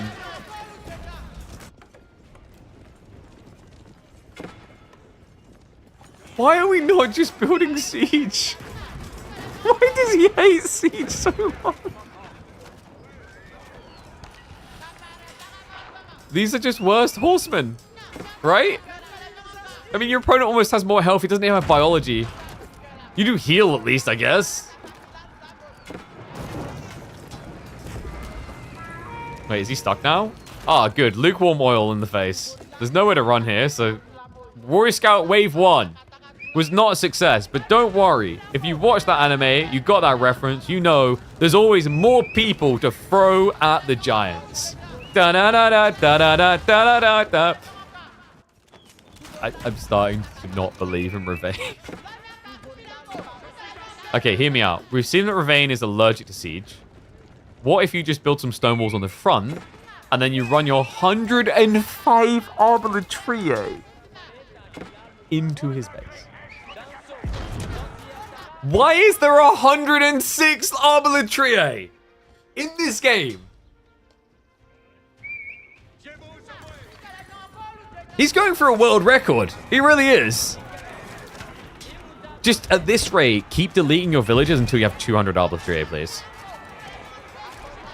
My favorite part about Green's defense strategies is the Pavis drop. The completely pointless Pavis drop, because your opponent is not building range units.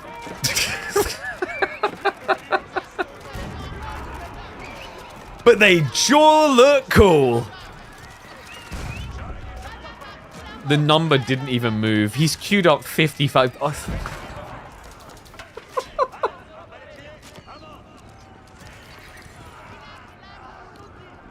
I mean, there's almost like a Chinese fair at this stage. The meme strats are coming out. What is this game? This is a game. 8 melee armor? Can we just agree now that arbitrary armor is too good? For realsies.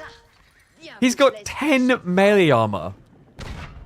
These warrior scouts do nothing. Their damage is 25. So they almost lose half their damage, and they're the counter unit. The Donzos, they do 6 damage after reduction. 2/3 of their damage disappears.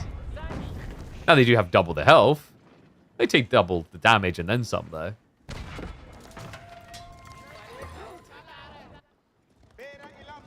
Hey guys, do you want an even more broken version of this?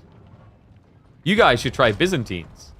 Get the camel armor, get the Arbalest. Laugh when you get your hands on the foreign engineering company. Yeah, just for those wondering the maths on that, that would be 12 melee armor. And then you'd also be able to get up to ranged armor level, I believe would go up to 10 of that.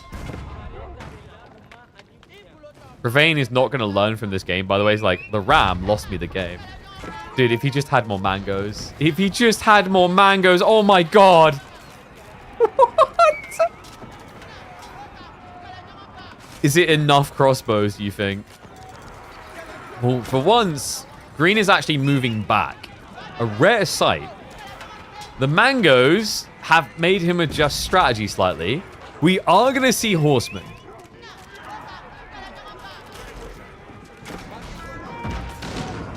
Mango hit.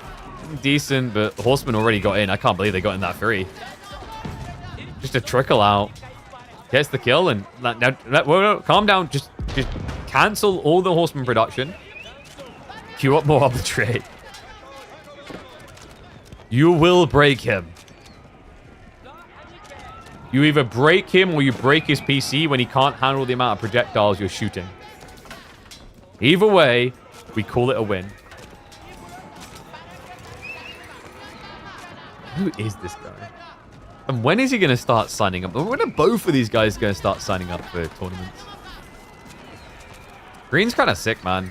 I've been watching more and more of his games, and I'm fascinated. Another potential Chinese star on the rise. From, I believe, an original team game background is, again, just like CSO and Louis. Ravane, however, is back to the drawing board, mate, because this looks done.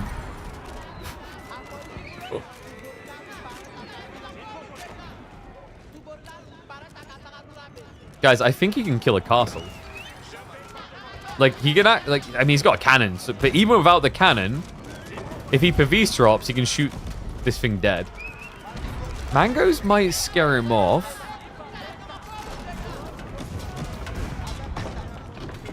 Horseman will at least snipe one of those mangoes. Is Ravane out of wood? No, he's got loads. He's just being greedy. I don't know whether I'm meant to start fast-forwarding this, because this is just getting silly. I feel like this is going to be a green win. I just feel like it's going to take a while. Castle's now being sieged into. He's diving underneath, but there's no boiling oil from Ravane, which would have been phenomenal against Arbitrary. Wouldn't want to hit kill them, but considering how low their health is, especially when these mango hits, like, look at the damage is spread out. Castle down. And Ravane at this stage is just kind of going through the motions. At this stage, we should probably rally somewhere other than into the 100 arbitrary. Every single person who approaches this army immediately gets turned into a porcupine.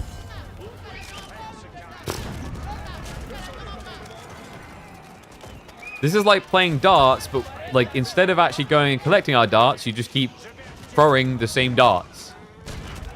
Anyone who gets shot at this looks like a version of darts which is played that way when everyone's going for Trev 20s. Oh my god.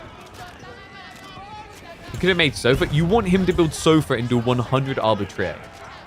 Why do you hate your Sofa so much? And have you considered buying an insert brand that builds sofas and chairs and furniture that I don't have right now?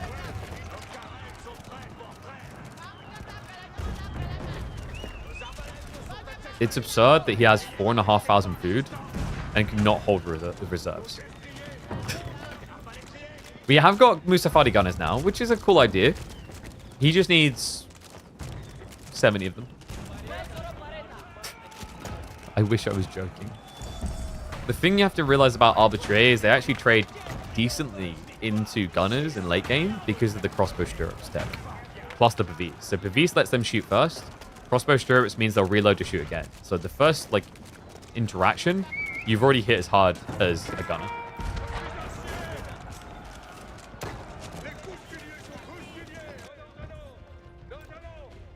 This is what happens when you shut your brain off? No, I'm pretty sure what happens when you shut your brain off is you tier 3 sub to me on Twitch. Nah, that's unfair to the person that will eventually do that. Green is all I can tell you guys. He doesn't have a Western name. So it's whatever we're able to translate it as.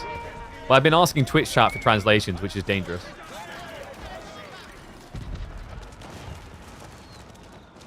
And this is it, though. If Ravane fails this next fight, he's dead. He's lost a bunch of forward farms. He's losing areas that you can actually occupy for wood gathering and other things. And start step time. Oh, the warrior scouts. They're just not really impressing, huh? No, they barely got any kills so far. Like what, maybe 10? Feels like double of them died. And after that, you just got Donzos. Like, the Donzos are going to perform even worse. Now, hold on a sec. He has got him down to 80. 75. But the horsemen are now coming in. Donzos should be able to clear those fast, but it's going to be a slowdown that lets the arbitrary do more damage. And they've even Pavis dropped, which is pretty much Green's flex at this point of I've gone to the toilet. Anytime he goes for a bathroom break, he Pavis drops because he's no longer micro. It's genius, really. Now, he is a quick crapper, so he should be back in 5, 4, 3, 2.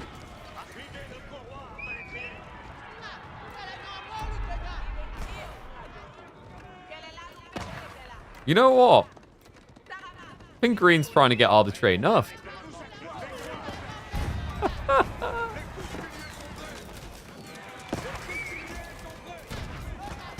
And we talked about that being the fight. If he lost, he'd just be at death's door. And you're about to see it here. Villagers trying to get a castle up, but the cannons are already there to siege. Double cannon's going to make quick work of it. And remember what we said about the gunner interaction. Arbitrary are decent traders into gunners when you consider all the armor and the attack speed difference. It's not the fight he wanted. It's not the fight he needed. 60 arbitrary still alive. 54 more just got queued up.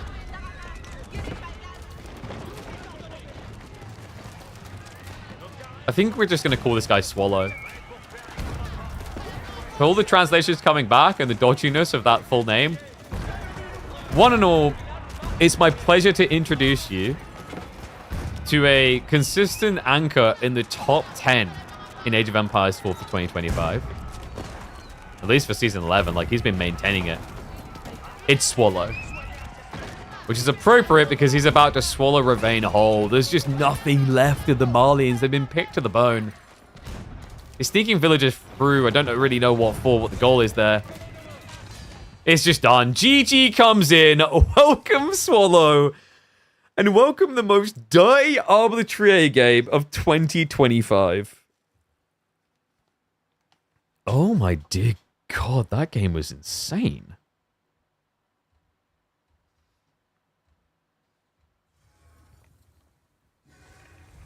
Emma has food ready? I know, because I'm going to have to go eat it. Let's see. What do we call that one? It's about the arbitrary, right?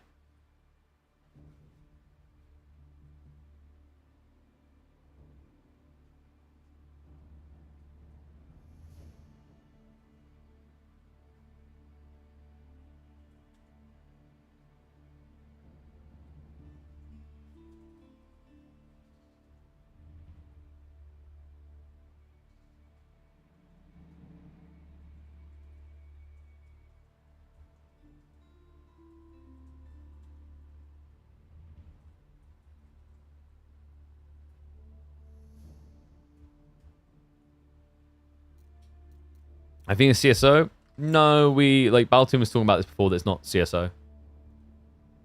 It's just a different, it's a person. That's ridiculous, though. Okay, I don't know if there's really much to cast. It's a bit dry at the moment, right? I can't wait for KPMM to start up again. God, scene needs it. We need more gams. But guys, yeah, I think because I got to go eat and then I've got to get ready to pack because like my taxi is at 2:15 in the morning. So actually, like my taxi is in about 8 or 9 hours, right? What I'm going to do is I'll get ready to round things down. Reminder, no more streams this week on this channel. I'm going to be stage hosting an event in Germany on a military base for Rocket League with the people over at Allied Forces Esports.